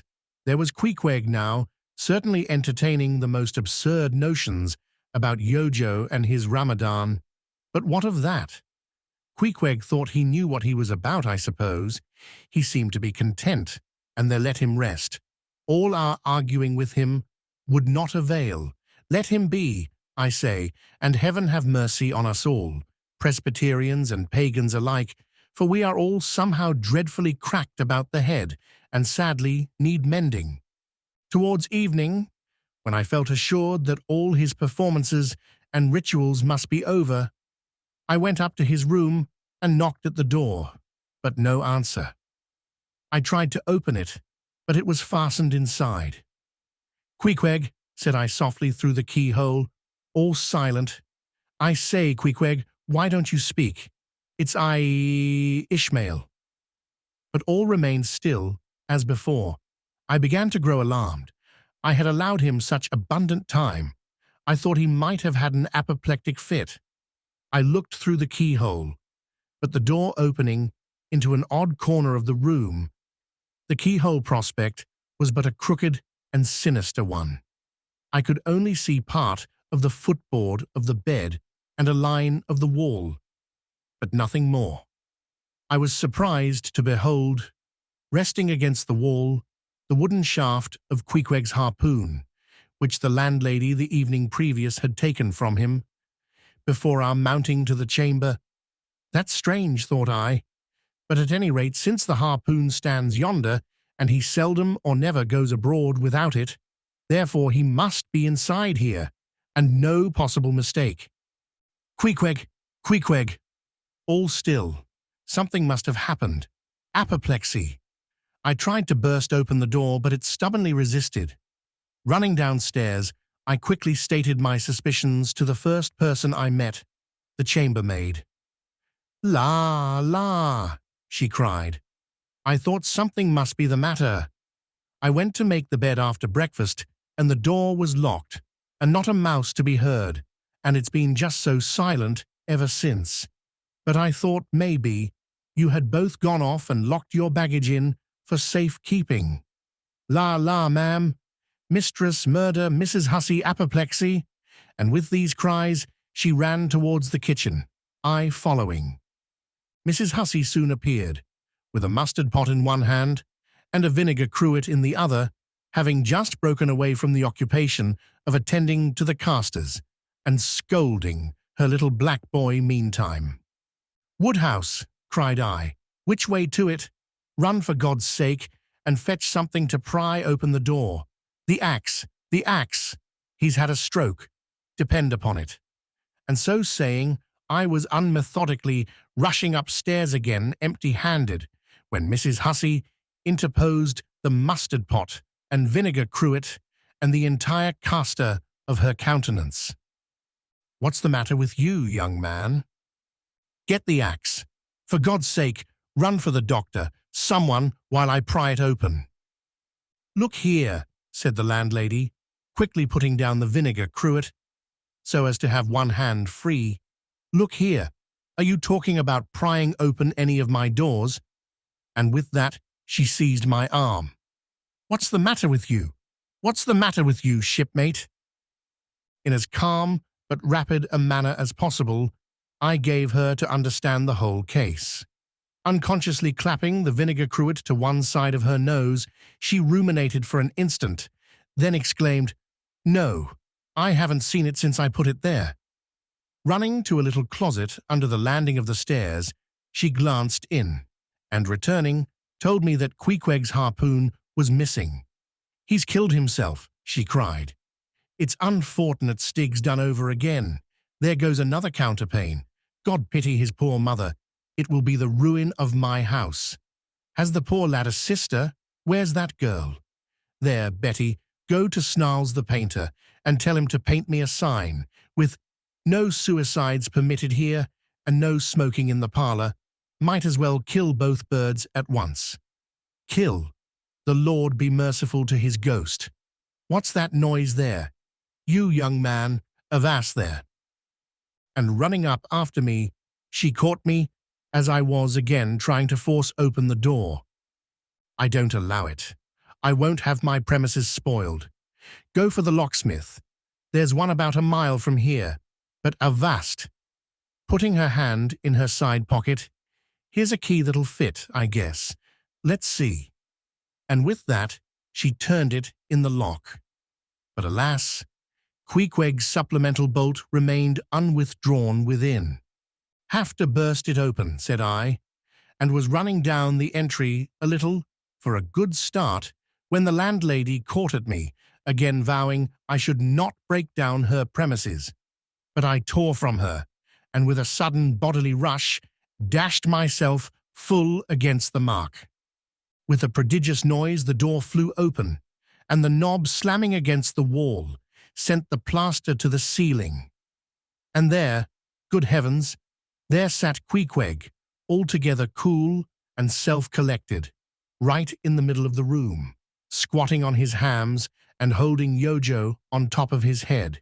He looked neither one way nor the other way, but sat like a carved image with scarce a sign of active life. "Queequeg," said I, going up to him. "Queequeg, what's the matter with you?" "He hain't been a-sittin' so all day, has he?" said the landlady. But all we said, not a word could we drag out of him. I almost felt like pushing him over, so as to change his position, for it was almost intolerable. It seemed so painfully and unnaturally constrained, especially as in all probability he had been sitting so for upwards of 8 or 10 hours, going too without his regular meals. "Mrs. Hussey," said I, "he's alive at all events, so leave us, if you please, and I will see to this strange affair myself." Closing the door upon the landlady, I endeavoured to prevail upon Queequeg to take a chair, but in vain. There he sat, and all he could do, for all my polite arts and blandishments, he would not move a peg, nor say a single word, nor even look at me, nor notice my presence in the slightest way. I wonder, thought I, if this can possibly be a part of his Ramadan. Do they fast on their hams that way in his native island? It must be so. Yes, it's part of his creed, I suppose. Well then, let him rest. He'll get up sooner or later, no doubt. It can't last forever, thank God, and his Ramadan only comes once a year. And I don't believe it's very punctual then. I went down to supper. After sitting a long time, listening to the long stories of some sailors who had just come from a plum-pudding voyage, as they called it. That is, a short whaling voyage in a schooner or brig confined to the north of the line in the Atlantic Ocean only. After listening to these plum-puddingers till nearly 11 o'clock, I went upstairs to go to bed, feeling quite sure by this time Queequeg must certainly have brought his Ramadan to a termination. But no, there he was just where I had left him. He had not stirred an inch. I began to grow vexed with him. It seemed so downright senseless and insane to be sitting there all day and half the night on his hams in a cold room, holding a piece of wood on his head. For heaven's sake, Queequeg, get up and shake yourself. Get up and have some supper. You'll starve. You'll kill yourself, Queequeg. But not a word did he reply. Despairing of him, therefore, I determined to go to bed and to sleep, and no doubt, before a great while, he would follow me. But previous to turning in, I took my heavy bearskin jacket and threw it over him, as it promised to be a very cold night, and he had nothing but his ordinary round jacket on. For some time, do all I would, I could not get into the faintest doze. I had blown out the candle, and the mere thought of Queequeg, not 4 feet off, sitting there in that uneasy position, stark alone, in the cold and dark, this made me really wretched. Think of it, sleeping all night in the same room with a wide-awake pagan on his hams in this dreary, unaccountable Ramadan. But somehow I dropped off at last, and knew nothing more till break of day, when looking over the bedside, there squatted Queequeg, as if he had been screwed down to the floor. But as soon as the first glimpse of sun entered the window, up he got, with stiff and grating joints, but with a cheerful look, limped towards me where I lay, pressed his forehead again against mine, and said his Ramadan was over. Now, as I before hinted, I have no objection to any person's religion, be it what it may, so long as that person does not kill or insult any other person, because that other person don't believe it also. But when a man's religion becomes really frantic, when it is a positive torment to him, and in fine, makes this earth of ours an uncomfortable inn to lodge in, then I think it high time to take that individual aside and argue the point with him. And just so I now did with Queequeg. Queequeg, said I, get into bed now, and lie and listen to me. I then went on, beginning with the rise and progress of the primitive religions, and coming down to the various religions of the present time, during which time I labored to show Queequeg that all these Lents, Ramadans, and prolonged ham-squattings in cold, cheerless rooms were stark nonsense, bad for the health, useless for the soul, opposed, in short, to the obvious laws of hygiene and common sense.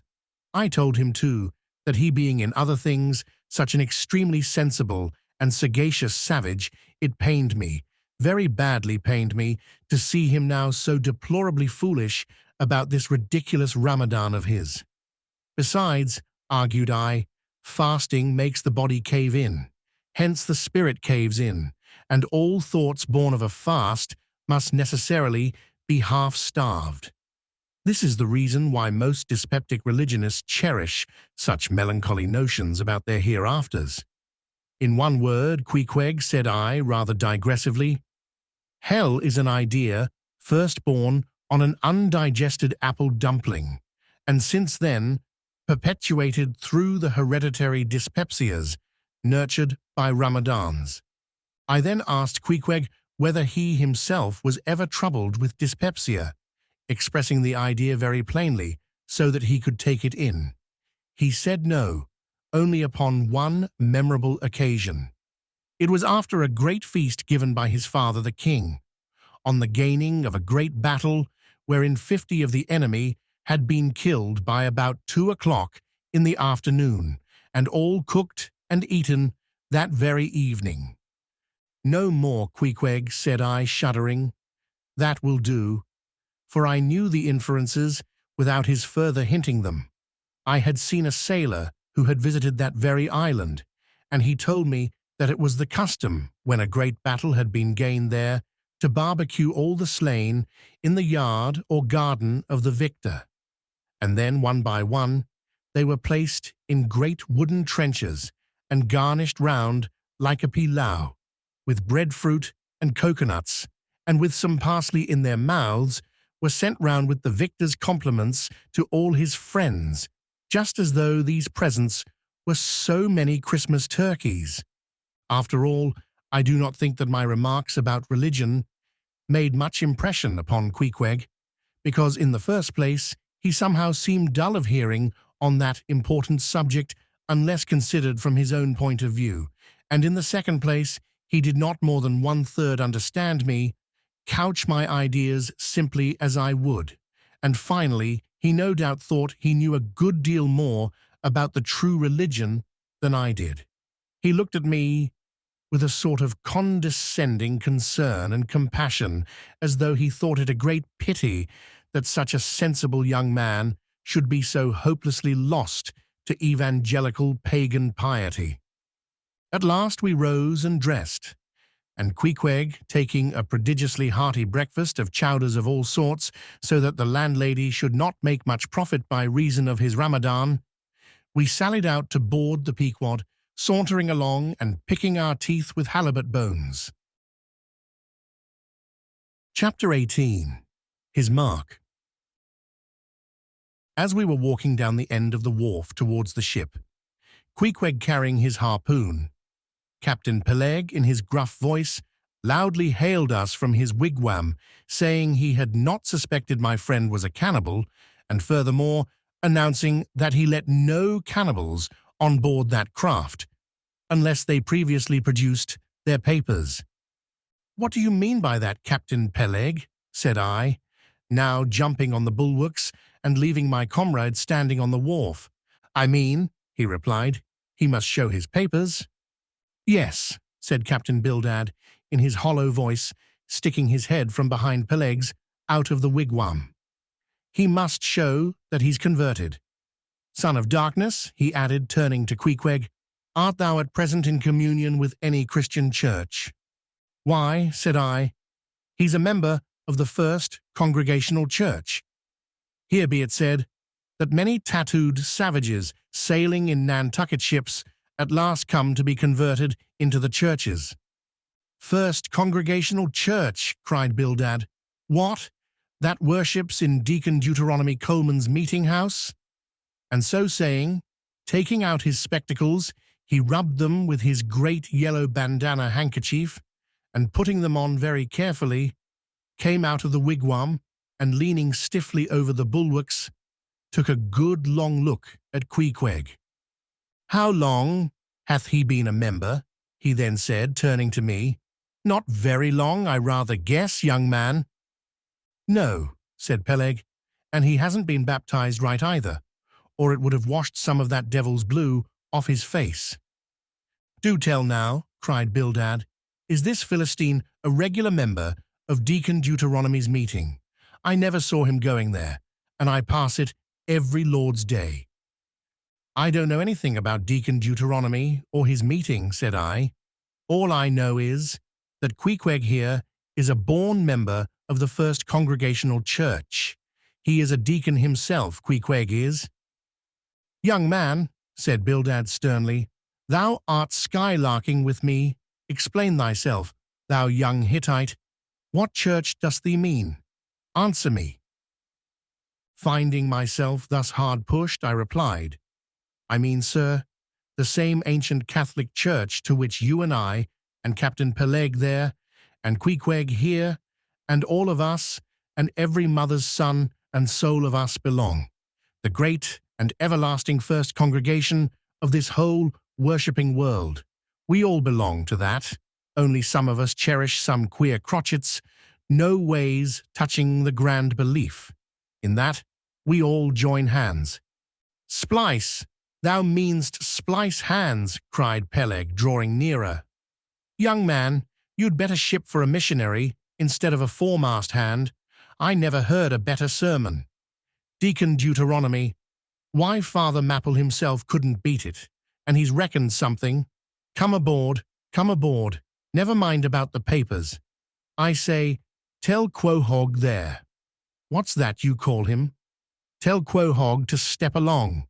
By the great anchor, what a harpoon he's got there. Looks like good stuff that, and he handles it about right. I say, Quohog, or whatever your name is, did you ever stand in the head of a whaleboat? Did you ever strike a fish?" Without saying a word, Queequeg, in his wild sort of way, jumped upon the bulwarks, from thence into the bows of one of the whaleboats hanging to the side, and then bracing his left knee and poising his harpoon, cried out in some such way as this, Captain, you see him small drop tar on water dare? You see him? Well, s'pose him one whale eye. Well, den. And taking sharp aim at it, he darted the iron right over old Bildad's broad brim, clean across the ship's decks, and struck the glistening tar spot out of sight. Now, said Queequeg, quietly hauling in the line, spossy him whaley eye. Why, Dad, whale dead. Quick, Bildad, said Peleg, his partner, who, aghast at the close vicinity of the flying harpoon, had retreated towards the cabin gangway. Quick, I say you, Bildad, and get the ship's papers. We must have Hedgehog there, I mean Quohog, in one of our boats. Look ye, Quohog, we'll give ye the 90th lay, and that's more than ever was given a harpooneer yet out of Nantucket. So down we went into the cabin, and to my great joy, Queequeg was soon enrolled among the same ship's company to which I myself belonged. When all preliminaries were over, and Peleg had got everything ready for signing, he turned to me and said, I guess Quahog there don't know how to write, does he? I say, Quahog, blast ye, dost thou sign thy name, or make thy mark? But at this question, Queequeg, who had twice or thrice before taken part in similar ceremonies, looked no ways abashed, but taking the offered pen, copied upon the paper in the proper place, an exact counterpart of a queer round figure which was tattooed upon his arm, so that through Captain Peleg's obstinate mistake touching his appellative, it stood something like this: Quahog, his X-mark. Meanwhile, Captain Bildad sat earnestly and steadfastly eyeing Queequeg, and at last rising solemnly and fumbling in the huge pockets of his broad-skirted drab coat, took out a bundle of tracts, and selecting one entitled The Latter Day Coming, or No Time to Lose, placed it in Queequeg's hands, and then grasping them, and the book with both his, looked earnestly into his eyes, and said, Son of darkness, I must do my duty by thee. I am part owner of this ship, and feel concerned for the souls of all its crew. If thou still clingest to thy pagan ways, which I sadly fear, I beseech thee, remain not for aye a Belial bondsman. Spurn the idle bell, and the hideous dragon, turn from the wrath to come, mind thine eye, I say. O goodness gracious, steer clear of the fiery pit. Something of the salt sea yet lingered in old Bildad's language, heterogeneously mixed with scriptural and domestic phrases. Avast there, Bildad, avast now, spoiling our harpooneer, cried Peleg. Pious harpooneers never make good voyagers. It takes the shark out of 'em. No harpooneer is worth a straw who ain't pretty sharkish. There was young Nat Swain, once the bravest boat-header out of all Nantucket and the Vineyard. He joined the meeting, and never came to good. He got so frightened about his plaguey soul that he shrinked and sheered away from Wales for fear of afterclaps in case he got stove and went to Davy Jones. Peleg, Peleg, said Bildad, lifting his eyes and hands, thou thyself, as I myself, hast seen many a perilous time. Thou knowest, Peleg, what it is to have the fear of death. How, then, canst thou prate in this ungodly guise? Thou beliest thine own heart. Peleg, tell me, when this same Pequod here had her 3 masts overboard in that typhoon on Japan, that same voyage when thou went mate with Captain Ahab, didst thou not think of death and the judgment then? Hear him now, cried Peleg, marching across the cabin and thrusting his hands far down into his pockets. Hear him, all of ye. Think of that, when every moment we thought the ship would sink. Death and the judgment then? What, with all 3 masts making such an everlasting thundering against the side, and every sea breaking over us, fore and aft? Think of death and the judgment then? No, no time to think about death then. Life was what Captain Ahab and I was thinking of, and how to save all hands, how to rig jury masts, how to get into the nearest port. That was what I was thinking of. Bildad said no more, but buttoning up his coat, stalked on deck, where we followed him. There he stood, very quietly overlooking some sailmakers who were mending a topsail in the waist. Now and then he stooped to pick up a patch or save an end of tarred twine, which otherwise might have been wasted. Chapter 19. The Prophet. Shipmates, have you shipped in that ship? Queequeg and I had just left the Pequod and were sauntering away from the water, for the moment each occupied with his own thoughts, when the above words were put to us by a stranger, who, pausing before us, levelled his massive forefinger at the vessel in question. He was but shabbily apparelled in faded jacket and patched trousers, a rag of a black handkerchief investing his neck. A confluent smallpox had in all directions flowed over his face, and left it like the complicated ribbed bed of a torrent when the rushing waters have been dried up. "Have ye shipped in her?" he repeated. "You mean the ship Pequod, I suppose," said I, trying to gain a little more time for an uninterrupted look at him. "Aye, the Pequod, that ship there," he said, drawing back his whole arm, and then rapidly shoving it straight out from him, with the fixed bayonet of his pointed finger darted full at the object. "Yes," said I, "we have just signed the articles." "Anything down there about your souls?" "About what?" "Oh, perhaps you haven't got any," he said quickly. "No matter though, I know many chaps that haven't got any. Good luck to 'em, and they are all the better off for it. A soul's a sort of a fifth wheel to a wagon." "What are you jabbering about, shipmate?" said I. "He's got enough, though, to make up for all deficiencies of that sort in other chaps," abruptly said the stranger, placing a nervous emphasis upon the word he. "Queequeg," said I, "let's go. This fellow has broken loose from somewhere. He's talking about something, and somebody we don't know." "Stop!" cried the stranger. "Ye said true. Ye haven't seen Old Thunder yet, have ye?" "Who's Old Thunder?" said I, again riveted with the insane earnestness of his manner. "Captain Ahab." "What? The captain of our ship, the Pequod?" "Aye, among some of us old sailor chaps, he goes by that name. Ye haven't seen him yet, have ye?" "No, we haven't. He's sick, they say, but is getting better, and will be all right again before long." "All right again before long," laughed the stranger, with a solemnly derisive sort of laugh. "Look ye, when Captain Ahab is all right, then this left arm of mine will be all right, not before." "What do you know about him?"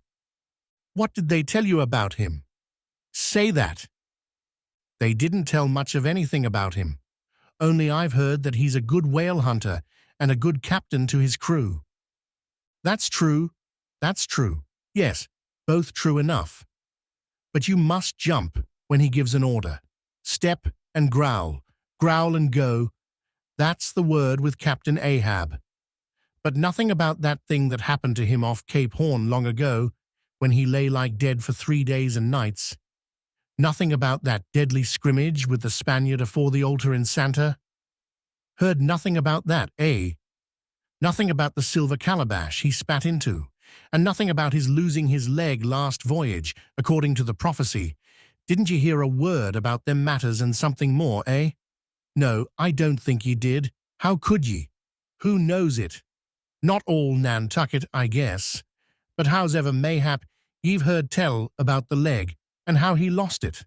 Aye, ye have heard of that, I dare say.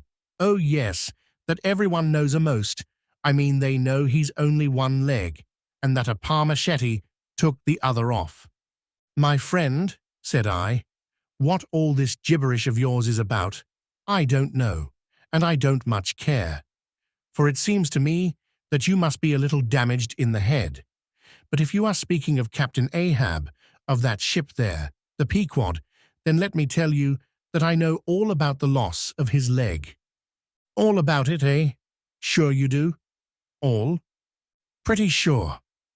With finger pointed and eye levelled at the Pequod, the beggar-like stranger stood a moment, as if in a troubled reverie, then starting a little, turned and said, "Ye've shipped, have ye? Names down on the papers? Well, well, what's signed is signed, and what's to be will be. And then again, perhaps it won't be, after all. Anyhow, it's all fixed and arranged already, and some sailors or other must go with him, I suppose, as well these as any other men, God pity 'em. Morning to ye shipmates, morning. The ineffable heavens bless ye. I'm sorry I stopped ye." "Look here, friend," said I, "if you have anything important to tell us, out with it. But if you are only trying to bamboozle us, you are mistaken in your game. That's all I have to say." And it's said very well, and I like to hear a chap talk up that way. You are just the man for him, the likes of ye. Morning to ye, shipmates, morning. Oh, when ye get there, tell 'em I've concluded not to make one of 'em. Ah, my dear fellow, you can't fool us that way. You can't fool us. It is the easiest thing in the world for a man to look as if he had a great secret in him. Morning to ye, shipmates. Morning. Morning it is, said I. Come along, Queequeg. Let's leave this crazy man. But stop. Tell me your name, will you? Elijah. Elijah, thought I, and we walked away, both commenting, after each other's fashion, upon this ragged old sailor, and agreed that he was nothing but a humbug, trying to be a bugbear. But we had not gone, perhaps above 100 yards, when chancing to turn a corner, and looking back as I did so, who should be seen but Elijah following us, though at a distance. Somehow the sight of him struck me so that I said nothing to Queequeg of his being behind, but passed on with my comrade, anxious to see whether the stranger would turn the same corner that we did.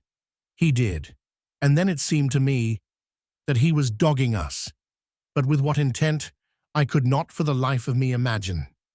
This circumstance, coupled with his ambiguous, half-hinting, half-revealing, shrouded sort of talk, now begat in me all kinds of vague wonderments and half-apprehensions, and all connected with the Pequod, and Captain Ahab, and the leg he had lost, and the Cape Horn fit, and the silver calabash, and what Captain Peleg had said of him when I left the ship the day previous, and the prediction of the squaw Tistig, and the voyage we had bound ourselves to sail, and 100 other shadowy things.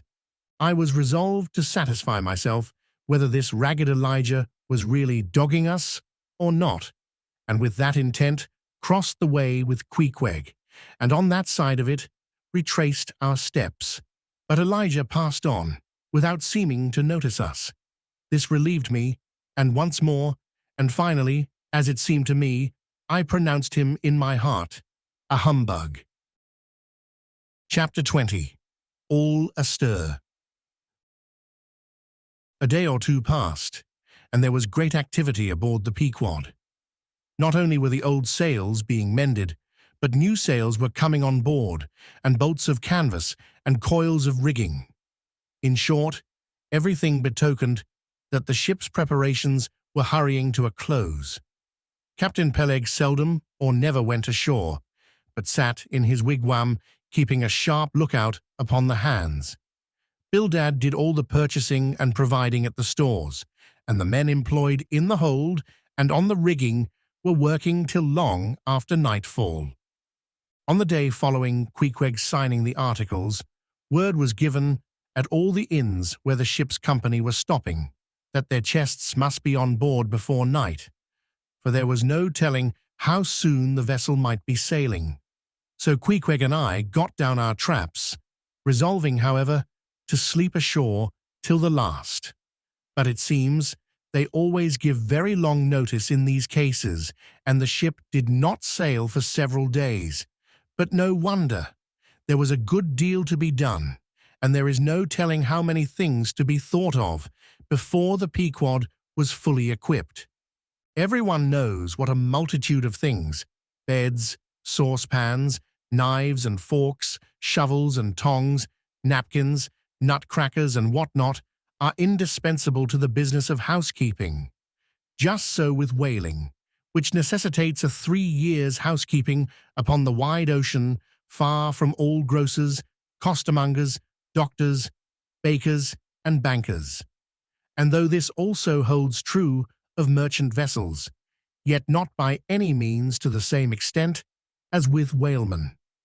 For besides the great length of the whaling voyage, the numerous articles peculiar to the prosecution of the fishery, and the impossibility of replacing them at the remote harbours usually frequented, it must be remembered that of all ships, whaling vessels are the most exposed to accidents of all kinds, and especially to the destruction and loss of the very things upon which the success of the voyage most depends. Hence, the spare boats, spare spars, and spare lines and harpoons, and spare everythings, almost, but a spare captain and duplicate ship. At the period of our arrival at the island, the heaviest storage of the Pequod had been almost completed, comprising her beef, bread, water, fuel, and iron hoops and staves. But, as before hinted, for some time there was a continual fetching and carrying on board of divers odds and ends of things, both large and small. Chief among those who did this fetching and carrying was Captain Bildad's sister, a lean old lady of a most determined and indefatigable spirit, but withal very kind-hearted, who seemed resolved that, if she could help it, nothing should be found wanting in the Pequod, after once fairly getting to sea. At one time she would come on board with a jar of pickles for the steward's pantry, another time with a bunch of quills for the chief mate's desk, where he kept his log, a third time with a roll of flannel for the small of someone's rheumatic back. Never did any woman better deserve her name, which was Charity, Aunt Charity, as everybody called her, and like a sister of Charity, did this charitable Aunt Charity bustle about hither and thither, ready to turn her hand and heart to anything that promised to yield safety, comfort, and consolation to all on board a ship in which her beloved brother Bildad was concerned, and in which she herself owned a score or two of well-saved dollars. But it was startling to see this excellent-hearted Quakeress coming on board, as she did the last day, with a long oil ladle in one hand and a still longer whaling lance in the other. Nor was Bildad himself, nor Captain Peleg, at all backward. As for Bildad, he carried about with him a long list of the articles needed, and at every fresh arrival down went his mark opposite that article upon the paper. Every once in a while Peleg came hobbling out of his whalebone den, roaring at the men down the hatchways, roaring up to the riggers at the masthead, and then concluded by roaring back into his wigwam. During these days of preparation, Queequeg and I often visited the craft, and as often I asked about Captain Ahab, and how he was, and when he was going to come on board his ship. To these questions they would answer that he was getting better and better, and was expected aboard every day. Meantime, the two captains, Peleg and Bildad, could attend to everything necessary to fit the vessel for the voyage. If I had been downright honest with myself, I would have seen very plainly in my heart that I did but half fancy being committed this way to so long a voyage, without once laying my eyes on the man who was to be the absolute dictator of it, so soon as the ship sailed out upon the open sea. But when a man suspects any wrong, it sometimes happens that if he be already involved in the matter, he insensibly strives to cover up his suspicions even from himself, and much this way it was with me. I said nothing, and tried to think nothing. At last it was given out that sometime next day the ship would certainly sail. So next morning, Queequeg and I took a very early start.